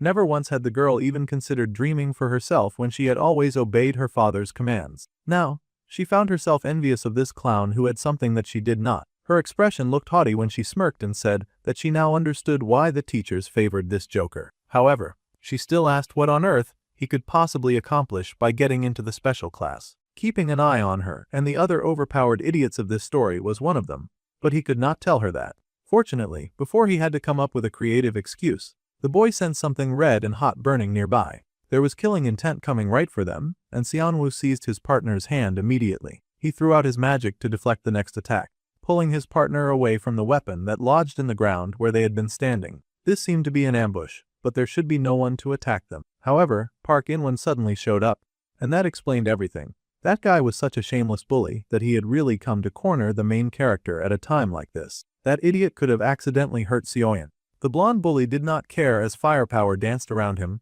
and he growled to our dude that this was his last chance. If the class clown valued his life, then he should keep his head down at school from now on. The brunette scoffed and asked exactly what would happen if he refused to do that. Of course, that response quickly got the blonde guy heated. Bro was just spitting flames and rage unrestrained. He looked like he had no intention of calming down either. With a scream of rage, the blonde declared that the brunette should just die then, and he unleashed his next loud, large and explosive attack. That child was so full of rage that he did not consider for a second that he could accidentally hurt the first-year student standing beside the brunette. The two students leap out of his way immediately, because they were not stupid, and they were not going to stand there while this dude tried to kill them. A pink eye was observing them in the forest, and it drank in this sight well. Those eyes watched Yuara as she fought against monsters with her firepower. It also monitored the battle and teamwork between Youngjun and Minky. All of this observation was being done by a redhead who groaned as she monitored the students. She knew this was the captain's orders and all, but she still found it a little hard to believe that there really was a main spy among these kids. They were just students after all. She was the Terror Task Force support mage, Baek Yejin. Her partner asked how the observation was going, but honestly, not much had changed, just kids playing with training monsters. If there was a main spy, they would likely try to make contact when they let them roam outside, so they had to keep watching those kids no matter how pointless it seemed. Hyunsu told his partner to let him know right away if anyone acted suspiciously or left the training grounds. Suddenly, the redhead had a protest. She did not know if they were insiders or not, but one of her eyes had caught sight of something interesting. It was a group of kids fighting each other. Forget monsters, they looked like they were trying to tear each other apart. Fortunately, the agent was familiar with this particular group since he'd stopped the bully during class hours earlier. They were fighting like their lives depended on it, too. Seonwoo noticed that Inwon's discharge speed was impressive. Trash or not, the blonde did not become the second-year rank 5 for nothing. If he kept stalling, fighting back like this, he might ruin his own plan to link the plastic rich girl and the hero. Just then, the rich girl broke up the tension for him by protesting. It was one thing to get paired with a loser. It was another thing to get attacked because of that loser. If her seniors wanted to battle like starved dogs, then they could do that during training hours. Seonwoo yelled out for Choi Soyeon to stay because the area was still dangerous, and the lunatic was still rampaging. It turned out there was another lunatic on the ground, and she was not staying silent about this. This stupid behavior would only bring shame to their school, and Senior Park In-won should know better than to act like this. He should put away his inferiority complex towards Senior Seojin and Senior Seonwoo, in this instance before it becomes the ruin of their school. The main character could not believe that she had the strength for that outburst. Instead of taking the advice like a good boy and stopping his madness, In-hwan somehow just got even more pissed at all the people who were willing to side with the brunette. Perhaps it was because he was not acting like a mad person and rampaging outside of school grounds. Well, the idiot turned up his firepower and blasted it right at the boy and the girl. He was involving an innocent junior in his mad activities just because he was angry. It was a very pathetic behavior from him. Bro turned up the heat so high that the eyes in the area actually got fried. Now that was definitely a genuine cause for alarm, and the monitoring agent gasped in horror. Her magic circle had been destroyed, and she could no longer watch that batch of kids. Well, Hyunsu was not about to waste any time crying over spilt milk. He grabbed his word and headed out right away. He had promised the school that this search would not hurt any of the students. This meant that he was responsible for them, so he had to make sure that they were okay. The redhead was horrified, yelling about how the agent was going to blow their operation over a kid's fight. But it was necessary to protect the children. He would go and break up the fight and then come back. For now, all the redhead had to do was keep monitoring the other ones and to contact him immediately if anything happened. With those parting words, the agent zoomed off. Of course, the man recognized the rampaging students, and he recognized Park In-won, who seemed to be a designated troublemaker. What a tiresome child that boy was. Plus, the third one was Choi Soyeon from one of the 5 great magic houses. They could not let anything happen to that girl. He needed to stop those idiots before something serious actually happened. Meanwhile, the girl had been able to erect a form of mage wall around herself to keep herself safe as the bully and the clown continued their very mad and dangerous face-off. The bully was beyond livid about the whole situation. He yelled that the brunette should have just kept playing as the class clown, like at the start of the semester. He was infuriated that a complete nobody would join the special class, and he hated that the boy was not cowering in fear at his might. Bro was so heated that he did not care what damage he caused. Seoyeon was trying her hardest to keep that mad person at bay with a shield so that the 2 seniors would not fight anymore. But she was quickly losing strength since she was working on defense instead of offense. Soon, the barrier would fall apart and they would be in trouble. Seonwoo had told the girl to stay back because it was dangerous. Her eyes opened slowly, and then she gasped when she saw her senior standing before her. The boy was wearing that special bracelet that had been bought by the pharmacy head that he had befriended, and he activated the spell shield. Since the blonde had taken things to this level, Seonwoo decided that he would handle this guy. Before regression, he had just stayed back and watched Park In-won's misdeeds. That blonde bully had terrorized many other weaker male classmates. Seonwoo felt like an extra, so it was not his place to interfere with the actions of the other characters, even the bad characters. So, he had let the blonde do whatever he wanted, and he had remained in the background, thinking that it was better not to interfere with the plot. However, this blonde jerk had not changed and was so dedicated to oppressing others that he didn't even care if he hurt someone innocent in the process. The blonde was a throwaway character who showed up early and had no real importance to the plot. He was just that random bully that everyone forgot after they graduated high school. In that case, our dude would do the story a favor by taking care of his trash early. He summoned the power of the great nature's heart. Mana of all kinds boosted in our dude's hand and he flung it at that stupid blonde. The bully hesitated, understanding that the brunette was ready to attack him now. He called foul that the boy was using enhancement magic, but Xianwu pointed out that, if the bully did not like it, he could just fight him and teach him a lesson. However, now that the bully had dragged someone else into this meaningless squabble, the brunette did not feel very charitable anymore. He grabbed that idiot's face and slammed him right into the ground. That was right. Our loser had been holding back so much power, and he had worked very hard to keep a low profile. Usually, he could ignore taunts from insignificant fools like the blonde, but he was not going to stand back and watch that eyesore hurt someone else because of his own stupid pride. Now the blonde was terrified, but Xianwu was in a listening mood. He wanted to know just one reason why he should forgive garbage like that, and it better be a good reason because his hand was charged and ready to fire at the slightest provocation. The blonde was singing a new tune, Lightspeed Fast, when he saw all that. Suddenly, he was on his knees and begging for forgiveness. He promised that he would not pick fights anymore. He was even willing to admit that he was wrong, so he begged for forgiveness this one time.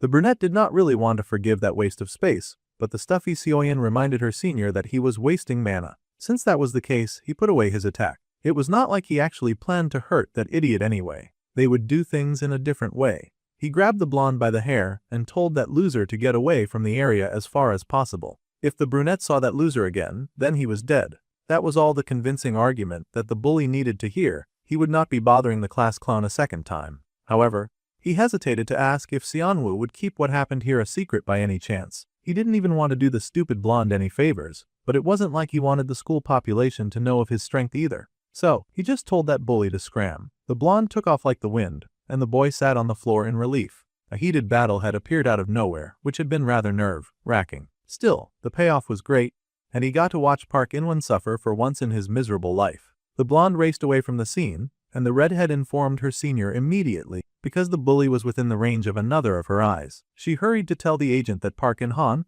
who had just been fighting, was now rushing out of the training grounds. The agent understood that and slowed down his hurry to save the students. This was a relief to Xianwu since he had sent that bully out to get the attention of the task force at once. The blonde was just happy to escape, cursing that he had barely gotten away from that clown, Kim Xianwu.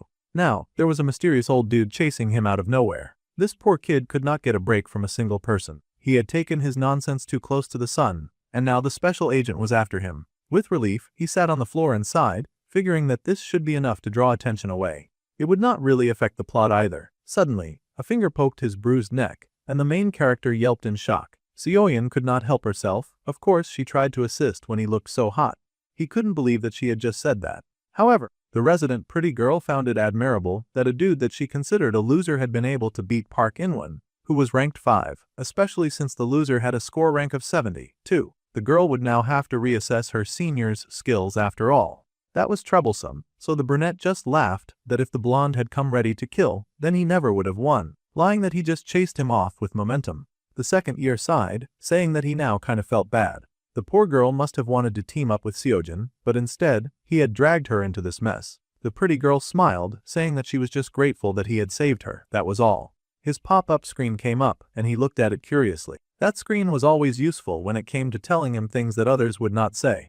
Unfortunately for the brunette, Choi Seoyan was now interested in him. This was trouble. The girl smiled and said that at the start of the semester, she had not thought very highly of her senior. After all, she had seen him doing that pathetic mopping thing the other day. It looked like the boy was just trying to get attention because he had no skill. However, watching him lately, with the way that he had helped Haeyoung train and the power that he displayed tonight, he seemed like a completely different person from the dead, last attention seeker that she knew. The boy smirked and asked what he seemed like these days, and she thought about it. If she had to put it into words, an interesting person seemed appropriate, much like a clown. It seemed bro would never escape the clown allegations, at least for now. Well, they had rested enough, and most teams were already ahead of them, so they had to get going. The boy sighed and asked if she did not want to sit a bit longer. Soyeon laughed that she needed to find something and show results. That way, her sweet senior would not be disrespected by people like Park In-won. The girl was just happily hopping forward when a monster popped up out of nowhere. That beast had no business sneaking in on them like that. Before she knew it, she was face to face with a giant snakey. The girl screamed in horror, and it hissed right back at her. A training monster had appeared. Our dude leapt to his feet, running to the girl's aid, and he prepped his magic in his hand. However, before he could launch his attack, a bright light came in and sliced at that giant foe. It was light attribute magic, and the girl beamed with joy. Even Manhwa beamed because his target had arrived just in time. Senior Leo Seojin was here, on the scene to save their lives. They had been waiting for him. The boy beamed and asked if everyone was okay. He had been going around alone trying to help anyone who was struggling, but there did not seem to be any dangerous monsters around, which was a huge relief. The boy smiled and said that he guessed he was too tense because they had told him that it was a danger zone. Our protagonist had such a heart of gold. Well, for a genius like him, this probably was not difficult at all. If the boy just signed a sponsorship contract with the girl's family, his genius would shine even brighter. Wow, this girl was trying to recruit him right off the bat. Her shamelessness was almost admirable. The boy laughed that he would have to think about later. For now, he should focus on the training. The location, the members, everything was perfect. It had been a while since Seonwoo encountered such a good setup. As long as the major event where Lee Seojin discovered the hidden stage stayed intact, by bringing Choi Seoin near the dungeon, then everything would go fine. From the start, the route that our dude had taken with Choi Seoin's side passed all the monsters on this trip and was calculated to overlap safely with Lee Seojin's path. All he had needed to do was to guide the way. This was his most successful mission yet when it came to staying true to canon for now anyway. Suddenly, the boy pointed with a dramatic gasp, asking everyone to look over there. There it was, the dungeon entrance, the very suspicious place that they should very clearly not go to. The hero was surprised to see the light and wondered what it could be. It was coming from inside the cave, too. Seonwoo laughed that he was very curious to see what it was, and he was even going to go ahead and check it out together. Those idiots really went ahead and entered the dungeon. It was the Special Task Force Training Ground dungeon that was mostly inactive these days. The hero looked around with the prettiest girl, and they realized that they had walked into a hidden stage. It was a very rare occurrence. A dungeon within a dungeon. Those kinds of dungeons were much harder to get past than with regular dungeons, but if they cleared them, they would get much more valuable rewards. This was exactly what our dude was aiming for. The room that he had encountered in the Tower of Proof was also a kind of hidden stage, and that was the kind of thing that appeared in a dungeon that had been deactivated and modified. In the original story, Leo Seojin and Choi Seoin joined forces to defeat the boss. This episode was not just when Lee Seojin would gain an S-rank weapon and get even more attention. They would call him the Korean genius and hold a press conference with him after he cleared the hidden stage. The really important part was different, too, as this was the point where Choi Seoin would grow mentally and join Lee Seojin as his ally. It was very important to the story that happened. Of course, since the other two could so easily clear this dungeon, he had made all the preparations necessary. The boy was really going the extra mile to step up to the stage, and he suggested that they try challenging the dungeon. Seojin immediately refused. Hidden stages had way too many variables, and they needed to report the situation to the task force first. This model student was already whipping out his phone to do just that. Sometimes the saint with a heart of gold was way too focused on doing things the right way. Seonwoo immediately started to struggle to snatch his phone away before he did something stupid and ruined the plot line. While those two clowns were messing around, the pretty girl stared at her reflection in the water. She stared for a moment, just bored, when she heard a voice calling to her, telling the human child to come. There was a monster reflected in the water, and the girl seemed unaware as she dipped her finger into the water, just messing around with the ripples. It was beckoning her to the deep and the dark. The water called for her to come inside. The tip of her finger touched the water, and a feeling rippled through the dungeon. The hero stiffened in shock, and the brunette stared in horror at Choi Seoin. That was not how the story was supposed to go. Well, things had gotten wicked, and whatever mad beast lived in that place was happy to take mad advantage of the situation. It erupted in laughter and grabbed the girl by her neck, activating the damsel in distress trope with made immediate efficiency. Oh, this beast was a girl, the ghost witch, and it was rank B. A monster had popped up behind them when they had not been looking, and the two students rushed to help the girl immediately. Seojin yelled at the girl to snap out of it, but clearly she was not going to do that. She had just been captured by a witch diva who wanted to claim her. They could be cute, vicious girls together and all that. Well, the boys were not crazy about that program. Worse, that witch was running away. For a monster to attack first, the plot had diverged from the original again. Our boy kept working so hard just for things to keep ending up like this. The man was tired. Suddenly, there was an explosion of force that seemed to come from the dungeon behind them. The boy stared in shock at the swirling gate, and the hero asked what on earth had just happened. Choi Seoin had just been kidnapped by a monster. The main character was silent. He did not know how much more of these plot twists that he could take. However, it was clear that to make things stay on track, he had to move forward. The brunette walked to the dungeon, telling the protagonist to follow him and rescue her. Seojin was surprised that they would not be waiting for the task force. Doing things by the book and waiting around for the task force was exactly why our dude had to take care of the stupid main problem solo the first time. Choi Seoyeon would die if they waited any longer. The monster that took her had the ability to absorb mana. After it absorbed all that it had to offer, there would be nothing that they could do to save the girl. If they wanted to help her, then they had to act now. The boy placed his hand on the hero's shoulder, making him understand how important it was for them to work now. Since they had no choice, the protagonist tightened his grip on his weapon. He was not about to sit back and let his classmate die. They would go to save their junior immediately. So, the two raced inside of the portal. Meanwhile, the task force agent had finally caught up to the blonde, who was whining that he had done nothing to deserve getting hassled like this. That was debatable, but the man asked who the blonde was conspiring with and what their objective was. Obviously, the kid was just a bully and not a main in disguise. Good grief. The man still really believed that the obnoxious kid was trying to hide information, and he asked why the boy had suddenly tried to run away. The poor kid remembered his humiliation, and he sobbed that it was the one thing that he could absolutely not tell the task force agent about. Now the man was really convinced that the poor boy was working with the mains. The man had been going easy on him since he was still a student, but now he had no choice. The man told the poor Magic Academy second year rank 5, Park Inwon, that he was getting arrested on suspicion of conspiring with mains. The boy was so confused they had the wrong guy. The man was just calling his partner Baek Yejin that he had apprehended the suspect, and he needed backup to restrain him, but his partner was freaking out. They had no other situation on hand, and this was the case of 3 students who had just entered the dungeon that they had modified for training. One of her eyes had seen it happen. At first, the senior was not bothered by that since they had deactivated the dungeon, and it was basically a cave now. However, just now, they had confirmed signs that a hidden stage had just appeared in that dungeon. Stuff was getting very real, very fast, and the man's eyes widened in horror. The 2 boys stepped into this unknown land, braving a whole new world of ice and snow. The inside of the dungeon looked very different from the outside. It was a wonderland of ice. The main character reasoned that the evil witch must have strengthened the environment with the ice attribute mana that she had stolen from Choi Seoyeon. It seemed they had 2 girls in this story with the power of ice. The hero was shivering in this new dungeon. They were both rather underdressed for the occasion, and the boy could not help but think of how he had a mountain of things to do. For this situation, it seemed we got a glance into Seojin's point of view for once. It seemed even heroes could be miserable when doing heroic things, and the boy felt so cold that he thought for sure that, at this rate, he would collapse from the cold. The thought had barely entered his mind before the main character draped a big, fluffy woolly coat over him. He was not about to let the protagonist back out of this very important mission, but he also would not let him die from a cold. Honestly, the hero was shocked at Kim Seon-woo, but the main character just smiled. He needed the dark-haired boy to wear the coat since it had insulation, and it would make him feel much better. The inside of a hidden stage was freezing, so the boy had made sure to put on 2 giant coats into the subspace pocket that he had finally gotten. He had bought tons of cold weather gear, too. The warm fleece coat increased cold resistance by 20%, and the warm gloves increased cold resistance by 5%. The hero was amazed that the brunette could even afford a subspace pocket since it cost over 100 million. The brunette just vaguely said that he bought some stocks and was able to cash them out.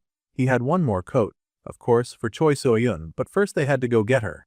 They saw a figure waving in the distance, and the protagonist sighed in relief, thanking God that she looked okay. He was kind of naive, because there was no way that the ice girl would just be walking freely in the dungeon after getting kidnapped. The voice yelled for them to hurry and save her. The aim was to get her out of there immediately, and the hero wanted to find the exit first. However, before the gnaw of a goody two-shoes made his way to the clearly fake Seoyeon, Seon-woo had to blast that immediately. The hero was stunned. He could not believe that our dude had just attacked the pretty girl.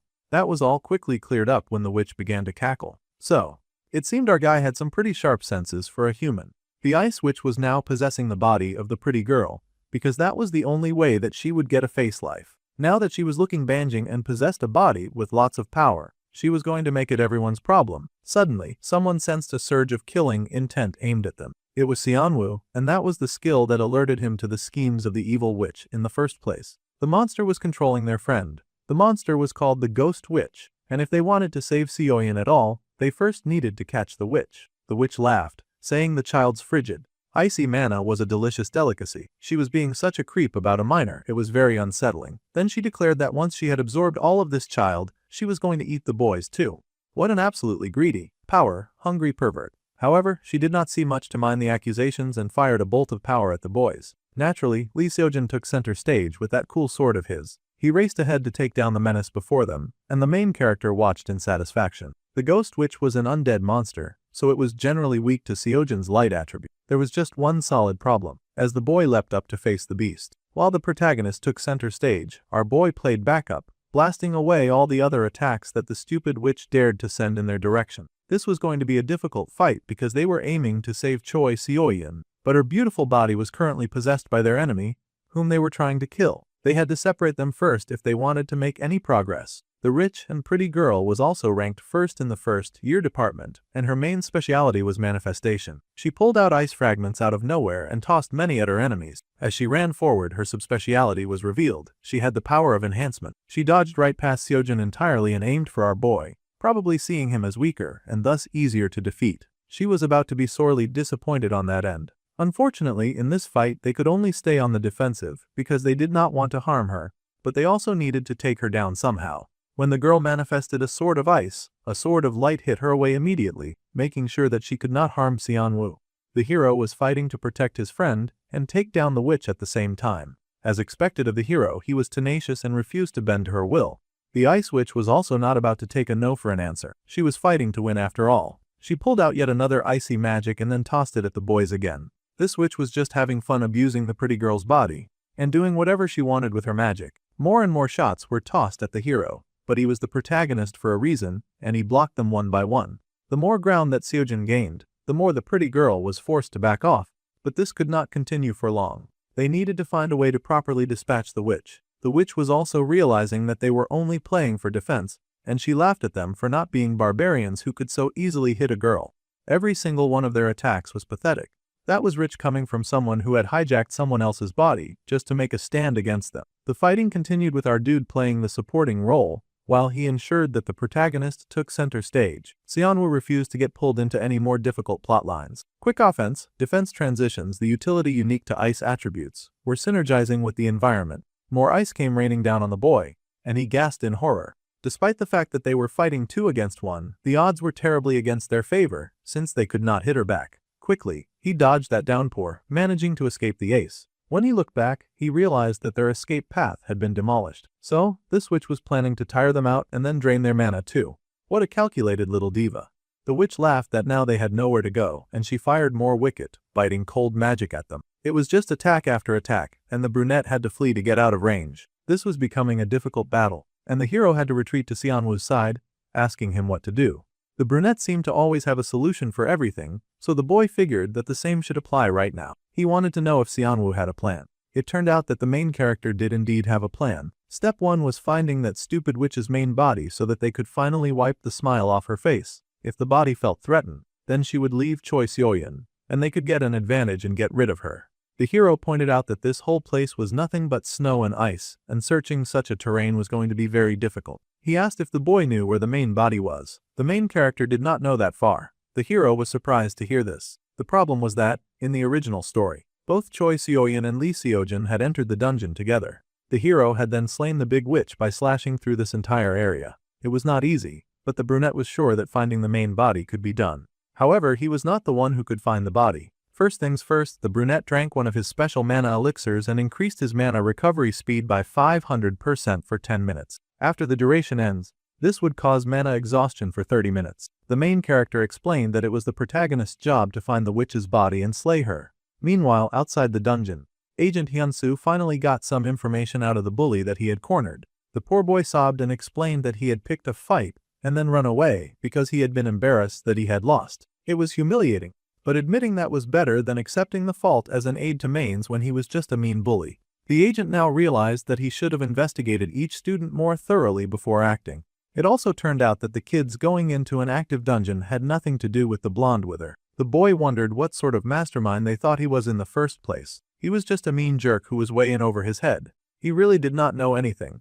The senior agent was furious about how things were going, scolding his junior because they were supposed to guarantee the safety of the students. The junior apologized for his oversight. The hidden stage was an unexpected anomaly. Honestly, no one was expecting that dungeon to open, or for students to be dumb enough to walk inside.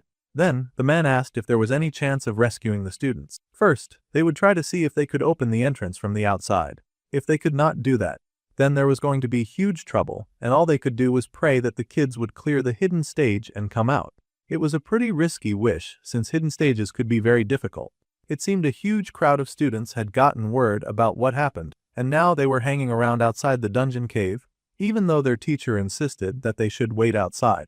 Teenagers were just too curious for their own good. They were shocked to hear that some of their classmates were trapped in a hidden stage, because once a person was trapped, it was really hard for them to get out.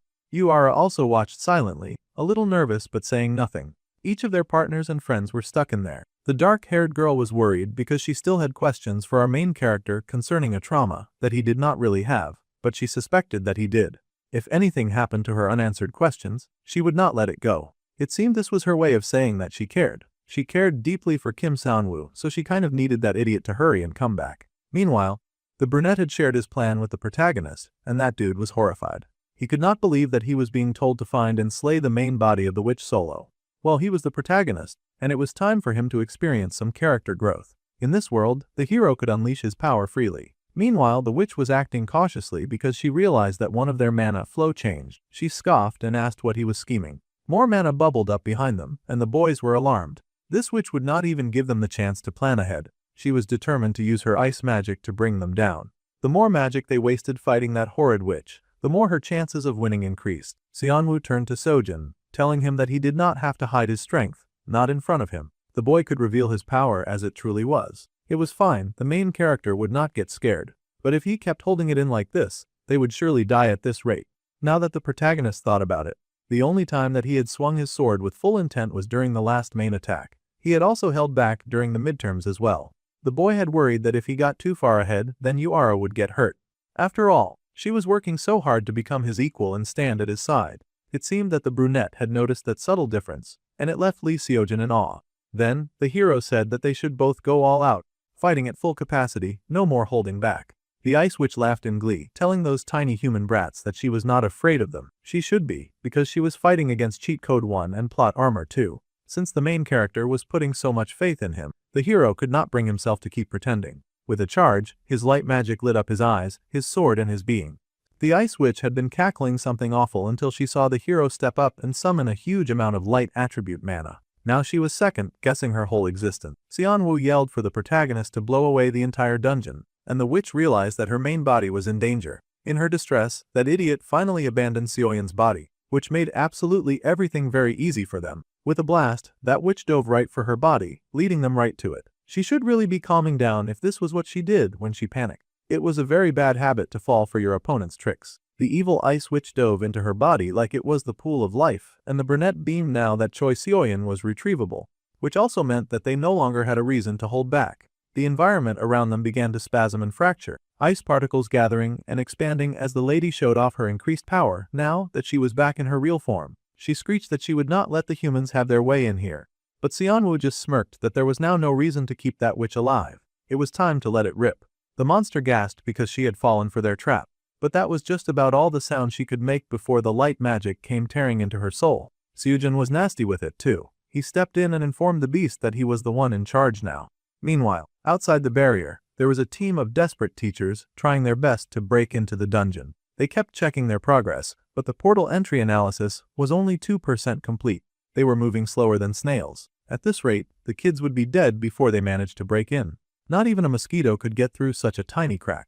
It was very unfortunate that this was somehow the best that they could do. No matter which support mage they brought in, they would not be able to open this gate any further. Suddenly, the scarred agent got a message on his phone, and he checked it out. He was really worried about the situation. At this point, even if he got reprimanded by the captain, he needed to take responsibility into his own hands. He made a call to someone, informing them that Lee Seojin was one of the students who'd gotten stuck in a hidden stage dungeon of B rank. The agent started to apologize, but the person dismissed his worries, saying that it was fine and that the boy would come out on his own. This shocked the agent very much. Everyone was shocked and wondered what that buffoon meant that students could survive a B stage dungeon and come out on their own. Just then, the area behind them exploded in light. It genuinely exploded. That thing hit the sky like a nuclear wave and cleared out all expectations and disbelief. The students watching wondered what on earth was happening now, and if a monster boss had popped out of the dungeon. However, Yuara would recognize his rival's light attribute mana anywhere. It was definitely her man Lee Seojin. The boy sighed as he looked at his broken sword, a little sad that it had come to this after all. The sword that he'd been using so far just could not handle his mana. The two looked ahead and there was a nice, shiny giant sword up ahead. Right on time too. That sword was glistening with power. And they had retrieved their classmate, too. She was passed out behind them. It was the Blue Moon Blade, an S-rank sword imbued with mystical power that contained moonlight. It had weapon enhancement, which increased the blade's destructive power and mana amplification by 50% for 30 minutes, with a 30-minute cooldown. It had a lot of pretty good specs. Our dude sighed with relief and told the hero to claim the sword. It was his to wield after he had gone through the trouble of saving their lives. The hero had contributed the most to catching the ghost witch, and he just happened to need a new sword. Of course, the kind and sweet hero was immediately interested in what the brunette would get in return. After all, they had fought together. The brunette just smiled and said he would take all the other treasures apart from the sword. If that satisfied the hero, then he should hurry and claim his prize. Seonwoo would even watch over Choi Seoyeon while the other boy went over to collect it. Standing tall, the protagonist then stepped forward into his destiny, picking up the sword that was now his. This radiance that came from it definitely meant that it was S-rank. He could not believe that his partner would give up a weapon like this so readily. Our dude was only doing that because he kind of needed the hero to survive very long in this story, or the whole thing would crash, and he would be back to square one. Of course, he was handing over the sword. However, the protagonist thought that his partner was a very admirable young man. Now that they had subjugated the hidden stage jointly with Pain character, the causality rate went up by 0.8. The character Lee Seojin's interest in him had increased by 1, and the protagonist's interest in him had risen to level 2. Our dude now has 2,000 points as a reward. The system was getting really stingy with the points these days. Meanwhile, the boy was checking on the girl they had rescued. She was currently suffering from severe mana exhaustion because she was not yet at the level to fight on such a large scale. The evil witch had pushed her body too far. This was the aftermath of having her power forcibly squeezed out while being controlled by the ghost witch. The hero happily came over with his coat full of all the other items that were scattered around. Of course, he was happily giving this to Kim Seonwoo. The boy was grateful for the gifts, but now the hero leaned closer, trying to figure out what the main character was doing. Now that they had finished that very troublesome battle from earlier, the boy was trying to give the girl the extra boost in her health that she needed after experiencing such a difficult fight. The Ice Spirit's Heart is an A-type elixir. It was going to restore mana upon consumption and permanently increase the ice attribute control proficiency. Carefully, he poured that elixir into the girl's mouth to help her heal faster. Slowly, the beautiful damsel opened her eyes, and she found herself staring at the two boys who had saved her life. Seonwoo asked if she was doing okay, and the girl stared at her seniors. Suddenly, she broke into wails and asked why they were staring at her like that. She clutched Seonwoo's coat close to her body and acted like they were predators instead of the heroes who just saved her life. The hero was impressed that the girl was doing well, but he did not seem to care at all that she was wailing and abiding them. The main character also agreed with the grimace that she was definitely full of energy now. The girl stared at them in shock, wondering where she was and what had happened. It was a bit long to explain, but the brunette cut it short by just mentioning the hidden stage. Lee Seojin had worked very hard to defeat the boss after the pretty girl got kidnapped by an ice witch. Our dude was marketing the hero like a salesman marketing the best product he had. No matter what, he had to put the protagonist at the front of every successful mission. The hero was starting to recognize that pattern at this point. Someone their age had actually cleared a hidden stage. There had never been a record like this before. Well, technically, our dude had done it first, but that had caused a bunch of problems for his other self that he did not like to deal with, so he needed the protagonist to take the credit.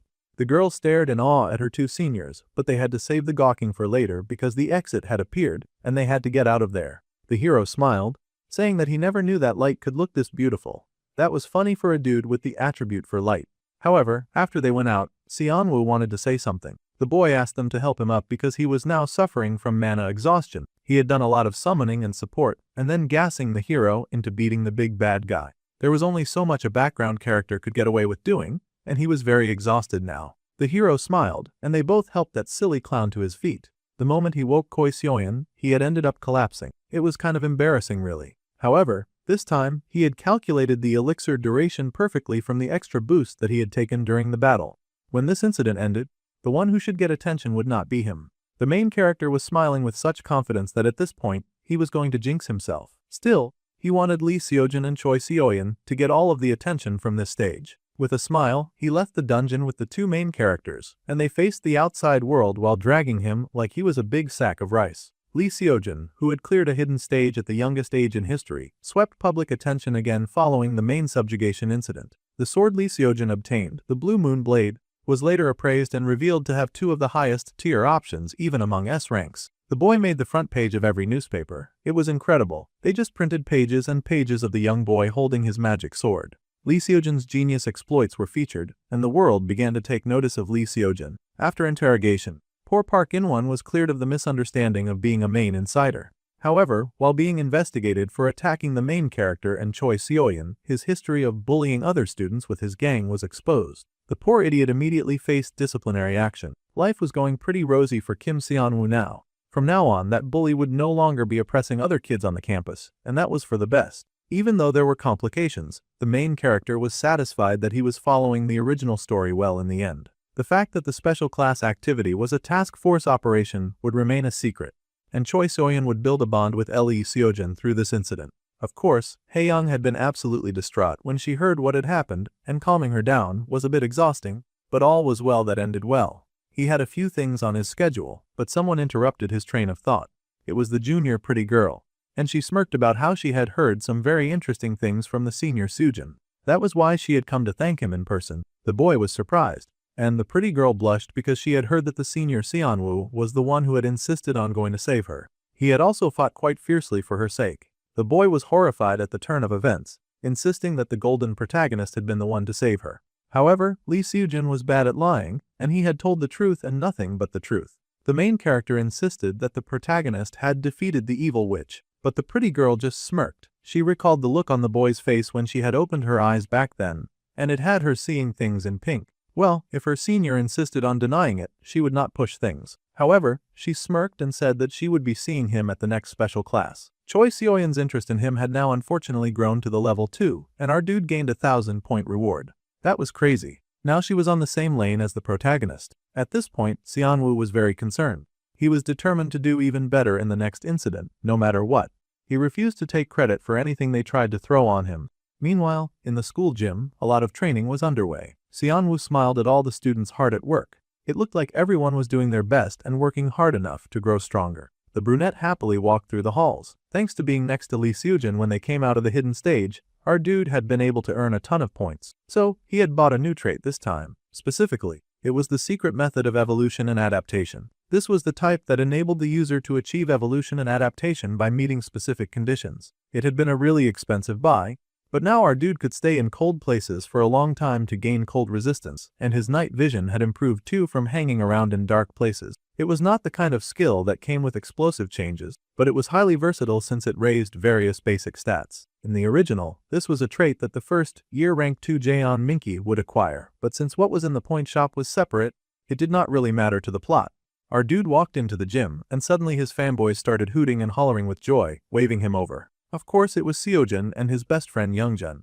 They asked what had brought the class clown over to the training room, and the boy laughed, saying that he was just trying to take care of his body, and he was not up to anything weird or unusual. Just typical training like a typical high school boy. The protagonist laughed that the main character sounded like an old man, but that hadn't changed since they'd met him, so this was fairly normal for Seon-woo. However, Youngjun pointed out something else that was going on in the gym. There were a bunch of other students whispering and gaping at them. It seemed they were tracking Sojin's usual morning bench press and how he was lifting that weight with pure muscle strength without any mana enhancement. They could not believe how strong the hero was. The best friend pointed out that his friend was also not like other kids at all, and the other two boys laughed. Speaking of people who were not like normal kids, they were thinking of one other fiery youth that they knew who screamed Lee Seojin's name with a burning passion. Yuara was always heated whenever it came to her rival. The girl was truly insane, and apparently, she was doing hellish training and saying that she would show all of them real firepower meant. The hero was not so sure how to feel about hearing that news, considering how passionate the girl could get. However, the brunette was delighted and said that this was good for the young girl. She should keep it so that she could grow even more. Yuara was the type who worked even harder when she had a goal, so this was good stimulation. However, the teacher Jang Ancheol was not here today, and that was surprising. The man was always in the training room when there was no class. That dude pumped out all sorts of quick sets on the weight machine like it was nothing. Apparently, the teacher was currently patrolling the school. This was a secret, but apparently, they had found a body drained of blood near the school. Now that was not a good sign. Seojun guessed that the victim had been killed by a main, but his best friend just chuckled that no one really cared. Even if those monsters attacked again, their genius would protect them. The best friend was happily counting on Lee Seojin to save them if anything went wrong. The hero groaned that his best friend should go away. However, Seonwoo was thinking seriously about the situation. It was true that Maine could attack the school again at any moment, because there was an insider who had infiltrated the school. To be precise, what had infiltrated into the school was not a human collaborator but a Maine itself. It seemed we were finally going to get an introduction to that spy in the school. A beautiful lady walked into the gym with perfect flowing locks of dark hair and a beautiful, toned body with nice muscles. The lady smiled, noting that the junior Sojin was sweating a lot. She was the third-year rank 4, Park Minai. She happily handed her junior a towel, and of course, Youngjin stood to the side in awe of this cool moment. Our dude was watching the whole exchange too, with a wariness in his eyes. The best friend commented on how beautiful their senior was, and the lady laughed but thanked him all the same. His compliment was so sweet. The hero was also glittering and glowing, and he thanked the senior Park Minai for her kindness and all that. The lady smiled and said that she was always rooting for him. Very sweet of her indeed. The lady Park Minai held the junior Seojin very close to her heart after all. There was every drop of sinister energy in her smile and her words. That bodacious beauty was dangerous, and malicious intent dripped from her words. That night, she had happily drained that poor helpless victim who had cried for salvation but had found none. The wicked monster had moved like a vampire and sucked all of the strength from her victim until the poor thing could barely stumble away. She sat on her bench, rubbing her lips as she considered the taste of her latest meal. The third-year 4-rank Park Minai was gorgeous, and she carried herself as someone who understood the power that her beauty held. However, she was also the main, Jang Hane's only daughter. This meant that she was totally the daughter of the first main that our dude had killed. After her meal, the girl had smiled, saying that she had not expected a visitor. A dark presence loomed in the darkness, and she asked that presence if he was planning to attack the school again. The Lord Chianhei had returned, and the man smiled, saying that he had just come to see how the girl was doing. As if the poor victim was not going through enough, the man decided to further disrespect the unfortunate soul by stepping on his head too. Since Jang Han had died and the poor girl was left alone, the Lord came frequently to assess and make sure that the girl was doing all right. He then squashed that poor human into a bloody mess, while sweetly saying that it was his duty to take care of the girl after all. The girl sighed that she was planning to play with the human a little more, but now the Lord had killed her toy. Obviously, she was not pleased about that. The man warned that if she made too much noise on campus, then they would soon catch her tail and find her out. Then, the evil monster asked how her school life was going these days. The girl took the money to think about school and all the fantastic things that had happened. With her status, she could not even approach Jung Hyun-soo, and the Lord Harayong told her not to take revenge on Kim Jinwoo, even though she wanted him dead. Instead, every day she had to see those darn brats who had reported her father and gotten him killed. Obviously, her school days felt like trash, and she had to fight the murderous feeling that surged within her every day, that she had to see Lee Seojin and his friend Youngjin. The man sighed at the girl, saying that among said brat, Lee Seojin had become quite the topic lately. The boy's rise in society had, of course, been noticed by the top dog monster. During the school attack, the boy had also been identified as the prime candidate for possibly being the child of prophecy. The girl was shocked to hear this. During the school attack, the moment the demon's grand barrier disappeared, the boy with the sword had suddenly appeared. All of that was already suspicious, but the girl's report confirmed it. That overwhelming power that had exploded during the special exam could surely be nothing else than a flood of mana, which was the power to destroy mains. The child of prophecy was definitely Lee Seojin, so now they would be targeting him just as the story intended. The girl was so excited because every main had been given the authority to track down and eliminate the child of prophecy, which meant that she would get to kill Lee Seojin with her own hands. No wonder she was just beaming when she saw him at the gym after that night. The Lord Chianhei was no fool, and he asked the girl if this task was something that she could accomplish. They had all seen that boy's power directly, whether they liked it or not. That boy was a powerful problem. The girl said that Lord Chianhei would just never understand what it was like to walk up to that scene and see her father's decimated body lying dead on the ground. The pain and thirst of having the fruit of revenge right beside her, but she was unable to pluck it. It filled her with rage. This was not just for her revenge but also for the sake of their clan. If this overpowered boy was the child of prophecy, then she would definitely kill him. It was her honor to end the troublesome hero once and for all. That was the right mindset for Jang Yi to have. The girl gasped when she saw the person who had appeared without any warning. The man in a tailored suit smiled, saying that it had indeed just been as Chianhei recommended. The girl had made a good resolution at such a young age. The Lord immediately fell to his knees before Lord Songjin, saying that he had not expected him to come here personally. If someone was going to be his subordinate, then the man must see their face directly. Though right now the girl's power was weak, her resolve was pretty good.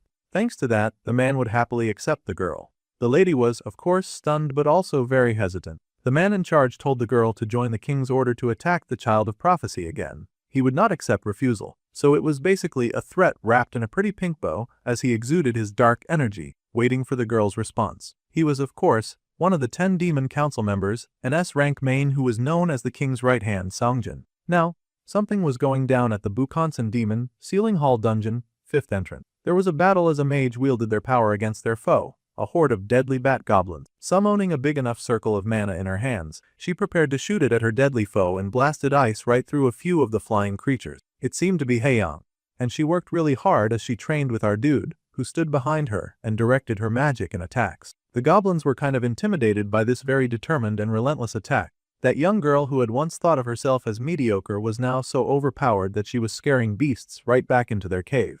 Now this was what a true level up looked like. They fled immediately. The ice girl was thrilled and happily turned to her teacher, asking if she had done well because she had worked very hard to impress him and all. The boy admitted that the girl had indeed improved a lot, but for now, they could focus on handling this form skillfully. She had been surprised when her teacher had suddenly said that they should go somewhere for the weekend. However, it turned out that they were going to the dungeon just for her training. The boy just laughed because he got lucky. It was indeed really lucky. He had discovered this dungeon purely by chance back when he was a C-rank mage before the regression happened. He had remembered it in his new life and had thought that it would make the perfect training spot for his little ice student. It was a place that did not really appear in the original, and it was known only to him, so it should not affect the plot if he just borrowed it for a bit.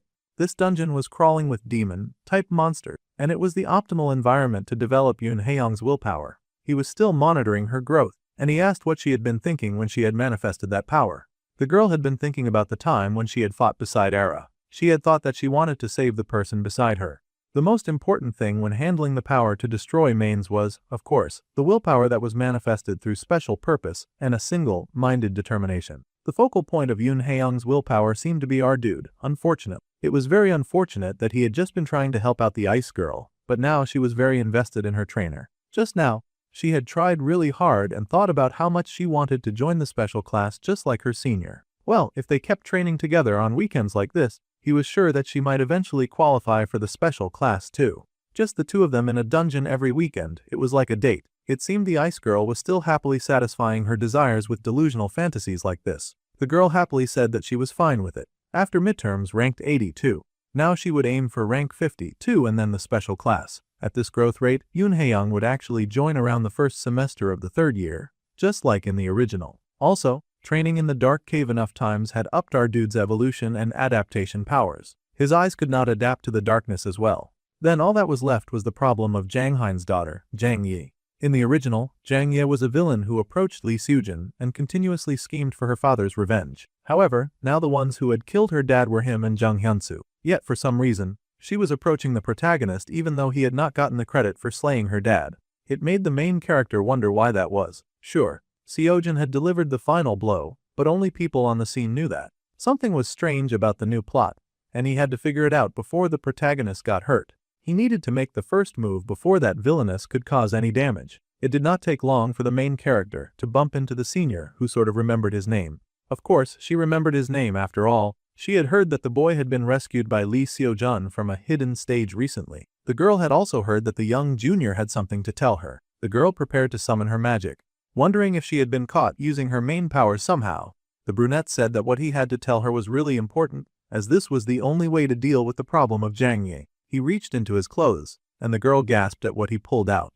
This was sudden, but the boy would say it anyway, and he raised a magical book at her, saying that he wanted to keep in touch with his senior privately. He was hitting her with a confession attack. This was surely going to backfire on him somehow. However, Seonwoo believed that he first needed to create a situation where the two of them would be alone. There was no better way to achieve that than with a confession. He suddenly got an intense notification of disgust. Dang, she did not have to be so mean about it, but she was genuinely infuriated. Our dude had achieved the medal of his first rejection, and he got 1,000 points for it.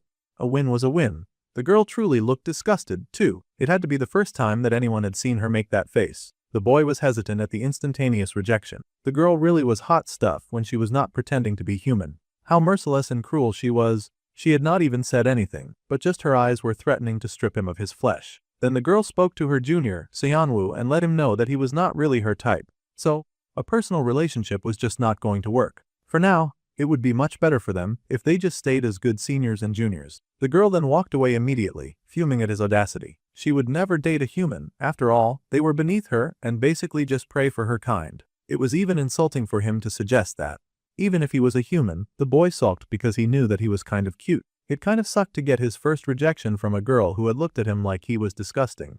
Monster sure had odd taste. At any rate, Shin Youngjun sympathized with him, and he got 500 points as a reward. Our dude smirked because what he was really after was that guy. This was perfect as the hero's best friend seemed to be stalking close to the pretty senior too, and he looked so sorrowful at having witnessed our dude's rejection. The boy patted the main character's shoulder and told him to hang in there. The boy had not been trying to eavesdrop, but the training grounds were on the way. The senior Park Mai was at least worth confessing to, even if he got rejected. She was reluctant to receive any attention though. Well, that was because she was a main, but most people did not know that. At any rate, the brunette focused on how Shin Youngjun had not even started his classical magic theory notes assignment. This caught the other boy off guard, and he asked how the main character had known. Then Youngjun sighed and admitted that he was an ace when it came to physical activities. Unfortunately, theory just did not stick in his head, no matter how hard he worked. It was a huge pain. Then, Seonwoo asked if the other boy wanted to reference his assignment. He was a rank 1 in theory after all. The musclehead was amazed, asking if that was really okay. He would appreciate all the help that he could get on theory. However, there was no condition. The class clown smirked and asked the hero's best friend about how he used the school message board. Later, most of the students were in the cafeteria just dishing out their food and eating with their friends. Soon they spotted the guy that they were looking for from the other day's school board. The boy could not get attention for being dead last, but now he was pulling wild stunts. It seemed the main character had done something crazy to get attention focused on him once again. Now, 247 people were interested in him, and he gained 1,500 points as a reward. The boy sighed at the results of his hard work. On the school board, he had written a rather audacious message, saying that absolutely no one should touch the third-year senior Park Manai. She was the Magic Academy's greatest beauty, and she had been claimed by the second-year class of Kim Seonwoo. No one was allowed to touch her. If this did not get the main heated, nothing else would. Already, word about the ridiculous message on the notice board was going wild among the students. The teachers were laughing, wondering if this was a way that kids confess their feelings nowadays. The teachers thought that it was such a cute expression of youth, and even the first-year students thought that this was hilarious. The ice girl was so upset to find out that her crush apparently liked older women, and the fire girl just told her to eat her food so that she would not hurt her heart. Logically, there was no way that he had posted it himself, so the fire girl guessed that someone must be playing a malicious prank. However, that idiot had indeed gotten someone to post that very stupid and audacious method for him. However, the ice girl was thrilled to hear the fire girl's theory. Now she wondered if Seonwoo was handling things okay since someone was playing such a mean prank. However, the brunette had truly not posted the message this time. He had just gotten someone else to do it. Both boys involved in the ridiculous event were sweating bullets at getting found out. Youngjun whispered that he had done his best to help the kid like he asked, and he had posted it on the board. But the muscle head was worried that the whole plan had backfired since the brunette was now the laughing stock of the school. Of course, Seojin had heard about this, and he was laughing about it too. The brunette admitted that he was not the result he wanted, but thanks to the help of his friends, he had been able to convey his feelings quite clearly. So even this result was fine. In truth, the boy had known that if he got Shin Youngjun interested in gossip, then it would spread across the whole school instantly. He thanked the muscle head for helping, and the boy promised to support the brunette until the end. Well, the third-year student finally appeared in the cafeteria, and the main character spotted her instantly. Then again, no one with brain cells would actually confess true and honest feelings of love in such a way.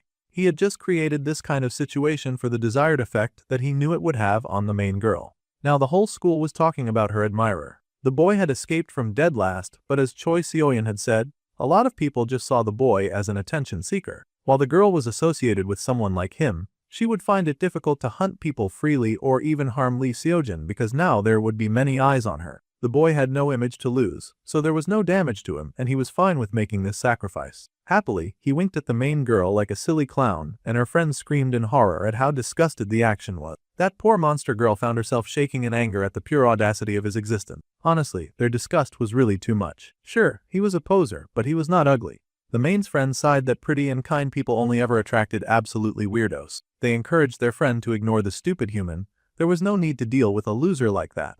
However, The main girl was seething. She had been left with the very important task of killing the hero, Lee Seojin. Now all her plans were in ruin because of the attention of Kim Seonwoo. She could not make any moves because all eyes were on her. That stupid junior had quickly become the bane of her existence. The brunette would love to ambush and eliminate her, but for now, he could only patch things up like this. That was because there was something much more important that was going to happen to Lee Seojin. At the American Artifact Museum, it was closing time. Visitors were told not to forget their belongings as they exited. All the students had done very well, and they were told to check for anything unusual and begin night patrol. The students agreed and got busy. The soul container was a holy relic with the power to seal souls. 13 years ago, the world had been threatened by history's worst multinational terrorist organization called JN. It seemed those jerks were going to show up at this point in the story. Back in the past, the Magic Association chairman, Kim Jinchul, after a fierce battle, had repelled the evil villain group, and he had succeeded in killing their leader, who was called Jin Cheonwoo, and the spoils of that battle included the gifted soul container that was given to the American Artifacts Museum. The soul container was all clear, and they continued to shut down. It was a holy relic, and one of the most important exhibits in the American Artifacts Museum. However, someone wicked-looking had shown up in that museum, and it looked like carnage was about to go down. The man tried to play it cool, telling the evil-looking lady that the exit was the other way. However, she smiled and said that to see a holy relic imbued with this much mystery up close was such a sight. The object was just too beautiful to be locked up in a place like this. However, the artifact was as dangerous as it was beautiful. This was why qualified people must safeguard it. The lady laughed that 13 years ago, that person was qualified to possess all the mysteries until he lost to Kim Jinchul. The association had stepped in to prevent abuse by those washed-up terrorists, but the man refused to take any slander about their hero. The power of mystery should be used only for the public good. Well, that was a debatable opinion because the lady vastly disagreed. Greater power should be used for a greater purpose, and their magic association was only desperate to monopolize such great power. That was when the man finally realized that he was not talking to any random lady who showed up in a sexy gown to debate him just for fun. His eyes widened, and he yelled for security to get the potential criminal out of there. Yeah, bro was pretty slow because there was no way that she had come this far without taking out at least half of the security. In fact, the last half of security got tossed inside the room and dumped at the man's feet. A big, muscular man came in, dragging the beaten and bloody bodies of the so-called museum security. It had been quite boring playing with them as they were all too weak, and he complained that he wanted to fight someone stronger. The man was in shock because all of the security were A-rank mages. The security system had not even activated until things got this bad.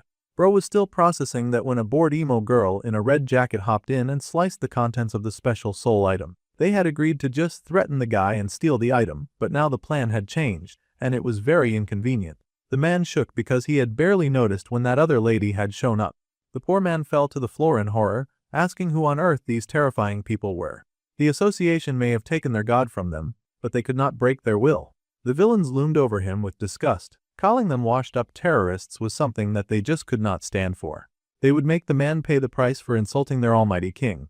With a boast, the man realized the villains he was facing were Jaeyoon, which was all he managed to say before the museum lit up and then exploded. The resulting echo rumbled through the whole city like a roar and a declaration. The schoolbook shook, and the hero paused in his reading at the rumble that he felt in his very soul. The recent terrorist attack at the American Artifacts Museum had been revealed to be the work of the cult group known as Jaeyoon, which had previously vanished in the past. Though site records were damaged, the terrorist attack was presumed to have been led by Executive Burt. Voices calling for the Magic Association to make a statement could be heard all over the news, but what was louder to Yuara was the terrified pounding of her own heart. After so many years of searching, her face went pale because the monsters that had taken everything from her had come back to the light. The first girl lied that she was just feeling queasy and stepped away from the dining room. It was going to start soon. The first battle with the main villain group, Jaeyoon. Jaeyoon resumed activities, and the nightmare group from 13 years ago had returned. This was broadcast on Sigma News along with the recent terrorist attack at the American Artifacts Museum that had been revealed to be the work of the cult group Jaeyoon, which vanished in the past. Though site records were damaged, the attack was presumed to have been led by Executive Burt. A man asked a lady if she was satisfied with the news, and her very satisfied smirk was all the answer that she needed. The photo had come out very well. They did not have time, so the man had barely covered their faces. If they were going to do it like this, then he wondered why he had gone through all that trouble disabling the security system. This man was the Jaeyoon member Jin. It turns out that the plan had changed because a clueless curator insulted the blonde. The woman smirked and said that she had made the man atone for his life. She could not stand for that loser calling them washed up. This was the Jaeyoon member called Natasha. The bigger blonde guy insisted that the whole carnage had been ended way too quietly, and he did not like that. In the old days, they would have razed the entire surrounding block to the ground before leaving the site. Jae-in-ske seemed to have a lot of conqueror and arsonist tendencies, but that would not work right now. Times had changed, and such an action was way too hasty. Even the dark-haired terrorist member agreed with Jin. The task force and the Blade of Dawn were still hunting them after all, so they did not have the luxury to take a lot of unnecessary risks. The big guy did not care, he was ready to fight those goody two-shoes any time, and he yelled at the woman not to call him an idiot. The blonde lady then stood and said that the team should go somewhere quiet for a while. Like Jin said, she had been a bit hasty this time, so they might as well go to Korea and take a bit of a break. Now, this got the entire terrorist group feeling pumped. Korea was a place with plenty of strong opponents for the big guy to fight, and the smaller looking lady wanted to hit up the Sil Magic Arena this time. The man Jin said that going to Asia was all well and good, but he wanted them to avoid running into Kim Jinchul. The blonde woman chuckled that the darkest place was under a lamp. No one would expect them to visit first after all. Plus, there was one thing that she needed to confirm, and she looked with seriousness at the picture of what seemed to be a high school boy. The man could already guess exactly what the blonde intended to go see, and the woman smiled, saying that the man knew what that child meant to them. They had been caught up in a lot of incidents, too. It made them wonder what on earth Baek Unsong was doing with surveillance. The crisis made the man in the big guy's opinion. Still, it was best for the villain group to be on the move. It was decided, and the lead lady told Jin to prepare for their fake IDs because it was time to get this show on the road. They needed fake IDs and passports, and then they needed to contact Baek Unsong. They would tell him that they were coming soon. The lead lady was the Jaein member called Bert. Meanwhile, at the restaurant Kantia, our dude was out living his life. It had been quite a while since he had come out as Kim Jinwoo, and he should be fine to be active now. Since he had been this cautious, Ha Ryong's interest level should have dropped. He was not really looking to get the attention of such a dangerous man after all. More than anything, before they encountered one of the main villain groups of the story, he needed to raise his specs first. So, Seonwoo stepped inside the specially reserved room and found his favorite client waiting for him. The lady perked up as soon as she saw him walk inside, beaming at the fact that he had come. The guy mentioned that she could have just sent someone with the item that she came to deliver. However, it had been a while, and she had wanted to see his charming face. Happily, she pulled up what he had requested and showed him the holy herb potion and high durability combat boots. The boy stared in awe at the very nice items that he had been given. The combat boots were 6B functional multi-purpose combat boots, and they were custom fit to match the user's body. They reduced stamina loss from walking and running by 20%. It was a pretty good buy. They also had dual options that had our dude gasp in awe. He was sure that this cost several times more than items of the same grade. It was a gift from her, and she could not choose the ordinary items that he had asked her to pick out. Their food soon came in, and as expected, it was luxury dining. A gift should never disappoint the recipient. That was her principle. Kantia was the restaurant where Lee Seojun almost fainted after one bite of the food in the original. Our dude had heard that regular people had to wait for months just for a reservation. He wondered if that food was really that good in reality, and went ahead to taste it just to see what all the fuss was about. Our dude took one small bite, and as the golden pastry shell broke, what filled his mouth was the subtle mushroom aroma of the Dexel's sauce that flowed in with the meat juices. Finally, the 1++ Korean beef roast that had been made to perfection was hidden inside. It reacted with the red wine and became a sauce flavor explosion. The boy chewed with delight, his eyes lighting up with joy as he took a bite of the food in his mouth. He could not believe what he was eating. It tasted so darn good. It was crispy on the outside and then juicy on the inside. The food was just too delicious, and he cried tears of joy just eating the food. The lady with him laughed that his reaction made this whole thing so much worth treating him to good food. Happily, Seonwoo cleaned his lips and sighed. After receiving such wonderful hospitality, he could not just sit there shamelessly. The lady laughed that money was not necessary, and they were not the type to care about that. The man then smiled and said that he could produce something even better than money. He had noticed earlier that the lady looked troubled. This was likely because of the terrorist threat going around the world. The deposit of 2 billion won into a stated account had been demanded with the threat of bombing the Hansong pharmaceutical building in 3 days if they missed the deadline. The lady was shocked that the boy knew such top secret information that had not even been leaked to the press. The main character just smirked that he had his ways, and she should know that better than anyone. Back to the matter at hand, after the Jaein news broke, a lot of copycat crimes increased worldwide. The poor lady was already busy with the power struggle against her brother. Fortunately, the one threatening Han Sion had nothing to do with Jaein. The brunette happened to know that the real Joker who was messing around with the pharmacy hair was not Jaeon, but an alchemist active in the underground by the name of Jo Seong-hun. That dude was just a small-time criminal who would eventually get caught trying to extort the rising Hansong pharmaceutical. The boy told the lady to check the financial situation of her security staff. She would eventually find someone involved with a low-quality alchemist. In the original, that phony was introduced just briefly to trigger an event, so this level of interference should be allowed. That was how he felt about most interferences until they eventually ballooned into something beyond his imagination. However, he was always able to handle the problem, so Xianwu was not really worried about it. After dinner, the dude and the lady went out walking, with her looking like a tiny and thin in comparison, despite being a manager involved in a business. The pharmaceutical hair was pondering how the boy knew high-level information that even she did not have access to. However, the source was a complete secret. Finally, she voiced her concerns to Mr. Kim Jinwoo, saying that she did not know who he worked for. But if he would consider coming to work for her, she would reward him greatly. Little did she know that she was totally talking to a miner who used a cheat code to solve his problem. Still, the pharmacy hair forged on, saying that with someone like him, she did not think that she would lose to her brother in their competition. She would even offer at least an 8-figure salary and treatment beyond what he could expect. The man laughed and said that this work was not the kind that he did for compensation. However, his desire to help Han Sion was genuine. The lady sighed and then said that it would not be fun if he accepted her offer right away anyway. Refusing to give up, she suggested that they could have dinner again sometime. She would make an even better offer then. With a smile, the boy admitted that he looked forward to it. Han Sion's offer had been really attractive. However, if our dude accepted it, he would unfortunately end up distracted from Lee Seojin, and he could not let that happen when that golden-hearted hero was the axis around which this world spun. He needed to watch that man every day. However, the main character did very much like his new combat boots. The pharmaceutical hair was ever so generous, and that was very kind of her. He was wearing the boots now, and he immediately activated the ability to airwalk to give him a bit of aura. All he had to do was imbue the shoes with mana. That made it a triple option shoe too. Fortunately, there was something useful among the hidden stage drops, and the boy raced ahead with a happy smile. With a leap, he took off from a ledge, jumping into the air and landing on it.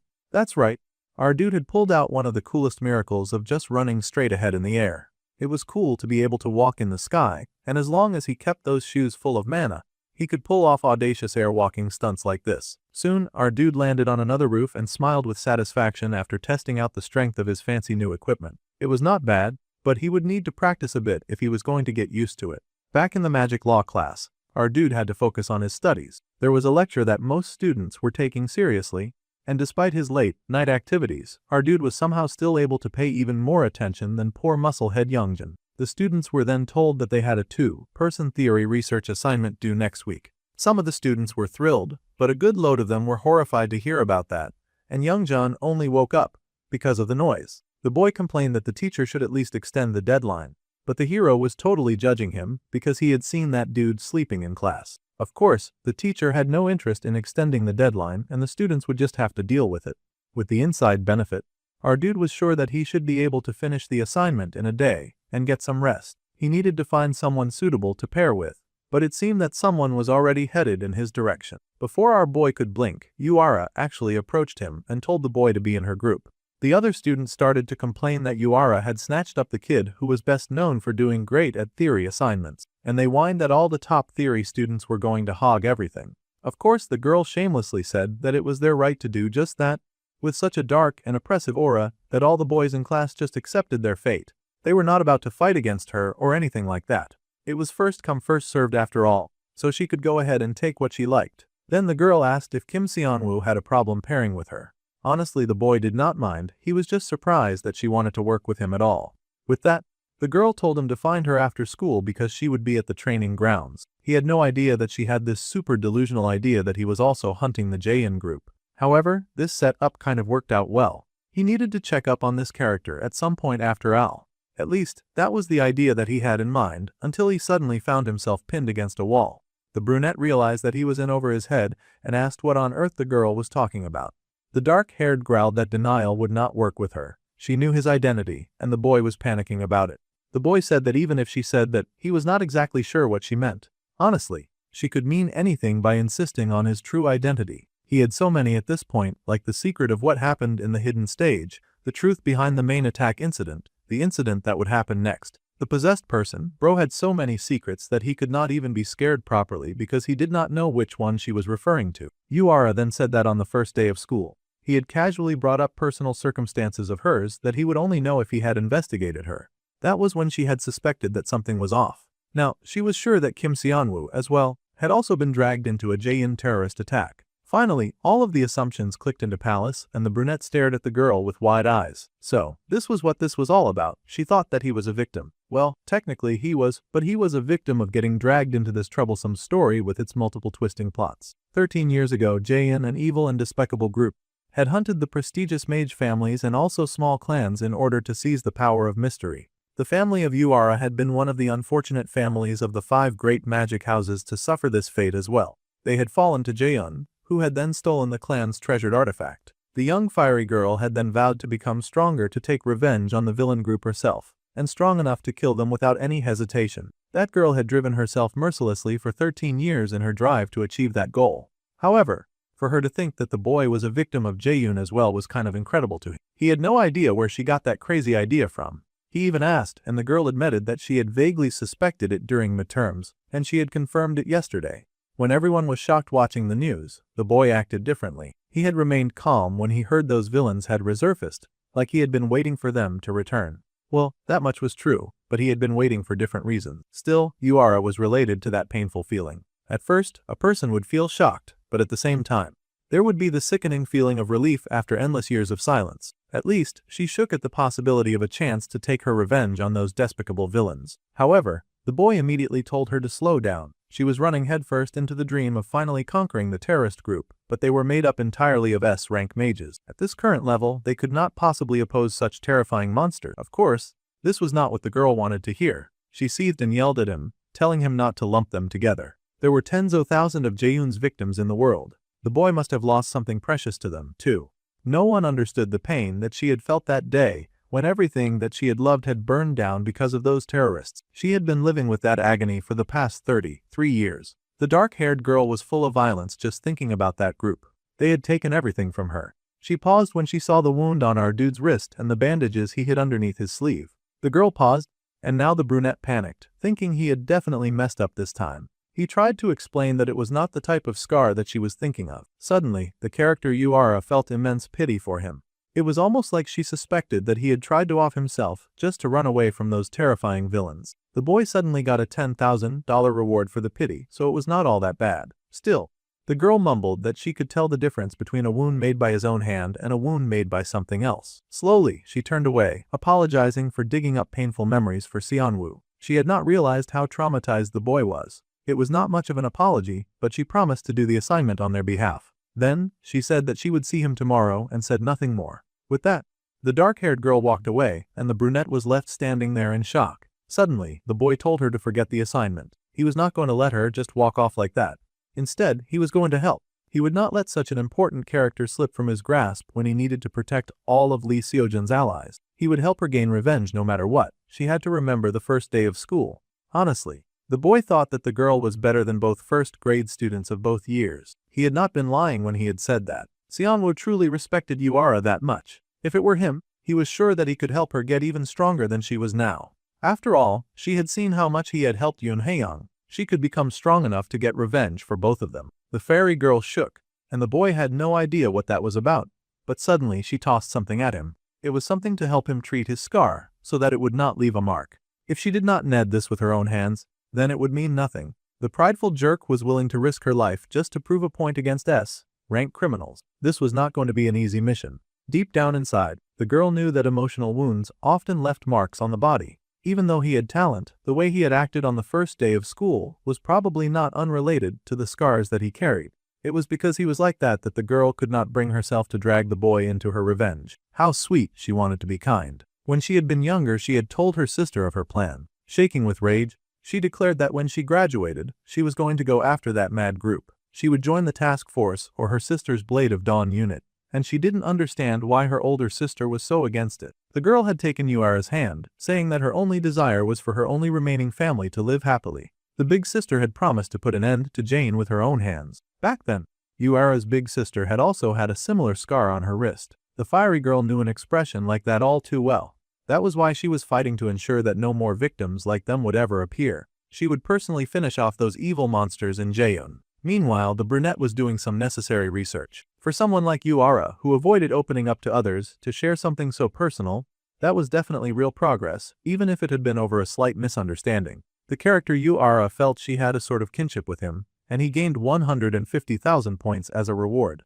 However, the boy wondered what on earth he was supposed to do about this misunderstanding. In the hidden stage, our guy had used the special dagger item to gain an adaptive trait. It was a dagger coated with paralytic poison, and stabbing an enemy could paralyze them. This effect varied depending on the target's poison resistance. Using that dagger, the boy had slowly stabbed himself over and over to gain resistance, and he was not sure how to explain that to Yuara, since most people in this world did not have a cheat system that could just gift them special abilities and all that. Still, a win was a win, and his poison resistance had gone up by 50%, with a 70% recovery speed. The boy sighed because times like this were exactly when people trained. Every night, he refined his mana and thought through how to support the upcoming developments. Jaein was an enemy they would have to fight someday, and helping out Yuara to get her revenge was also helping out Lee Seojun. So that was a genuine win-win situation.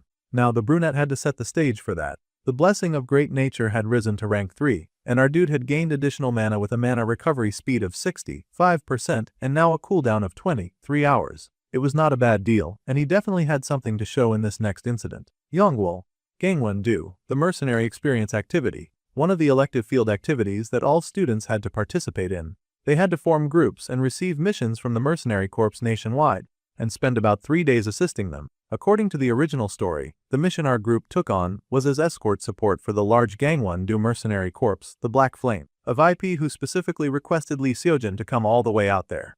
Of course, the usuals were already in the group: the hero, his muscle, head best friend, his fiery rival, and our dude was here too. Jang Ye was also involved, so it was kind of a dicey situation, and he had to keep his eyes on her. The main would not attack Seojun, surrounded by veteran mercenaries. Even in the original, nothing happened at this point. However, just in case, until they arrived, Seonwoo was going to keep her from getting near the hero. Way too much had changed in the story for him to take anything for granted these days. The boy smiled and asked his senior if she would like something to drink. Obviously, to keep her heated and agitated, he was not about to let the rumors of his crush fade away so easily. No. This whole thing was going to be torture for the both of them. The girl immediately rejected the water, politely saying that just the thought was enough. The boy was relentless and then asked if she would like a towel to wipe her sweat.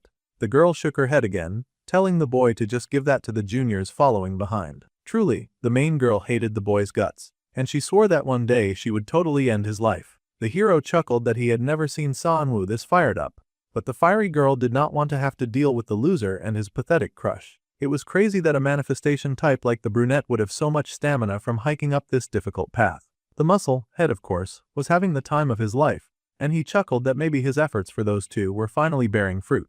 After all, the senior was no longer looking at her junior with outright disgust. The other two main heroes really doubted that though. Suddenly, the teacher called everyone to attention. This was Jung Ha-jun, the A-rank mage and captain of Team 6, the Black Flame Mercenary Corps. They had now arrived at the mission site, and the men at the gate confirmed that they were friendly visitors. They were then granted permission to enter the premises. A mansion like this in the mountains was amazing. This was where they would be working. The students were expected to be in awe since this was likely the first time that they were seeing a place like this, even for a famous genius. The difficulty was D rank, and the client was a famous artist. Lately, several pieces in the mansion's collection had been stolen. So, for the next 3 days, the kids would be helping them out. The Black Flame Mercenary Corps was going to guard this mansion from petty thieves. The man had gone through all the trouble to explain the job, but it looked like the students were not even listening. They were just going around admiring all of the beautiful paintings. Seonwoo even explained to the other students that the artist used intense colors, but the background did not overwhelm the subject, and everything was in harmony. This reflected the artist's unique view of their work. His classmates were impressed with such a sharp analysis. They asked how he even knew stuff like that, and the boy beamed, saying that he knew a lot of things. He should know about this especially. Down came their client, and she sighed that she was so grateful that the students thought so highly of it. They could even call her Charlotte. This was the client who had designated Lee Seojun for this mission. She would be in their care for the next 3 days, and she was looking forward to seeing what the students of the Magic Academy could do. She was also especially eager to see Lee Seojun. As expected, it was Bert of the villain clan, the villain of the incident that was about to go down in this mansion. The blonde lady happily graced the students with her presence, telling them that they could call her Charlotte. She was going to be in their care for the next 3 days. She was so excited to be taken care of by the students of the Magic Academy and, of course, Lee Seojun. That person was no ordinary rich client, of course. She was a famous artist who designated the hero for this escort duty. But she also happened to be the main villain of this incident. The beautiful client was the artist Charlotte, but in reality, she was the JN member named Bert. Meanwhile, the other team members of the villain group immediately checked in with an informant of theirs. They seemed to be hiding out in a nearby safe house, and they needed to make sure that the person had not done anything wrong. The poor man insisted that he was totally dedicated to his job. He was the JN member called Baek Unsong. As the surveillant, he confessed that he had never taken his eyes off Lee Seojun, and he had always watched the boy from nearby as best as he could. He had also checked on his grades, relationships, and health status and received regular reports without fail. This dude was either an A-grade stalker or some kind of parental figure. However, the dark-haired woman was not satisfied with the results, wondering why the precious hero had then gotten caught up in so many annoying incidents. The boy had nearly died multiple times. The big guy Ska just laughed at their worry, saying that they just had to watch them fight to see how they had grown. Instead of arguing, they should just eat. Natasha yelled that they could eat nothing when Ska was busy eating everything. It was almost like the villain group Jaein was acting as some sort of parental surveillance for the protagonist of this story. The man making the report insisted that if the young boy had been in any real danger, then he would definitely have stepped in. Well, they had to agree that Baek Onsong was not clueless after all. Natasha and Skye were still bickering back and forth about table and food etiquette, as well as whether or not Skye had washed his hands. This conversation stressed Jin out so much that he told those two idiots to just shut up and eat. He was trying to solve a problem, and all they added to the situation was just arguing about food. Well, that deflated them pretty fast, so that he could finally turn back to the matters at hand. Tonight, at 10 in the evening, something was about to go down. Still, the man wondered if they really had to go this far just to see Lee Seojun. If they were curious about his skills, they could just go and test him directly. It seemed extra to have to go through the embarrassing route of disguising themselves as petty thieves. Natasha just simply said that they had to do it because Bert told them to do it. It seemed she did not really need any other reason. Well, Baek Unsong was more than happy to join in on the fun, and he put on his mask with joy, asking how he looked. Jin sighed, but also put on his mask. If they wanted to avoid drawing Kim Jinchul's attention, they needed to hide their identities first, of course. Bert's orders were to hold back and not kill anyone else. They needed to move quietly for now.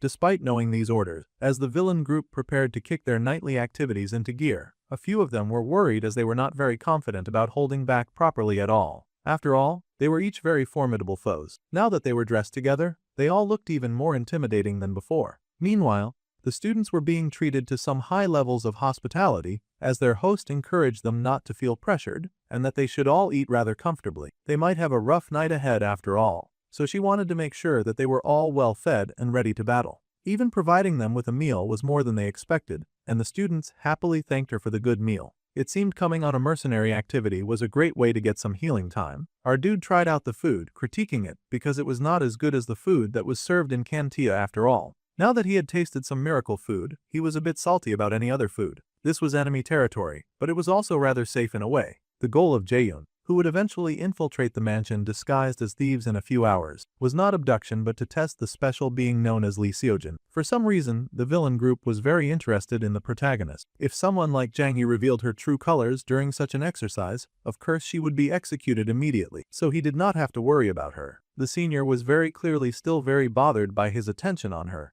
though she really wished that he would give it a rest. Their host was meanwhile making some happy and flashy small talk with the main hero, commenting about how she had seen the news about him being the youngest A-rank mage clearing a hidden stage. He had saved the student sitting over there, who looked very sincere. The hero shakily admitted that it was true, but honestly, Seonwoo had contributed a lot to saving himself, and he just might be the furthest thing from sincere. Even the brunette was offended to find out that he apparently looked rather sincere. It felt like an insult more than anything. Then the lady noticed that the female student who was active with the hero had not come along. The hero explained that Choi Seoyeon had some family matters she had to attend to. Some of the students were now wondering if this request to have students guard her was just so that she could get up close and personal with the celebrity that Seojun was becoming. The blonde smiled. She had her own reason for asking all of these questions after all. With the hero's talent, the lady smiled that his family must be very proud. Now this made the hero hesitate a bit.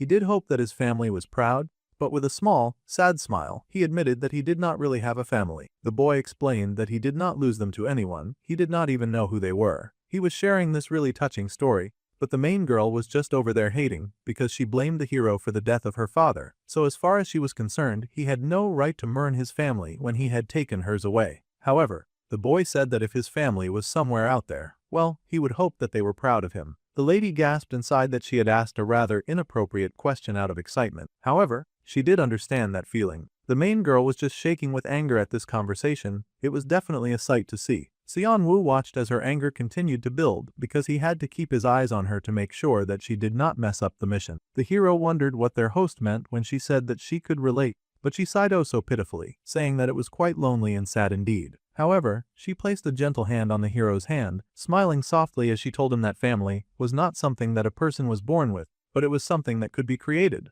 At this point, it looked like the evil organization was trying to recruit the hero. She told the boy that they would both do their best together, and the boy smiled and thanked her. Seojin had such a sweet and pure heart, he would never suspect that the lady he was talking to was a total villain who did all sorts of horrible things to other people. After the food, they all thanked their host for feeding them, and it was soon time to return to their rooms. Some of the others agreed that what Charlotte had said was so touching, and others commented on the good food. According to the mercenary activity briefing that they had received earlier, they were going to patrol inside on schedule. Everyone understood this much, but the main girl immediately tried to make a move. That murderous little witch was done wasting time, especially after hearing that tear-jerking story that seemed to set her on fire. In fact, she was trying to steal a little moment with the ever-so passionate hero. Of course, before she could get very far, someone told Lee Seojin that they had just thought of a way to reinforce the patrol route. Seon-woo told the hero to come with him right away, stealing his attention and saving his life, much to the dismay and hatred of the main girl. That stupid brunette would never stop getting in her way. She shook with rage, wishing there was something she could do to get rid of the main character once and for all. Since Lee Seojin left, Youngjin noticed that their senior's expression had turned deadly. Now he was going to start jumping to all the wrong sort of assumptions, and he gasped, thinking that he was witnessing some kind of love triangle. Excitedly, he turned to ask Yuara if she had seen all of the chemistry building up too. It was definitely a love triangle, and she asked the girl what she planned to do about this. However, the girl was thinking of the words that the hero had said at dinner that day, about his family, and how he hoped that they were all proud of him. She scoffed. Of course, never one to dwell on such soft emotions, and the muscle head wailed when he was just ignored. The fairy girl marched away to start her patrol, focused on things that she found important in life, like hard work and revenge and all that. Meanwhile, Seon-woo finally found a little place where he could be alone with Seojin. First, he explained that if they started from the corners of the mansion, then they could plan a more efficient route. The brunette's goal here was to guide Lee Seojin in a direction where people would not get caught up in the resulting fight once Jaein attacked. The boy wanted to create as little causalities as possible. He then asked the hero if there was anything that they did not understand. The hero said that there was, in fact, something that he was curious about. He wanted to know something about Kim Seon-woo. So, the main character had not expected the focus to shift to him so suddenly, and the hero explained that his friend was kind of odd. See, for someone who supposedly lacked mana, the boy could fire off magic like he had an infinite store back in the hidden stage battle. Plus, our dude had a fighting style that spammed magic from the front while aiming for the opponent's weak point. There was only one person he knew who fought like that, and the hero was now getting very suspicious about a lot of things, from the boy's appearance to his combat style. Everything about Kim Seon-woo greatly resembled that of the one mage that he had encountered in the wild, the infamous Kim Jin-woo. Okay, so the main character had not expected the table to get turned on him so fast like that. The protagonist was not surprisingly acting just like Yuara. However, the brunette pointed out that it made no sense. A minor could not possibly be the mage Kim Jin-woo. The hero admitted that. The mage Kim Jin-woo was a hero who conquered the tower's hidden floor and caught a main alone. It was likely that the dude was several times stronger than his odd and suspicious classmate. Seon-woo could not figure out if that was some kind of compliment or an insult. However, it did mean that his secret identity was safe, so he would take it. However, the hero was curious about who the dude had learned his fighting style from and why he hid his own power from most people, especially after the brunette had told the hero not to hide his own powers. Alright, so Seojin was making a lot of really important and really logical arguments on that front. The boy was sweating, wondering what excuse he could make for a situation like this. However, they suddenly heard a voice, someone saying that they were not hiding their power. They just had no choice. Both boys turned in surprise to see Yuara walk in on the scene. That was exactly the girl that Seon-woo would prefer to avoid in a moment like this, but she was pretty hard to get rid of. The girl said that she was just taking a walk because she had stuff to think about. She was allowed to do that much after all. Sure, her walk was allowed, but the hero wanted her to explain what she meant by Kim Seon-woo having no choice. The girl sighed and said that there were cases where psychological factors make the magic discharge unstable. The gap between the amount and discharge could become large. She was speaking as someone who truly believed that the boy suffered from a traumatic encounter with the group Jaein. It just so happened that her weird little theory did match Seon-woo's initial display during that very first test, where he had become dead last in the class. In other words, the current brunette that could see before them was not developing his skills, but he was slowly rehabilitating back to his original level. Oh, the girl was scarily smart, so smart that it was almost terrifying. She was wrong on some accounts, but her last statement had been entirely correct. Now the character Lee Seojin was impressed by our dude, and he gained 500 points as a reward. Still, the brunette found the whole idea ridiculous. Sure, he'd had more power in his previous life, but in this life, he was truly starting from zero and growing. However, now this theory was making sense to the hero, and he suspected that it explained the strange medicine that his classmate had taken during the hidden stage. Well, our dude could not come up with a better theory as to why he was acting the way that he was, so he went along with it and sighed dramatically like they had found out his almighty secret. He sighed that he didn't want sympathy, so he had kept it a secret from everyone. The hero was horrified and apologetic for prying so much. He promised to definitely keep it a secret from others. Alright, now that his secret had come to light, the brunette pretended to be weepy and said that he was going to head back now. Lee Seojin should just start his patrol from the corners of the mansion, following the route that he planned. He was going away to collect himself. The hero wished the brunette some good rest, and the boy sped off, leaving the hero alone with Yuara. He managed to put some good distance between the two of them, and the boy sighed in relief because he had been able to survive thanks to Yuara's misunderstanding. Looking around the mansion now, he could not help but notice that Bert had collected a lot of precious stuff. This mansion was one of the hideouts of the villain organization, Jaein, scattered around the world. While some were painted by Bert herself under the disguise of Charlotte, most were plundered to raise Jaein's operating funds. However, the mansion's real treasures were not these artworks, but the items that Jaein had separately stored in a secret room. Using his special ability, the main character was able to detect concealment, illusion, confinement, disruption, seal and alarm. There were so many wards on their stuff, they really wanted no one touching it. Using the search function, our dude figured out the inferior mana concealment elixir. Everyone was so focused on their own tasks to notice that a real thief had entered the mansion, and our dude was so shameless that he planned to steal from a villain organization. He just needed to work until the third party that would intrude soon caused some trouble. Soon, the effect of the concealment elixir began to take effect, and it would conceal the boy's mana for about 10 minutes. With a wicked smile, our dude activated the unique trait of the outsider's privilege, grinning that he'd soon see how the villagers liked getting completely robbed by that sincere-looking guy. Now, the two main heroes of the second-year class were alone. The fiery girl then said that if Kim Seonwoo ever used his full strength, she wondered what rank the boy would be. Thinking about it, the hero guessed that the boy could be ranked 15. Yuara thought that was such a low number. She thought that at least the hero would recognize what the brunette was really capable of. It was clear to the fiery girl that their classmate ranked much higher. Well, the situation did not matter. Yuara would swap with the hero when it was time for her patrol shift, so she told the boy not to bother coming to wake her up. The top-ranked student waved and also added that he had shared the route to her student ID, so all she had to do was check that out. The moon was bright in the sky, and clouds drifted in the sky. Meanwhile, Seonwoo was hard at work. The boy understood that just having a large mana pool did not make an excellent mage. It really depends on how precisely that magic could be executed. In that case, when the hero had guessed that Seonwoo would be the 15th, that was not the highest level that the boy could achieve, not in his opinion anyway. 15 was just his starting point. If the power that he had displayed in the hidden arena at the time was truly the youth's true level,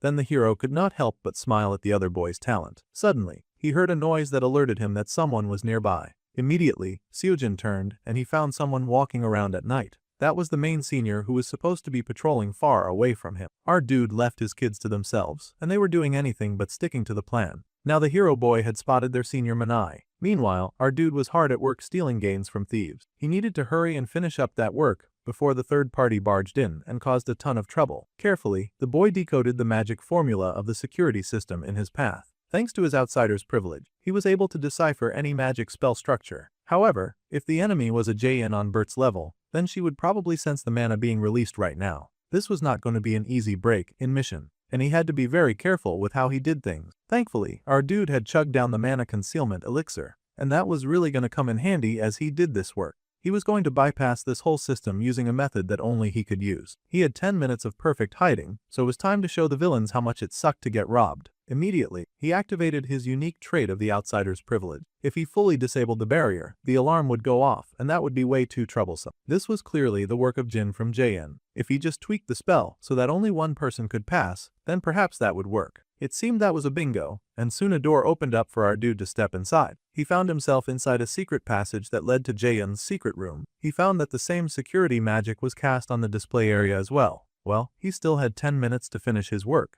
And that was more than enough time thanks to his space pocket that made stealing so much easier. He was going to rob the villains blind. Meanwhile, the security that stood outside the mansion was getting bored. They had heard that the thieves had apparently attacked the place regularly, but it was getting late, and they had seen no sign of anyone like that. One of the security men informed their captain that something seemed off. The Black Flame Mercenary Corps Team 6 captain was the A-rank mage Jung Hajin, and he asked what the problem was, taking the time to heed the warning of his subordinate. The other man pointed out that they were currently in the Gangwon province. If they stepped off the road a bit, it would lead to a monster field with high-level monsters rampaging around. No matter how tempting the art was, it seemed crazy that thieves would risk their lives by targeting an area like this. The captain dismissed the concern. After all, they were just here to guard and to get paid. At worst, it was probably some staged incident to collect insurance money. They were well aware that sometimes rich people did that. Instead of poking around the client's motives, it was their best bet to think of the best way to recruit Lee Seojin. The subordinate sighed and agreed. They had no idea that someone had suddenly shown up behind them.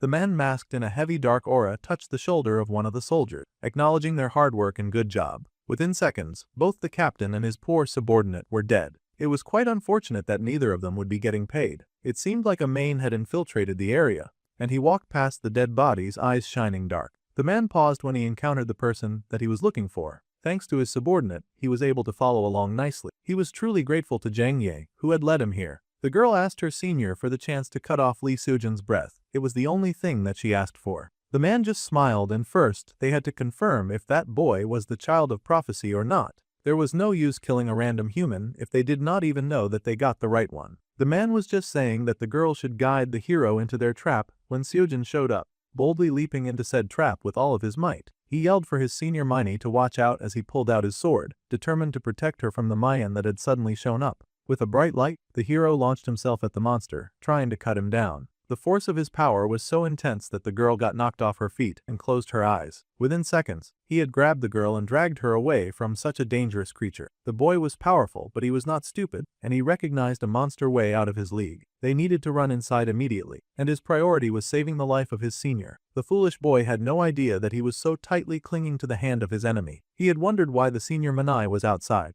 But now he realized that an external intruder had killed the Black Flame mercenaries and broken in. This was terrible news, and even worse, the thief turned out to be a Maine. His breath caught and his bones ached. Without even fighting, from the overwhelming pressure alone, the hero was certain that the monster was old and powerful as heck. He was no normal Maine, he was an S-rank monster. That terrifying beast had the kind of aura that could dominate a battlefield, and just the feel of it encapsulated them. There was nowhere to run. Seojin just knew with a certainty that if they stopped to fight, they would be dead for sure. The old monster was rather impressed by the hero's ability to judge the enemy's strength. However, the power that had hit them just now was not the power to destroy Maine. It seemed that they had targeted the wrong child after all. Such a pity. One of the monster's soldiers appeared behind him, and the old monster asked if everything had been dealt with. Even more Maine soldiers showed up, and they grinned wickedly, saying the mercenaries standing guard around the mansion had all been dangerously wiped out, with not a single one left. The plot was already churning and changing, and things were getting very dangerous. At this point, the boss then commanded that the monsters kill every student within the building except Lee Seojin. This was the order from the king. Once they heard it,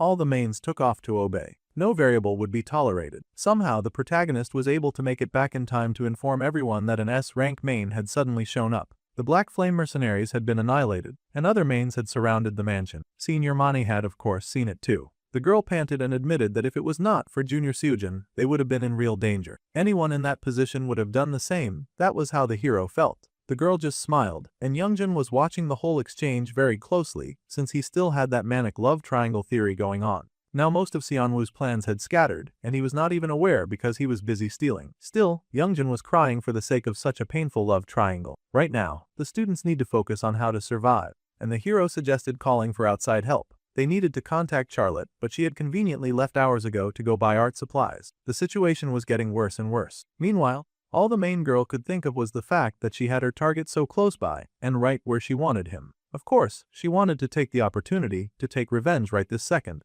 but that meant that she would have to fight Yuara and Youngjin head-on at the same time. It would be suicide. Plus, she could not disobey Lord Songji's command to not engage until they had gotten a confirmation about Seojin's powers. They were stuck in the mountains, so their phones did not work, and the hero immediately asked Kim Sanwoo what he thought, just to realize that the boy was not there. Now that was odd. The brunette was supposed to be in the house since he had retired first. It was just 5 students left defenseless in this situation, and they had to make sure that they were all accounted for. They had all gone to the brunette's room, but the boy was not shifting from his bed, And when the fiery girl tried to make him stand, they found that he was not even in the bed in the first place. Now the girl was confused. Everyone was confused, but the hero, especially, was worried about the boy's safety. For now, everyone should stay inside. He was going to go out and find their missing classmate. The boy left the other students in silence, and they all stared at the door. It was a really tense moment, a situation that could determine life or death for a lot of the main characters. During a situation like this, our dude was busy looting. He had finally snatched the last special item, which was the beast summoning scroll that could pull out as epical hell serpent that would be loyal to him. Then he shoved all of that inside his subspace pocket.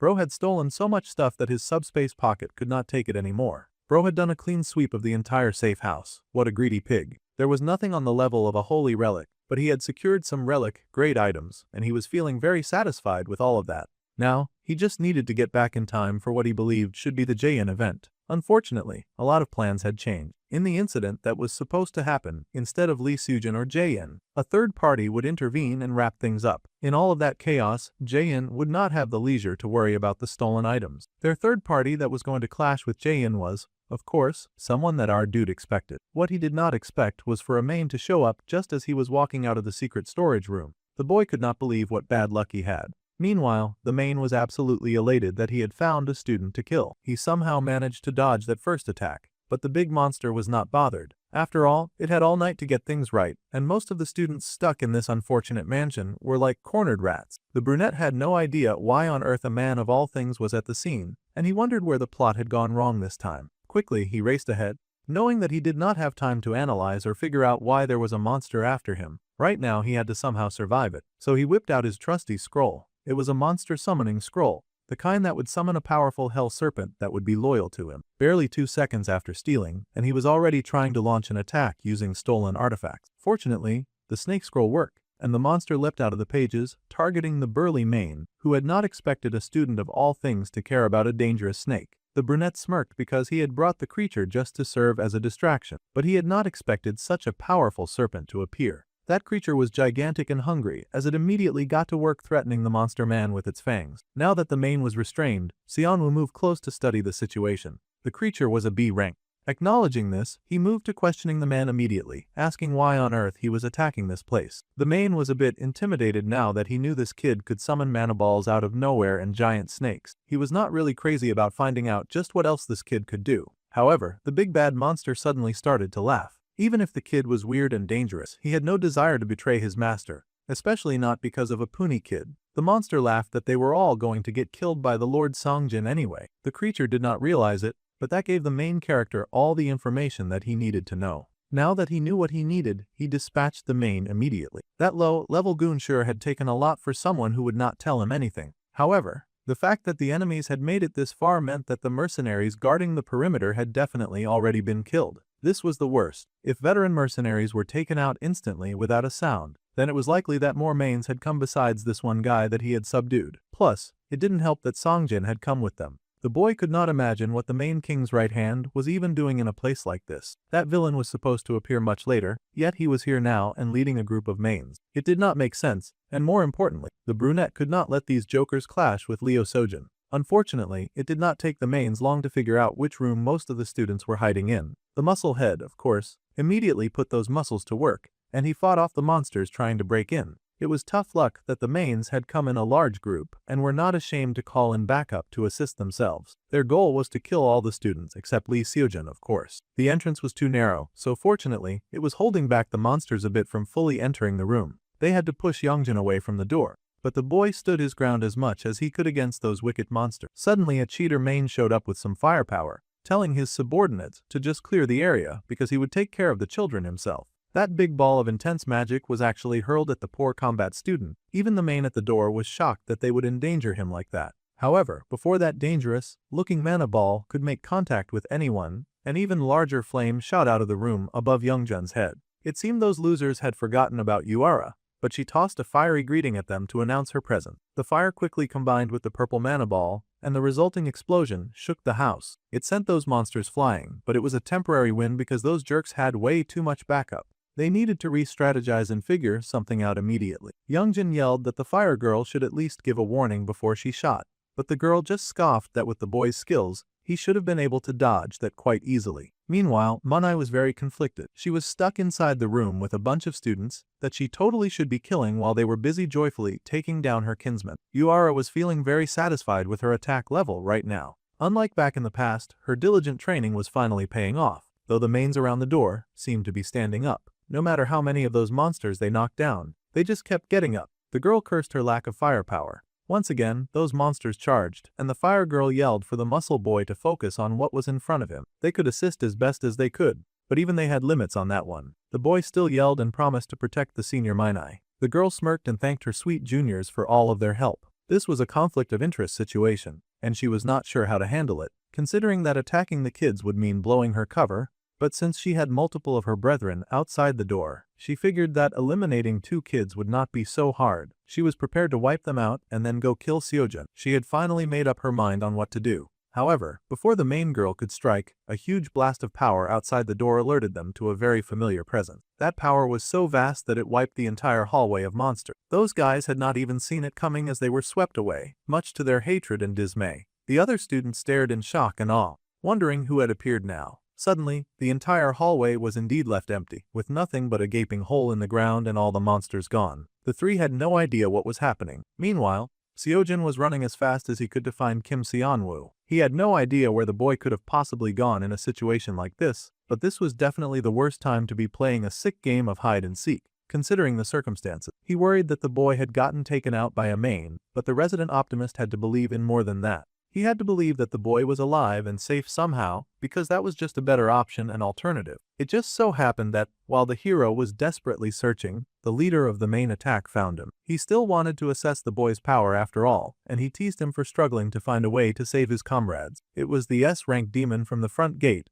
and the boy braced himself for the attack. The S-rank main smirked, because he had known that he would find the boy in a place like this. Pointing his sword, he asked the golden boy to draw his sword. He would give the protagonist a chance to face him before he died. As amazing an opportunity as it sounded like, the man was still an opponent that the protagonist could not defeat. However, running away would just mean that the man would give chase. Knowing this, Seojun rushed forward, drawing his sword. The boy activated weapon enhancement, and he braced himself for impact as the monster also raised his weapon. He had to make sure that this S-rank monster would not reach the others. That was the hero's most important priority. This was the reason he battled with the other monster with such tenacity, their swords clashing against each other like a dance between 2 blades, each trying to dominate the other. It was a clash of will as well as duty, because both warriors had their own reasons for fighting that day. The S-rank main was impressed that the youth could launch a counterattack in such a short amount of time. This was very interesting, but the boy was still a boy. The monster kicked his opponent back, but he was not done fighting yet.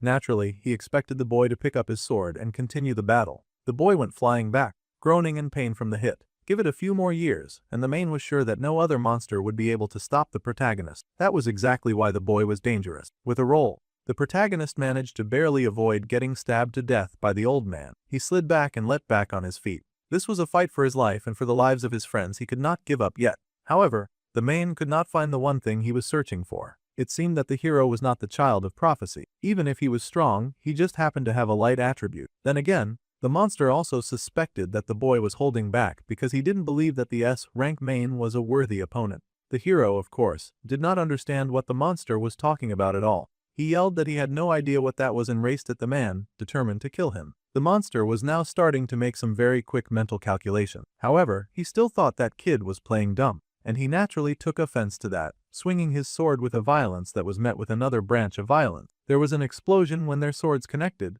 and it took all of the protagonist's strength to stay standing against such a terrible monster. The main was still aggravated, saying that he had come to this remote land with orders to kill the child of prophecy. If his kind said that the boy was the child of prophecy, then all he had to do was shut up and prove it. Seojun had no idea what this guy was talking about. To make things worse, his sword could only take so much abuse. This battle was a strain on his abilities because he had not yet reached the level to face off against a villain like this. The main pushed for a confession, wondering why the boy would dare try to toy with him with such weak lies. However, Seojun was truthful the entire time. Whether it was the power of ruin or the child of prophecy, he did not know anything about it. However, with a slash of his hands, he managed to deflect the blow directed at him. Even if he knew, he would not tell that beast. That was a fact. The S-rank main cocked his head and then decided that the hero was useless, and if that was the case, then it was time to kill him. The boy was barely staying upright as he leaned on his sword, and the monster brought his sword down, intending to slay the boy once and for all. It looked like, for all intents and purposes, that Seojin was cooked, until a familiar blast of blue light entered the room, of course. The main froze, but he had not shifted enough when that mana blast came in and tore right through his shoulder.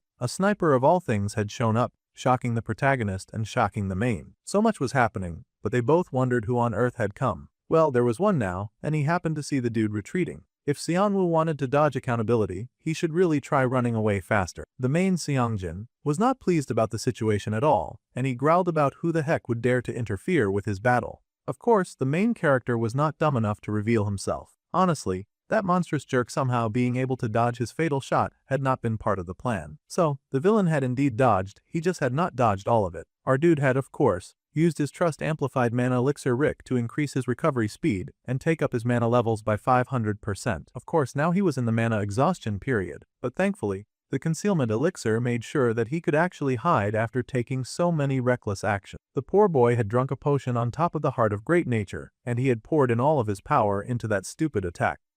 Rank mains were seriously no joke, those guys just refused to die. Still, to think that they had somehow mistaken Seojin Lee for the Child of Prophecy. He knew that the first main attack would bring a lot of attention to the hero, but this was the wrong type of attention. The most unfortunate part was that now, Seongjin was pissed. He didn't even care about killing Seojin anymore. He wanted to find the rude rat that had hurled a death blast in his face. If that rude rat was not going to show himself, then he was going to go out of his way just to find him, and he would slice through the whole building just to do it. Dang, the monster was willing to cause a lot of damage to someone else's property. Jae-in was not going to like this. The man prepped up his power as the protagonist pushed shakily to his feet. The hero happened to know that the man was targeting the brunette that he had come all this way to save, and he needed to stop the monster from killing his friend. He was such a good person that he was still trying to fight someone way out of his league. Even the main character knew that he was done. The clownery was fun, but the plot had ballooned to levels that even he couldn't predict, and there was nothing that he could do to contain the madness either. Now, there was only one thing that could save them.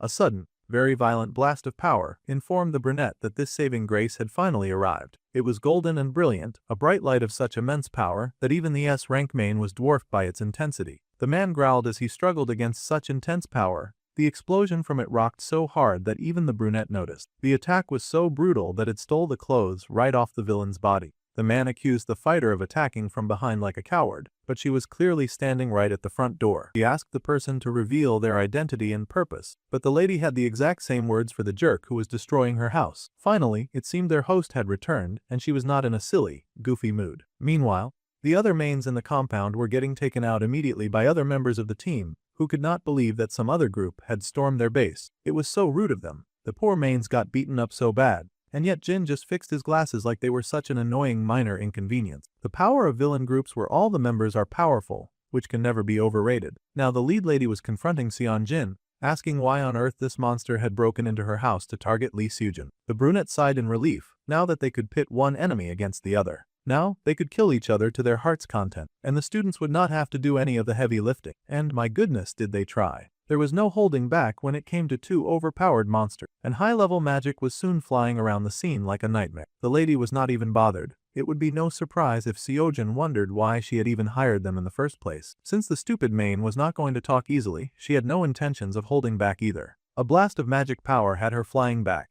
and the S-rank main growled that those who dared to interfere with the king's orders would die for sure. Alright, so both of the main villains had blasted themselves out of the house to continue fighting outside, which meant for now that anyone inside was safe. The hero could not believe the amount of firepower that Miss Charlotte was packing. With that much heat, thieves should have been the least of her problem. That aside, it seemed the other students had finally found him. Youngjin raced out to ask him if he was okay. The whole arena was a total mess, and Yara wondered what on earth was going on. The hero admitted that he had almost died fighting an S-rank demon, but somehow Miss Charlotte had shown up and saved him. This did not make sense to his muscle head friend. After all, Miss Charlotte was supposed to be a civilian. He wanted them to go help her, but Seonwoo had other ideas. They needed to get the heck out of this scenario immediately before they got caught up in this nasty fight. All the others were relieved that he was safe, the fire girl snarling and asking where the heck he was when all of this was going down. The boy admitted that he had been hiding in the corner, but that did not matter. They needed to leave right away. Of course, Yara did not feel good about running away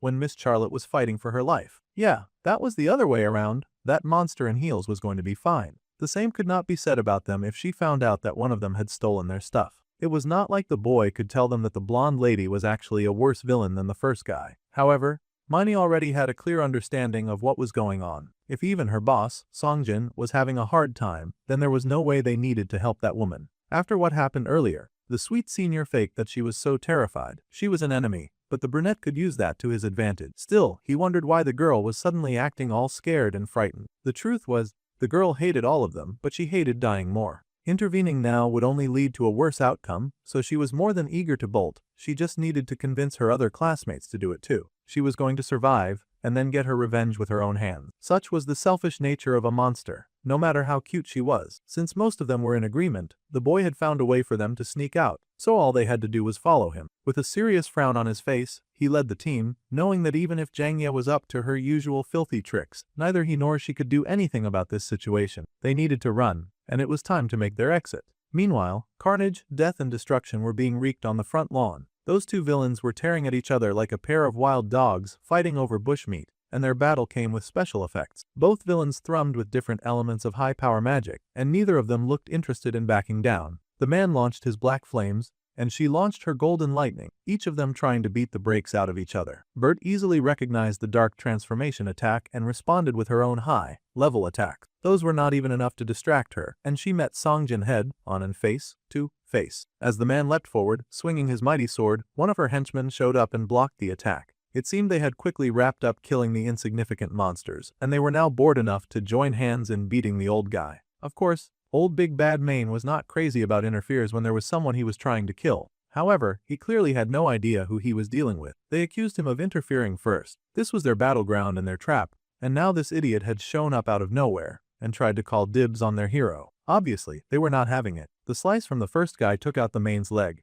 and then another subordinate showed up. One by one, they had quickly rounded up the first order of business that they had needed to attend to, and now they were turning their attention to the more noteworthy fight happening against their main madam. The main was now starting to realize that something was off. Suddenly, there was a whole group of S-rank mages around. He was now fighting a 3 against 1, and with the way things were looking, those numbers were going to just keep getting worse. He was sure that one of these people attacking him had to be the guy who had sniped him earlier, and he really wanted to kill that guy. Of course, this S-rank monster was not like the usual weaklings, and within seconds, he had regenerated his leg, asking those jerks to get off him. Obviously, they didn't listen because he was over here destroying and razing their property. There was no way that they could overlook that kind of lousy interference with their own plans. So, the fifth continued, and the battle waged harsher than before. With all of her underlings now doing the fighting for her, Bert took a moment to reassess the situation as she watched them fight. Jin reported that they had cleared out all of the mains on the first floor and the ones in the garden. Scar should just be rounding up and taking care of the monsters on the second floor as well. As for Lee Sojin, the hero that they were oddly focused on was safe, and the man had confirmed that the boy had escaped along with the other student. The lady sighed because there were just so many things that she had wanted to ask the boy. This interference had ruined everything. Baek, Insong and Natasha were told to wrap this nonsense up immediately. No more playing around. The main smirked, wondering who they thought they were to make such a harsh command. However, when he raised his sword to strike down the fighter in front of him, he found, to his dismay, that he could not bring that sword down. Natasha was working against him to keep his hands in the air, and that left him wide open. The black-haired villain scoffed, asking the old man if he had really thought that he would win just because he could regenerate. He growled that he was going to kill her, but he really should try to focus on the enemies that were right in front of him. Of course, Seongjin immediately got stabbed by Baek Unsong, who had been waiting for an opportunity. He did not even just stab that dude once, he poked through him almost 100 times. The main screamed in agony at such persistent torture, tearing through his body, mind and soul. They roared in hatred of humans who would dare to oppose him like this. A huge explosion could be heard even far from the house, and all the students flinched. They were trying their best to sneak out so that they would not be involved in such a difficult situation. Seojin stared back at the house, so many questions on his mind concerning the woman who had come to save him, the main that had tried to kill him, and the mission they'd been hired for. However, it did not seem like he would get any of those answers right now. He needed to focus on what he could do, which was escape. Main got all fired up. Clearly, they were having a whole lot of fun in this ultimate battle between the big boys and the big girls. It was a matter of pride on the line. When a main that fed on human blood was pushed to its absolute limit, it would trigger a last resort for survival. In this case, it was clearly the body quaking, roaring and life-bending transformation that the man was going through. His eyes blacked out completely as he activated the ultimate form of rampage. The man who had come close enough to stab the rising monster widened his eyes in horror when he realized that the man was slowly becoming something else. This was dangerous, and he yelled out a warning to his peers that this monster was clearly about to go berserk. There was a huge explosion as the students, shamelessly working very hard, tried to sneak out of this chaotic situation. No matter how they looked at it, it was way more than they could handle, so their best bet was really to get out of the premises as fast as they could. Still, the hero was such a nice guy that he worried when he saw the explosion. Meanwhile, the League of Villains stood around each other, falling back when the monster transformed. During a rampage, a main would lose all reason, but in exchange, they would recover a great amount of physical ability. Mana and all other states would rise dramatically. Mains that were A rank or stronger may even change their appearance to suit combat, which was exactly what the old main had done, because now he was decked out in some high-class fancy battle, like armor. It was rather impressive. Actually, bro was decked out from head to toe in full body covering armor, and his rampage, berserk style, looked very stylish. He even had horns on top and a nice magic sword to boot. Just at a glance they could tell that the mage they were fighting was no ordinary monster, and they had to wonder what such a high-level monster was even doing on their property in the first place. The stronger the main, the several times more dangerous it could get during a rampage. They all turned to Bert, their leader, of course,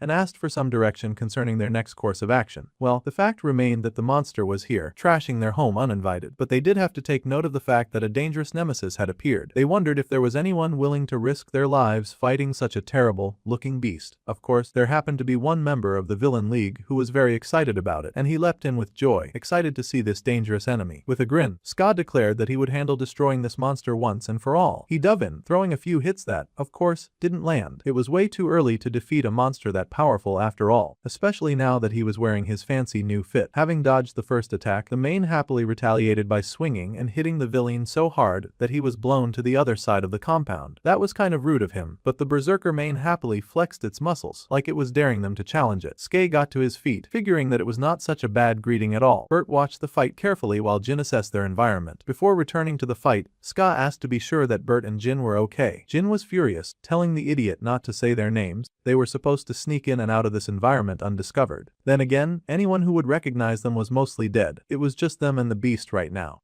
The beast was also not waiting around for any introductions, and it charged forward, breaking the concrete under its feet with every step that it took. Following orders, the big blonde reported that he had killed only mains and did not touch the kids. Then he asked if they were over there having fun and engaging in combat without him. Bert just sighed that they were just warming up, and she set her hand on fire as she prepared to face the bast in front of her. The monster also braced for combat and then leapt right at them. Currently, all the villains were standing together, so it only had to focus its attention on one place. The blonde lady instructed her group that from here on, as that dark and evil mass approached them, they would fight as Jaein. There would be no more holding back, especially since the kids were gone anyway. Meanwhile, as the kids continued their trek to safety, lightning and thunder danced in the sky from all of the fighting going on nearby. The hot-tempered, intense fire girl of the class felt a shiver run through the air. Those thunderclaps seemed almost familiar for some reason. There was also the situation of the mana scorching the air, which made her hand go numb with every breath. Even the sky looked just like a distant memory, one that she had tried very hard to forget. The day that her parents had been murdered by those creatures in human skin, but she could not accept them as human. The boys noticed the girl looking back, of course, and only the main character knew that it would be difficult if she realized what was truly going on back there. In fact, they could feel the energy just sparking within the distance. It was definitely the power of an S rank. It was the right that they would have to bear from now on, especially once main plot points started kicking off. Currently, Jaein was fighting with a rampaging main, and they didn't need to involve themselves in that, but they did need to get stronger. An enemy with an overwhelming gap in power so vast that it could not even be measured was in battle. They utilized magic circles and even more magical chains to restrain their enemy. Magical chains hold the rampaging main in place while magical attacks hit its weak spots. Jaein attacking as a well-coordinated group, each of them striking fast and hard. The main bled from multiple points while actively battling against the chains that held it down, the biggest weakness in its current attack being the fact that it chose to fight alone. Then the yellow lighting came down, scorching the sky and painting the clouds. It roasted the enemy before them, striking sharp and unforgiving, and the old main screamed in agony as his body was lit up in pain and sparks. What the main character had truly wanted to show Yu Error and Lee Seojin was never a landscape this hopeless. What was currently going on down there was frankly a battle that they could not win, begin, and just as quickly as it started, it had ended. Jaehyun sighed as the main fell to his knees, noting the end of that difficult fight. It was rare for a rampaging main to come back from it. That was quite a sight. Despite all that they had done to the old monster, it seemed to still be whole and in control of some of its senses. The more the creature regenerated, the more Skye got to hit it, and that worked for the fight maniac very much. He even tried to get Baek Unsong to agree,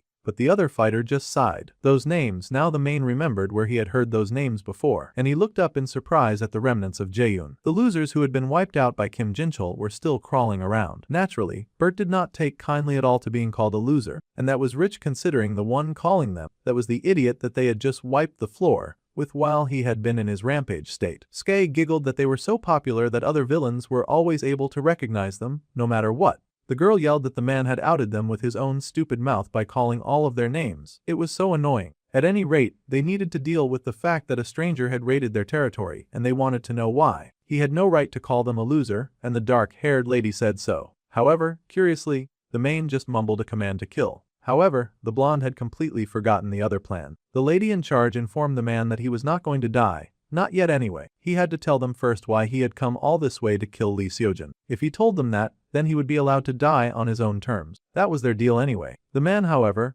just chuckled and said that they would all die regardless of his will. Not just him, but every single person in that house is there. Now that was not just a threat, it also sounded like a warning of some sinister plan. Looking up, they saw something bright and pink in the sky coming down. Jaehyun just could not rest as they kept suffering trouble back from various invaders in their house. It seemed that little rat had some more allies left after all, which was very inconvenient. However, the blonde looked up and recognized that annoying mana. It did not belong to a main. The old man seemed to smile his agreement as a big swirling pool that looked like a falling star came down on them. The blonde sighed because she'd had enough of this nonsense, but it seemed that a new guest had arrived at the mansion. It seemed the person that our dude had been waiting for had finally arrived. The brunette's eyes widened as the third force finally appeared on that faithful night, and all the students stared with wonder at the falling ball of red giant rock. The muscle head pointed in alarm, but the other students managed to maintain their cool. Honestly, that dude had finally arrived right on schedule. The beautiful sight that the main character wanted to show his friends. The power of S-rank villains was really overwhelming, so overwhelming that a normal hero could not even begin to grasp how to defeat such might and terror. However, the boy did not want the protagonists of this story to be crushed under a villain's power and fear, or to carry that scar that would taint their minds and haunt their dreams. What he wanted to show them was the figure that suddenly appeared in the air, carrying that big ball of red light. This was because no matter how powerful the villain, there would always be an even stronger ally who could overpower them. With a wave of their hands, the new hero dropped the rock on the villains, and it split into a dozen pieces, falling like fiery rain. One day, the main character wanted the heroes to believe that they would grow beyond these inspiring ground-shaking heroes, and that hope would shine through at their darkest moment. The Witch of Flames had arrived, and the young Yuara stared in awe at the appearance of her big sister, the perfect person to chase away her nightmare. The master of the Jaehyun Victims Guild, the Blade of Dawn. Blade of Dawn was a guild that consisted primarily of the victims of Jaehyun. The master leading this small elite force, composed entirely of A to S rank mages, was none other than the almighty and powerful Witch of Fire, also known as Yuian, who wielded the primordial of flame, attribute manifestation in the world. It seemed something had attracted her to this area, and she had finally found the enemies that she had been searching for, the scum known as Jaehyun. This time for sure, she swore to wipe them off the face of the earth. Meanwhile, Bert sighed as she greeted yet another very troublesome guest. This seemed to be a time for people just breaking and entering into her home. She had not even invited them either. It was very rude of them. The dark-haired Jaehyun member immediately suggested that they bail. This did not seem a fight worth risking their neck about. However, the main laughed that escaping the magic of this scale was damn near delusional, and there was no way for them to run away from such an almighty force. That fireball was coming down fast, and the man laughed that at least the road to the afterlife would not be lonely. That sucker who had ruined their night was really rejoicing over the thought of them dying with him. He laughed that he would get to watch all of them burn to death as his entertainment. Skye growled that he should crush that disrespectful main insect before they left the premises, but his teammates reminded him that focusing on nonsense like that was a stupid thing to do. They had to focus on running away first. The blonde lady smiled and told the blonde bespectacled magic man that she was counting on. He always found a way to fix their messes after all. The man could only use this charm once, but he activated it, and the magic bubbled around him like a rising wave. Slowly, magic circles appeared underneath their feet, and the members of Jaehyun prepared to be magicked away. The main was, of course, disgusted and horrified to see that his enemies were clearly escaping as they had seen a way to avoid such a tasteless death.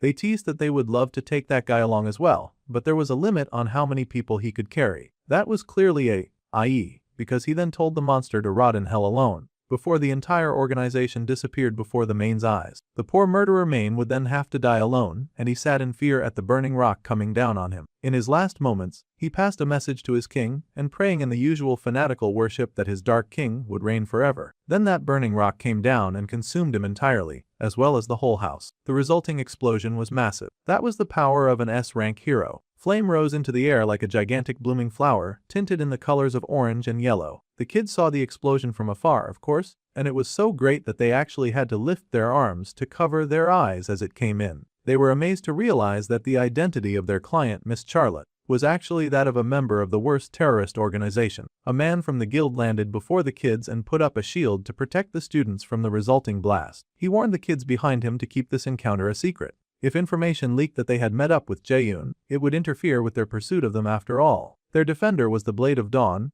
an A-rank mage called Jong Jake-1. The man yelled to his guild master that he had found the kids that they had rescued from that terrible house. As soon as Ion heard that, she sprinted over at once because her little sister was a part of that group. The amazing fiery lady descended, her hair flying behind her as she made her landing. As soon as she landed, her teammate asked for updates on Jaeyoon. Unfortunately, those cowards had escaped, and they had a degraded copy of a teleportation sacred relic. How annoying of them to be so resourceful. Ju-won groaned because he knew that was definitely Jin's handiwork. He hated that magical engineer with everything within him. Then the older fire lady paused when she saw her younger sister. She stared at Ara, calling out to her, and the girl acknowledged her older sister. Immediately, without saying too much, the big sister pulled her younger one into a big hug. She was so glad that her sister was safe. The last time that her family had encountered those monsters, they had not been so lucky, so of course, she was loath to lose anyone to Jaeyoon ever again. The younger Ara sighed that their enemies had been so strong. She hated that she did not even dare to lift a finger against them. However, her sister also knew this. She had been chasing after them so long, but still she urged her sister not to chase revenge. She wanted her younger sister to live a blissful and happy life while she got revenge on their behalf. No older sibling would want to see their younger one suffer and struggle after all. The girl yelled back that her sister knew that she could not do that.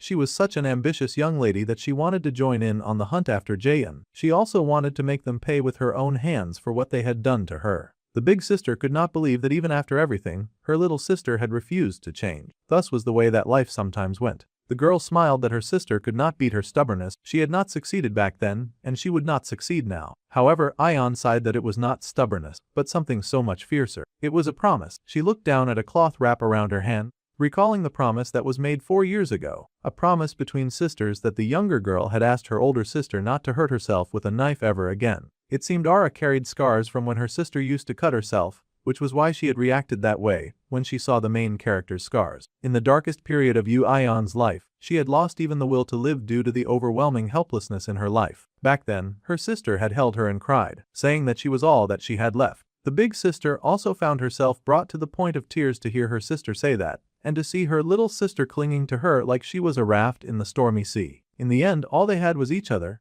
and they held on to each other as tight as they could. That promise was what had saved Ion back then, and she had sworn that her little sister would grow to be a better mage than her someday. Well, Ara seemed hell-bent on keeping that promise, and her big sister laughed. She decided that they would talk more about her sister's career path at another time. As they did a little talk and reunion, Seojin watched that little family. The hero himself felt a little jealous, and he wondered if he could ever become that strong. His muscle-head best friend smiled brightly and asked what his friend was thinking so hard about. The hero smiled, saying that he was just thinking of a little this and a little that. Whatever the case, his best friend told him not to overthink things. Just like the hanging incident, the hidden stage, and this one too. Everything had worked out in the end. No matter how much of a genius the young hero was, he could not solve everything by himself. In that case, it was best for the hero to help others as much as he had been helped as well. The hero smiled, thanking his friend Yeongjin for the encouraging words. The musclehead grinned that if the hero was so thankful, then he should hurry and help him with his note-taking assignment when they got back. The hero immediately told his friend to do that part on his own. Still, the main character was very glad that he had intervened in all of the happening. If he had not leaked the information to the Blade of Dawn anonymously, the plot would have gotten even more twisted. After Jaeyoon finished beating that main, they could have come after them, and then things would get ugly too fast. Yuera's career concerns and Lee Seojin's motivation. The progression had changed, but it would still be a good foundation in the end for their growth. For now, the main character had achieved a successful hit on the S-rank demon unlock. and he had earned 5,000 points. He also indirectly defeated an S-ranked demon, which earned another 5,000 points. These rewards were getting more and more random by the second. He had made a minor contribution to the subdual of the S-rank villain Songjin, which was a major change in the story, and the efficiency had been increased by 1.2. While the progression had changed form before, it looked like nothing had directly affected Lee Seojin like this until now. The main brunt turned to glance at the fire girl, watching her hair blow in the wind. Yuara had a brief encounter with Jaein. She had seen them from closer than she'd been since the day they had ruined her life, and her drive to destroy them still burned strong. For now, the brunette had to start preparing for variables that would arise in the future. They soon headed back to the Blade of Dawn Korea headquarters, and as expected, the specific details of the incident had remained undisclosed, and the news just reported that a huge forest fire had broken out on the outskirts of Gangwon province, with multiple Black Flame mercenaries dead. Mage Association Chairman Kim Jincheol had pulled some strings to ensure that the hidden connection between Lee Seojin and Jaein would not become a subject of gossip. In the ruins of the mansion that served as Jaein's hideout, they had not been able to discover anything special, really, but they guessed that the villain organization probably kept the important items stored elsewhere. Unfortunately, our dude had already wiped that area clean,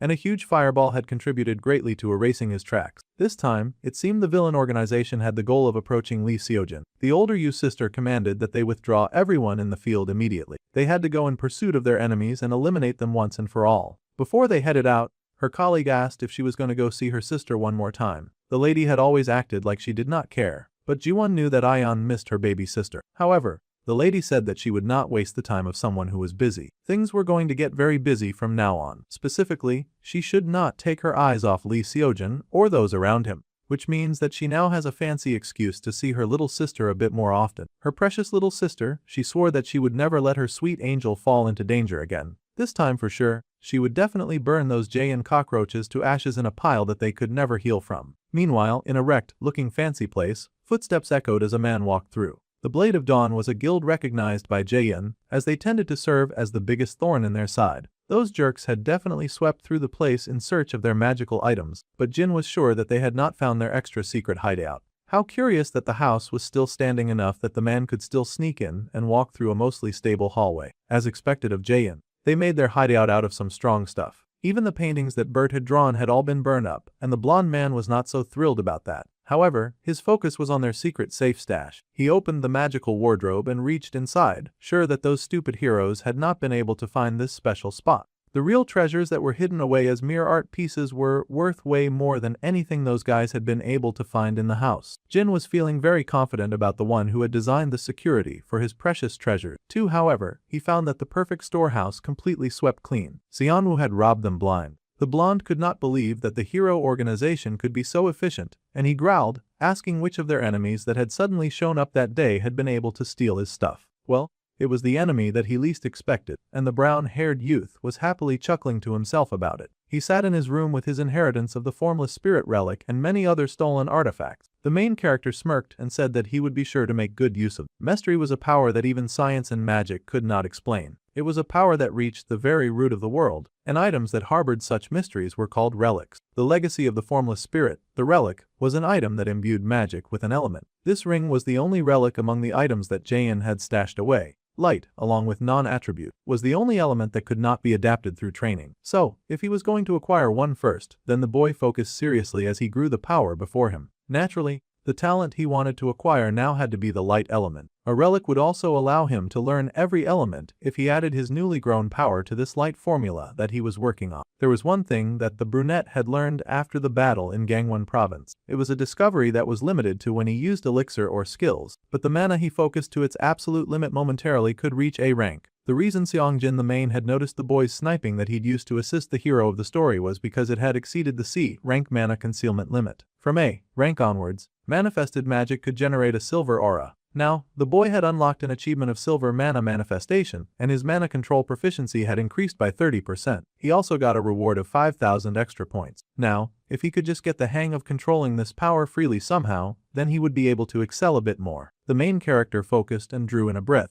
sighing because all of his training had just led to mana exhaustion. He was getting rather tired of feeling numb, while he worked very hard to succeed. Even using the heart of Mother Nature and an elixir had not been enough to buy time to compress it to the power level that he wanted. After all of this training, the boy just had a few of these extras left, and he wanted to save them until he really needed them again. As he considered his options, the boy recalled what it had been like to fight that powerful main. He could not let a situation like that happen again. The hero had come really close to dying. He did not dare lose Sujin now, especially after all the hard work he had already put in to protect the boy. Exhausted, the brunette flopped into bed, raising his hand to examine the ring that he had stolen. If he did not get stronger than he was now, the way he was right now was not someone who could be of any help to Lee Seojin. The brunette had stayed up all night agonizing over what he could do right now. He had looked through the demonic beast summoning scroll and even the sun and moon pharmacopoeia. Besides the relic ring, those were the only useful tools that he had looted from the villain organization. He had already tested the demon beast summoning scroll in battle, and Han Seong would love it if he gave her the sun and moon pharmacopoeia. Perhaps he could use that to get some extra points from the pharmacy company. The boy walked ahead and paused when he got a notification for character insight. Last of all,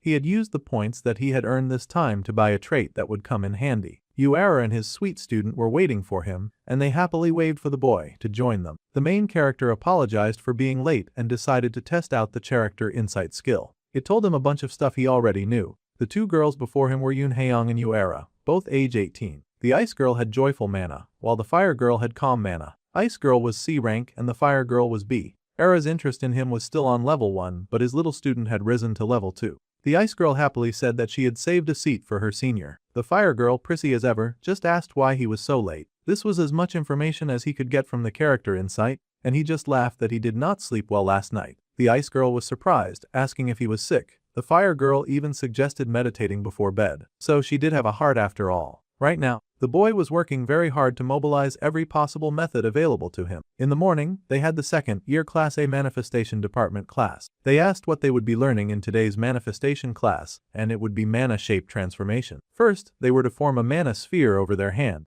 Then the students should try to change that sphere into a different shape. Demonstrating in front of the class, the teacher calmly changed her mana ball into slivers of lightning. The students were impressed with this transformation of the course and were eager to get started and try it out as well. The teacher encouraged them all to begin their individual practice because it helped them use their imaginations flexibly after all. It was not as easy as it sounded, of course. Naming a shape straight away was one thing, but changing something that had already manifested into something else was a tad difficult. Yuara looked down at the flame ball that she had created and then easily changed the shape so that it looked more like a burning bush. Those flames grew around her and then expanded in size. The Fire Girl was clearly just showing off at this point, and everyone gasped at how amazing she was, as usual. They could not believe that she was so good at doing high-tech magic when she was the same age as they were. The girl just huffed like it was easy. Meanwhile, Haeyoung was also working on manifesting an ice cup, and they praised her for nailing it on her first try too. Her skills had skyrocketed since the midterm exams. Shape transformation was a particularly useful skill for manifestation mages. By switching between offense and defense using shape transformation, even a manifestation mage who was typically awake in close combat could lead battles fluidly. Kim Seonwoo, however, was struggling a bit too much. The boy had unfortunately become rather popular in class, so lots of people were waiting to see something cool.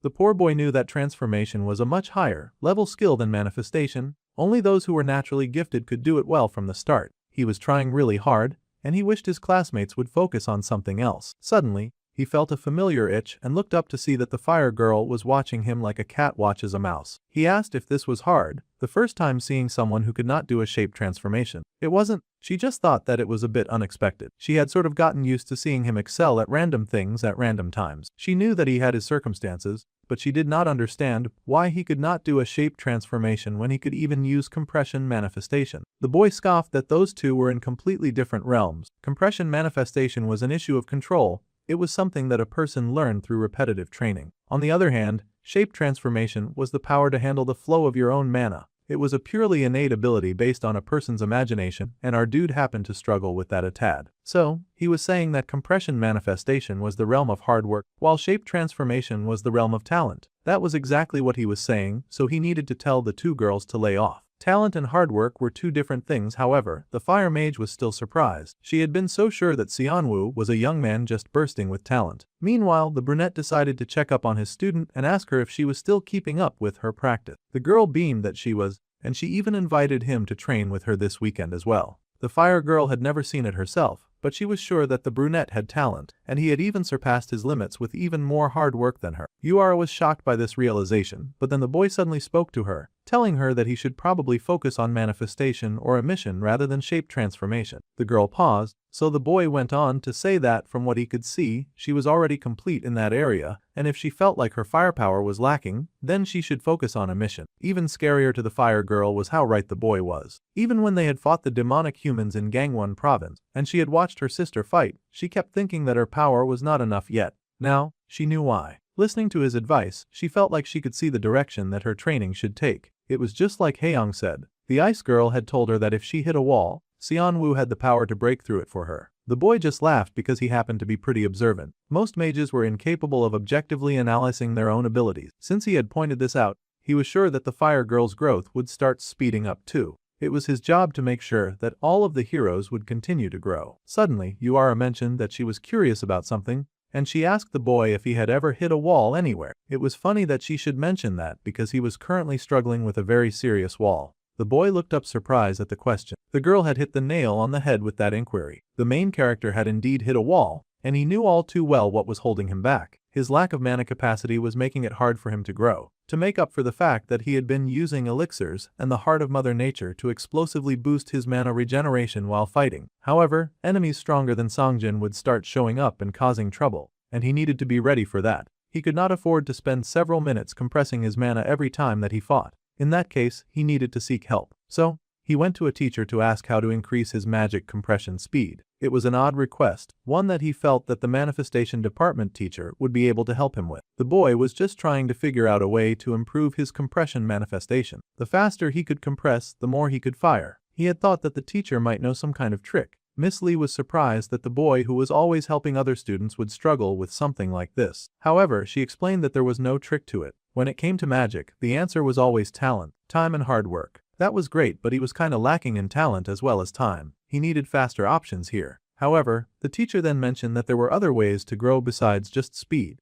Under the light of the full moon, the boy knew that increasing his manifestation speed would require an immense amount of time and effort. However, he did not have that kind of time. The villains targeting Lee Sojin would not sit around and wait for him to get stronger. The conclusion that the boy had reached after hearing the teacher's advice was a manifestation detail. The boy drank an elixir and began to grow the magic in his hand. Yuara's flames could unleash a powerful, destructive force even without compression, and the same went for Haeyoung's ice. Even with the exact same shape, how delicately it was refined to match its element would determine the magic's destructive power. However, with his abilities, the boy whined that his limit was the basic spherical shape. However, that was simple too. The details mattered more. Perfection was difficult for anyone to achieve, but if the boy could not create perfection, then he would spend the night crafting something else. Seonwoo focused and made his magic into something sharper. He would keep the compression time the same but increase the clarity of the sphere to the absolute limit, as close to perfection as he could possibly get. That was his aim. Then he would shoot with all of his might at the target in front of him. It was not moving, but it made for great practice, and he obliterated the thing. The brunette paused to catch his breath for a second, and he unlocked yet another achievement. It looked like he was going to be really busy from now on.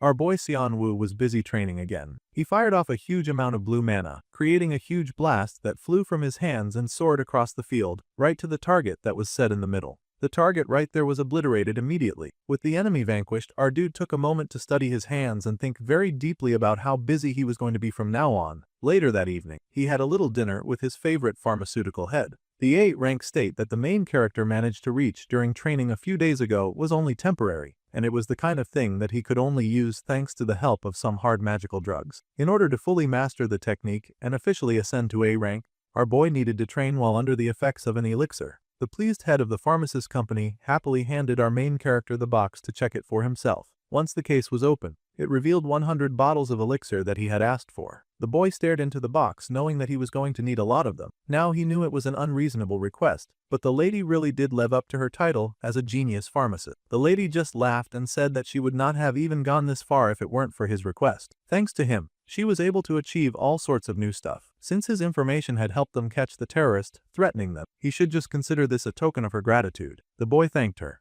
The pharmacist smiled as she looked at him, asking if he was really sure that he would not join her side. She could really treat him so well if he just considered it. Well, it was a great offer, but he did have to babysit the heroes since his death would lead to the destruction of the world as they knew it. So unfortunately, our guy would just have to pass. He really appreciated the offer, but he had to politely decline once again. This time, she asked Jinwoo if he was waiting for her to take over the Hansing family. Then she teased that he would be too late by then. The man just smiled and said that it sounded like she was planning a new business venture. This got the pharmacist all excited, and she said that she would only give him a sneak peek just because it was him, and she trusted him. See, they had recently discovered a large dungeon in the provinces, and now they were going to build a massive hotel right inside it. Between the accommodations and the item auction, they were sure that the added value would be astronomical. The boy was shocked to hear that she was building a dungeon hotel, and she said exactly that. It was big enough to take 30 years to clear, which meant that it would guarantee a steady, long-term profit for her and her company. The lady shook off the terrifying image of her brother trying to get his hands on her idea, and she had been working so hard and losing sleep,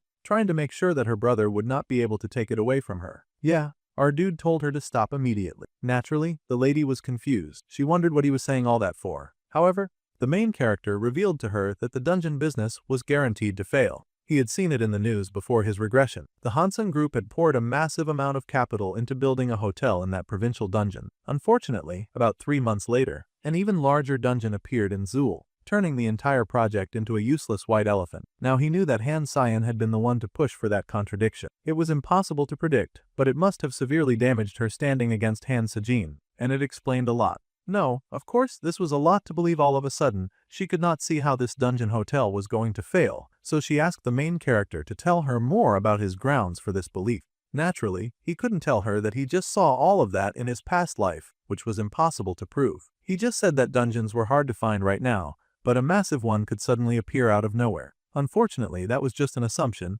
and she could not just cancel a project on the verge of being announced based purely on speculation. Business required concrete data after all. However, the boy was pleased with Han Sayan. He really needed her to take this advice seriously, and anyway, he pointed out that he'd never been wrong before. Well, that much was true, but she was still hesitant, so he decided to add on some extra stuff. If she was willing to trust him on this, then he would give her an extra something, and it would definitely make it worth her while. He had that fancy pharmacy book that he wanted to give him anyway, so he might as well use it to get some gains. It was the Sun and Moon Pharmacopoeia, the secret medical term that was lost 50 years ago. The lady could not believe how our dude had ended up with such a rare item. With this, she could improve the quality of every single product of Hansong Pharmaceutical. To think that the secret recipes of the prestigious Sun and Moon family had been in Jaehyun's hands this whole time. Well, now the villains couldn't profit from ancient time knowledge, and our boy could also use this to his advantage. The pharmacy lady found herself in a really tight spot, and he asked if she was going to change her mind. Well, she thought about it. See, the dungeon hotel was an undeniably promising venture, but there was no guarantee that it would succeed. However, this was the real Sun and Moon Pharmacopoeia right in front of her eyes. Her pride as a pharmacist would not let her miss out on this, and she wondered why the boy was tempting her, or if something like this was happening. The lady frowned and considered her option. This is a very frustrating situation. She had to decide whether it was a gamble, her future, and the boy, based on what her instincts were telling her. She was so overwhelmed that she grabbed her drink in frustration and engulfed just to help clear her mind. She yelled and asked if the boy had any idea how much money she had already poured into this fancy hotel. It sucked to have to give up now. The main character chuckled to himself that he guessed he was kind of cute when she was drunk. It was adorable. The lady mumbled that he was playing dirty with his tip about the dungeon, the hotel being a flop. If it turned out to be untrue, he had better take responsibility for it. She was really maxing out her cute points because she looks adorable getting all weepy and everything. Jingwoo promised that he would take responsibility, so he asked her again if they had a deal. He was just going to give her the book anyway, but at least this would remove some variables. She knew that the boy would not say something like that without reason, so she was just going to trust him again. However, it would be a waste to scrap a project right before its announcement. If it was doomed to fail, anyway, she might as well just give it to her evil brother, who was working with demons. The main character smiled and told her that she was making an excellent choice. Later, with the moon shining high in the sky, the boy got out of the car. He was hoping that this would deal a decent blow to Han Senan, and finally that jerk would lose enough money that he'd stop hardcore sponsoring the mains, especially as their human collaborator. He needed to keep the main fact check so that another incident, like the one in Gangwon province, would not repeat itself. They should not have shown up at the Jaehyun house. At school, our bro had used the character insight skill to keep a constant watch on Jang Ye. He knew the basics about her now, that she was 19 and a main, and her attitude was tense with zero interest in him or his character. Thanks to the official rumor that he had some kind of crush on her, it was a little embarrassing, but he was able to avoid suspicion when he followed her around like some kind of creepy stalker. The character Jang Yi was often displeased with him, but the feeling was mutual, considering that she was always working very hard to kill the hero of the story. Plus, her hate was even earning him some extra points. Still, he He wondered if it was really okay for him to leave things like this, and he wondered just how far he was allowed to intervene in the original plot development. The boy hadn't had a drink in a while, so it was hard to think straight. The alcohol was really messing up his cognitive abilities. The boy cursed as he stared at the moon when suddenly someone showed up and asked the senior what he was doing out here. The poor boy nearly leapt right out of his skin. The sudden fright was caused by none other than Choi Seo-yin, and the senior screamed, before scolding his junior for startling him. The girl laughed, easily guessing that he was thinking about senior Min-yi, who was Jang Ye's human name around school. She could easily tell that he was thinking about his crush because it was written all over his face. The boy protested that he was just taking a walk, and he asked what she was doing out here. The junior revealed that she was just on her way back from home. Around this time, the rich and popular junior girl was being constantly harassed by her main family, which happened to be one of the 5 great major families. With the highest society, major social events, the night of the pioneers approaching, her father, Choi Jae-hyung, was forcefully dragging her out just to build his network. He knew his daughter was pretty and polite, so he really thought she would help to boost his image. The girl's side is said to have wanted to go on a field trip with the upperclassmen, too. She had to come back to school without even having the time to wash off her party makeup. The boy sighed and noted that she's been going through a lot, forgetting that he wasn't supposed to know that. Whenever she got family events and was treated like an accessory, she would always wonder why her life was like this. And whenever that happened, she would think of the person who saved her life, and it was a brightness in her dark world. And the original that was supposed to be Sujun, but now it was our dude, Seon-woo. He was someone who set his own goal and worked desperately to achieve it no matter what. He was someone that she aspired to be like, and someday she really would. Just hanging out with him made her blush. Then she sent her something strange. The girl pointed out that she could smell alcohol on our boy panicked. Technically, he was old enough to be drinking alcohol. After all, he did come from a second life, and he was an adult bag then too, but it was still awkward to be a teenager with an alcohol scent on him. Knowing that the game was over, he turned around and begged her to please keep the alcohol a secret from the others. She sweetly agreed with one condition, of course. From now on, she didn't want to be so formal anymore. She wanted to call him senior, which translates to Appa. The boy blushed that she had no manners, but he agreed to it anyway. Now that the girl had his permission, she sweetly reminded her Appa that they now shared 2 secrets. She was gonna head in now, but she told her Appa not to drink too much to get some sleep. As she walked the way, she thought about her senior who was drinking. It was really an unexpected side of him. As the girl happily ran away, the boy sighed and was relieved that she didn't discover too much. Now that she was gone, he should really try to get back to training. There was no point in worrying over the Jang Yi issue on his own, and he just needed to focus on getting stronger in his own way. He was prepared to intervene in the original plot development, so if Jang Yi showed any suspicious behavior regarding taking the protagonist's life, then our dude was prepared to kill her with his own hands. Meanwhile, the girl's question was already up to a lot of nefarious activities. She knelt before the shadows of mains gathered around her, and the main king gave her permission to speak. The S-rank king asked the B-rank main, Jang Yi, if the one who had killed his loyal subject, Songjin, was truly the villain group Jaein. The evil old lord commanded the girl to speak. The girl narrated to the Dark Lord that they had set a trap and had been waiting from the very beginning. The moment the Lord Songjin attempted to kill Lee Seojin, Jaein had intervened. While the loyal noble main had been fighting off the villain group, he had ended up perishing under the attack of the Blade of Dawn, who happened to be pursuing Jaein. The 10 main association S-rank main, Haryong, was present and listened closely to this tale. Beside him was none other than the old 10 main association's eldest member, the S-rank demon Wonhyuk. The old man got heated when he heard what had occurred, and he declared that this was a blatant provocation from Jaeyoon against all mains. He insisted that they must launch a full-scale war against them to restore the prestige of their race. The other man that we've been introduced to earlier in the story could tell that this old man was just looking for an excuse to run wild under the guise of revenge. If they blew this out of proportion and Kim Jen Cheol stepped in personally, such a fight would lead to the eradication of the entire main race. This revenge could end with everyone getting wiped out, but he also knew that the old man was a violent monster who would kill even his own mind if they displeased him. In that case, the coward at the back decided that it would be better to stay quiet for now. However, someone else spoke up at that moment, and she said that if they truly desired revenge for the Lord Songjin, then the target they should attack should be Lee Seojin. All the mains murmured in surprise,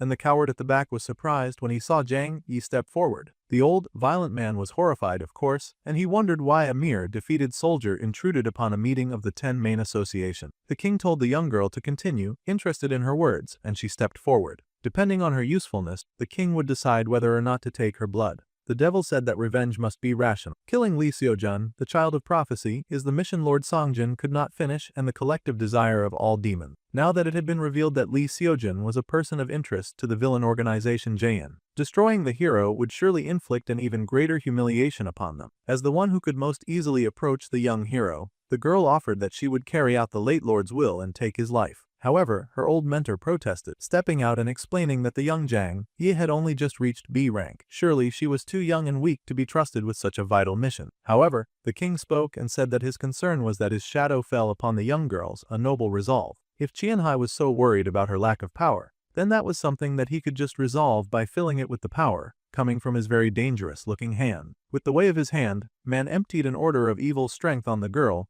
without any heads-up. The kingdom declared that he had injected her with a bloodstone created from the blood of A-rank mages. The poor girl quickly became overwhelmed with that power and she fell to her knees. Normally, one should take their time to absorb it slowly, but with her resolve to save the fate of their race, he was sure that she would be able to withstand the recoil of absorbing it all at once. The blind confidence in her abilities sure was overwhelming because that power brought that girl to her hands and knees. She was struggling as blood leaked from her eyes and mouth, but she knew that she had to endure it. See, Jang Yi had stepped forward because that hater had an even greater plan, and her liking was not about to stop with Lee Seojun. He was just the starting point of her revenge. Once, she had to kill the child of prophecy and earn the recognition from the 10 main associations. Then she would target Jung Hyundai, Kim Jinwoo, and Shin Yongjun. Every person who had contributed to the death of her father would pay. She would not rest until she had snuffed out the lives of every single one of them with her own hand. Does she know that just killing the hero would end the entire world? But she was so focused on her revenge that she wrote that it would not end. She was so intense that her mentor started looking at her with some concern.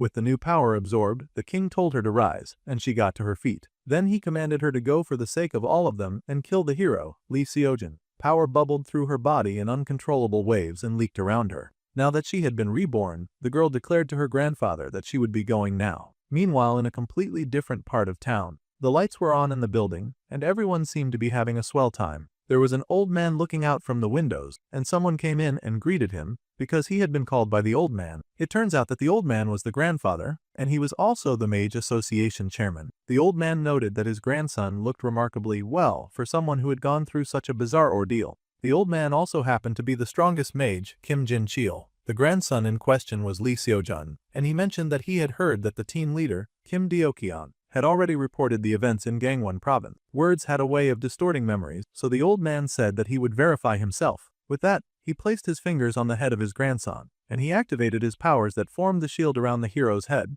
Kim Jin-cheol's special trait was called Mana Scan. By mere touch, he could perceive the magic that the opponent used, and by tracing it back, he could then read memories as well as emotions. With this special skill, the old man was able to recall memories of the brunettes and then the blonde, evil person. His face was serious as he looked through everything his grandson had been through, and then pulled back his hand. He gasped, upset that his grandfather would do that. He had told the old man not to read his memories without his permission. The old man insisted that the boy had nothing to hide anyway, so he shouldn't be acting like that. The ear was a bit disgruntled that he could not even react to his grandfather's movement for even a single second. This was truly the power of the strongest mage who stood at the pinnacle of all three fields: enhancement, support, and manifestation. Then the grandfather ruffled the hair of his little one and asked if he was bothered by what Bert said about the family. However, the boy smiled and said that he never felt lonely, not even once. After all, his grandfather had taken him in, and the members of the special task force always looked after him. Besides, he had friends at school too. The grandfather was pleased with his disciple's positive behavior. That aside, he acted as if the boy was still the strongest among his school friends. The hero confirmed that he was, and they both laughed about it. Then the old man asked about the very interesting fellow that he had seen in his grandson's memories. The hero could immediately tell that he was talking about Xianwu. The young,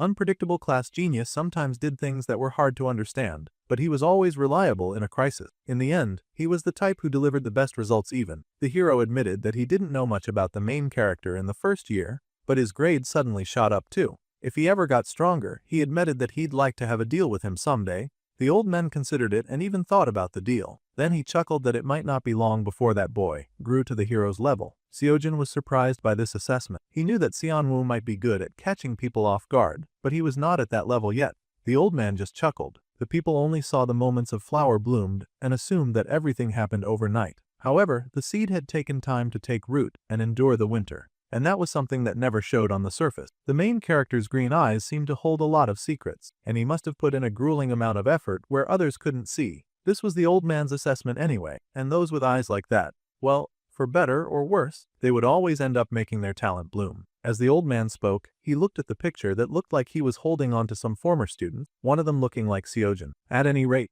he told her hero to keep a close watch on that Seonwoo fellow. He was sure that the boy would be able to fill the gaps in the hero's own strength. Seojin agreed with his grandfather. Right before the old man left, the hero had one question. His grandfather had probably already read it from his memory, but he wanted to know if he knew anything about the power of ruin. Later in class, the hero sighed in annoyance to his grandfather, wondering what he had meant by saying it was just a legend passed down by word of mouth. Apparently, there was a story that 300 years ago, a human possessed the power that acted as a natural enemy to mains. No one really knew that person's identity, or if they even truly existed. A main slaying attribute that was apparently separate from the light attribute. It really made the hero ponder. He wondered if that was the power that saved him from that main attack back then. However, thinking about it was just a normal A-rank non-elemental spell. He wanted to know on Earth who could be the special child of prophecy. As the boy thought deeply about this, Brunette watched him closely. A main destroying attribute, separate from the light attribute. The hero wondered if it could have been the power that had saved him back then, but that also felt rather unlikely.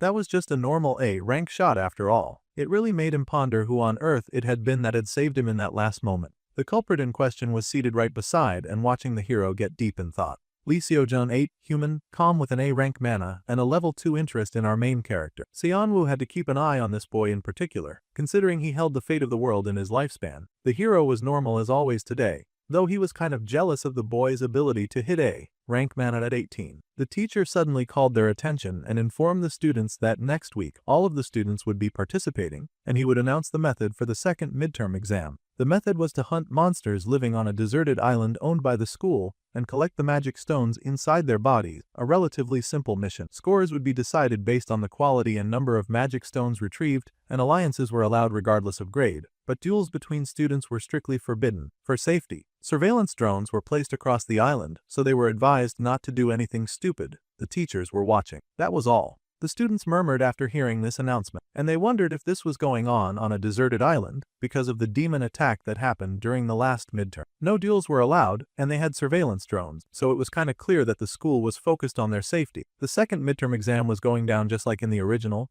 and all the students were expected to participate. Jang, you would likely be there too, and our dude would not be surprised if she tried something. Just thinking about Gangwon, our dude considered the fact that drones alone would not be enough. It made Seonwoo wonder if there was an item in the point shop to strengthen surveillance. The boy was surprised to check his phone and suddenly get an alert from Park Manai, who asked the boy if he had a moment. Now this was surprising. Most of the time, the girl avoided him, but she was the one reaching out first. Of course, he came to the meetup point and sure enough, there she was. The girl smiled softly, saying that she was worried since the boy had not been coming to the training room after the Gangwon incident. She was wearing her prettiest, cutest girl act as she asked how he had been and if he was well. The boy laughed nervously and just said that he had been thinking about her day and night. He had also been training every night while drinking elixirs, so he could not rise early enough to meet up with them in the training center. A few days ago, he had noted that Jangji's mana rank was B. She was not his opponent, so there was no reason to be nervous. So now, he asked if there was anything that she needed. Absent-mindedly, the boy activated his character Incite, and not much had changed about the senior, except her mana rank, of course. For some reason, now the already impossibly strong girl was now rocking A-rank mana overnight.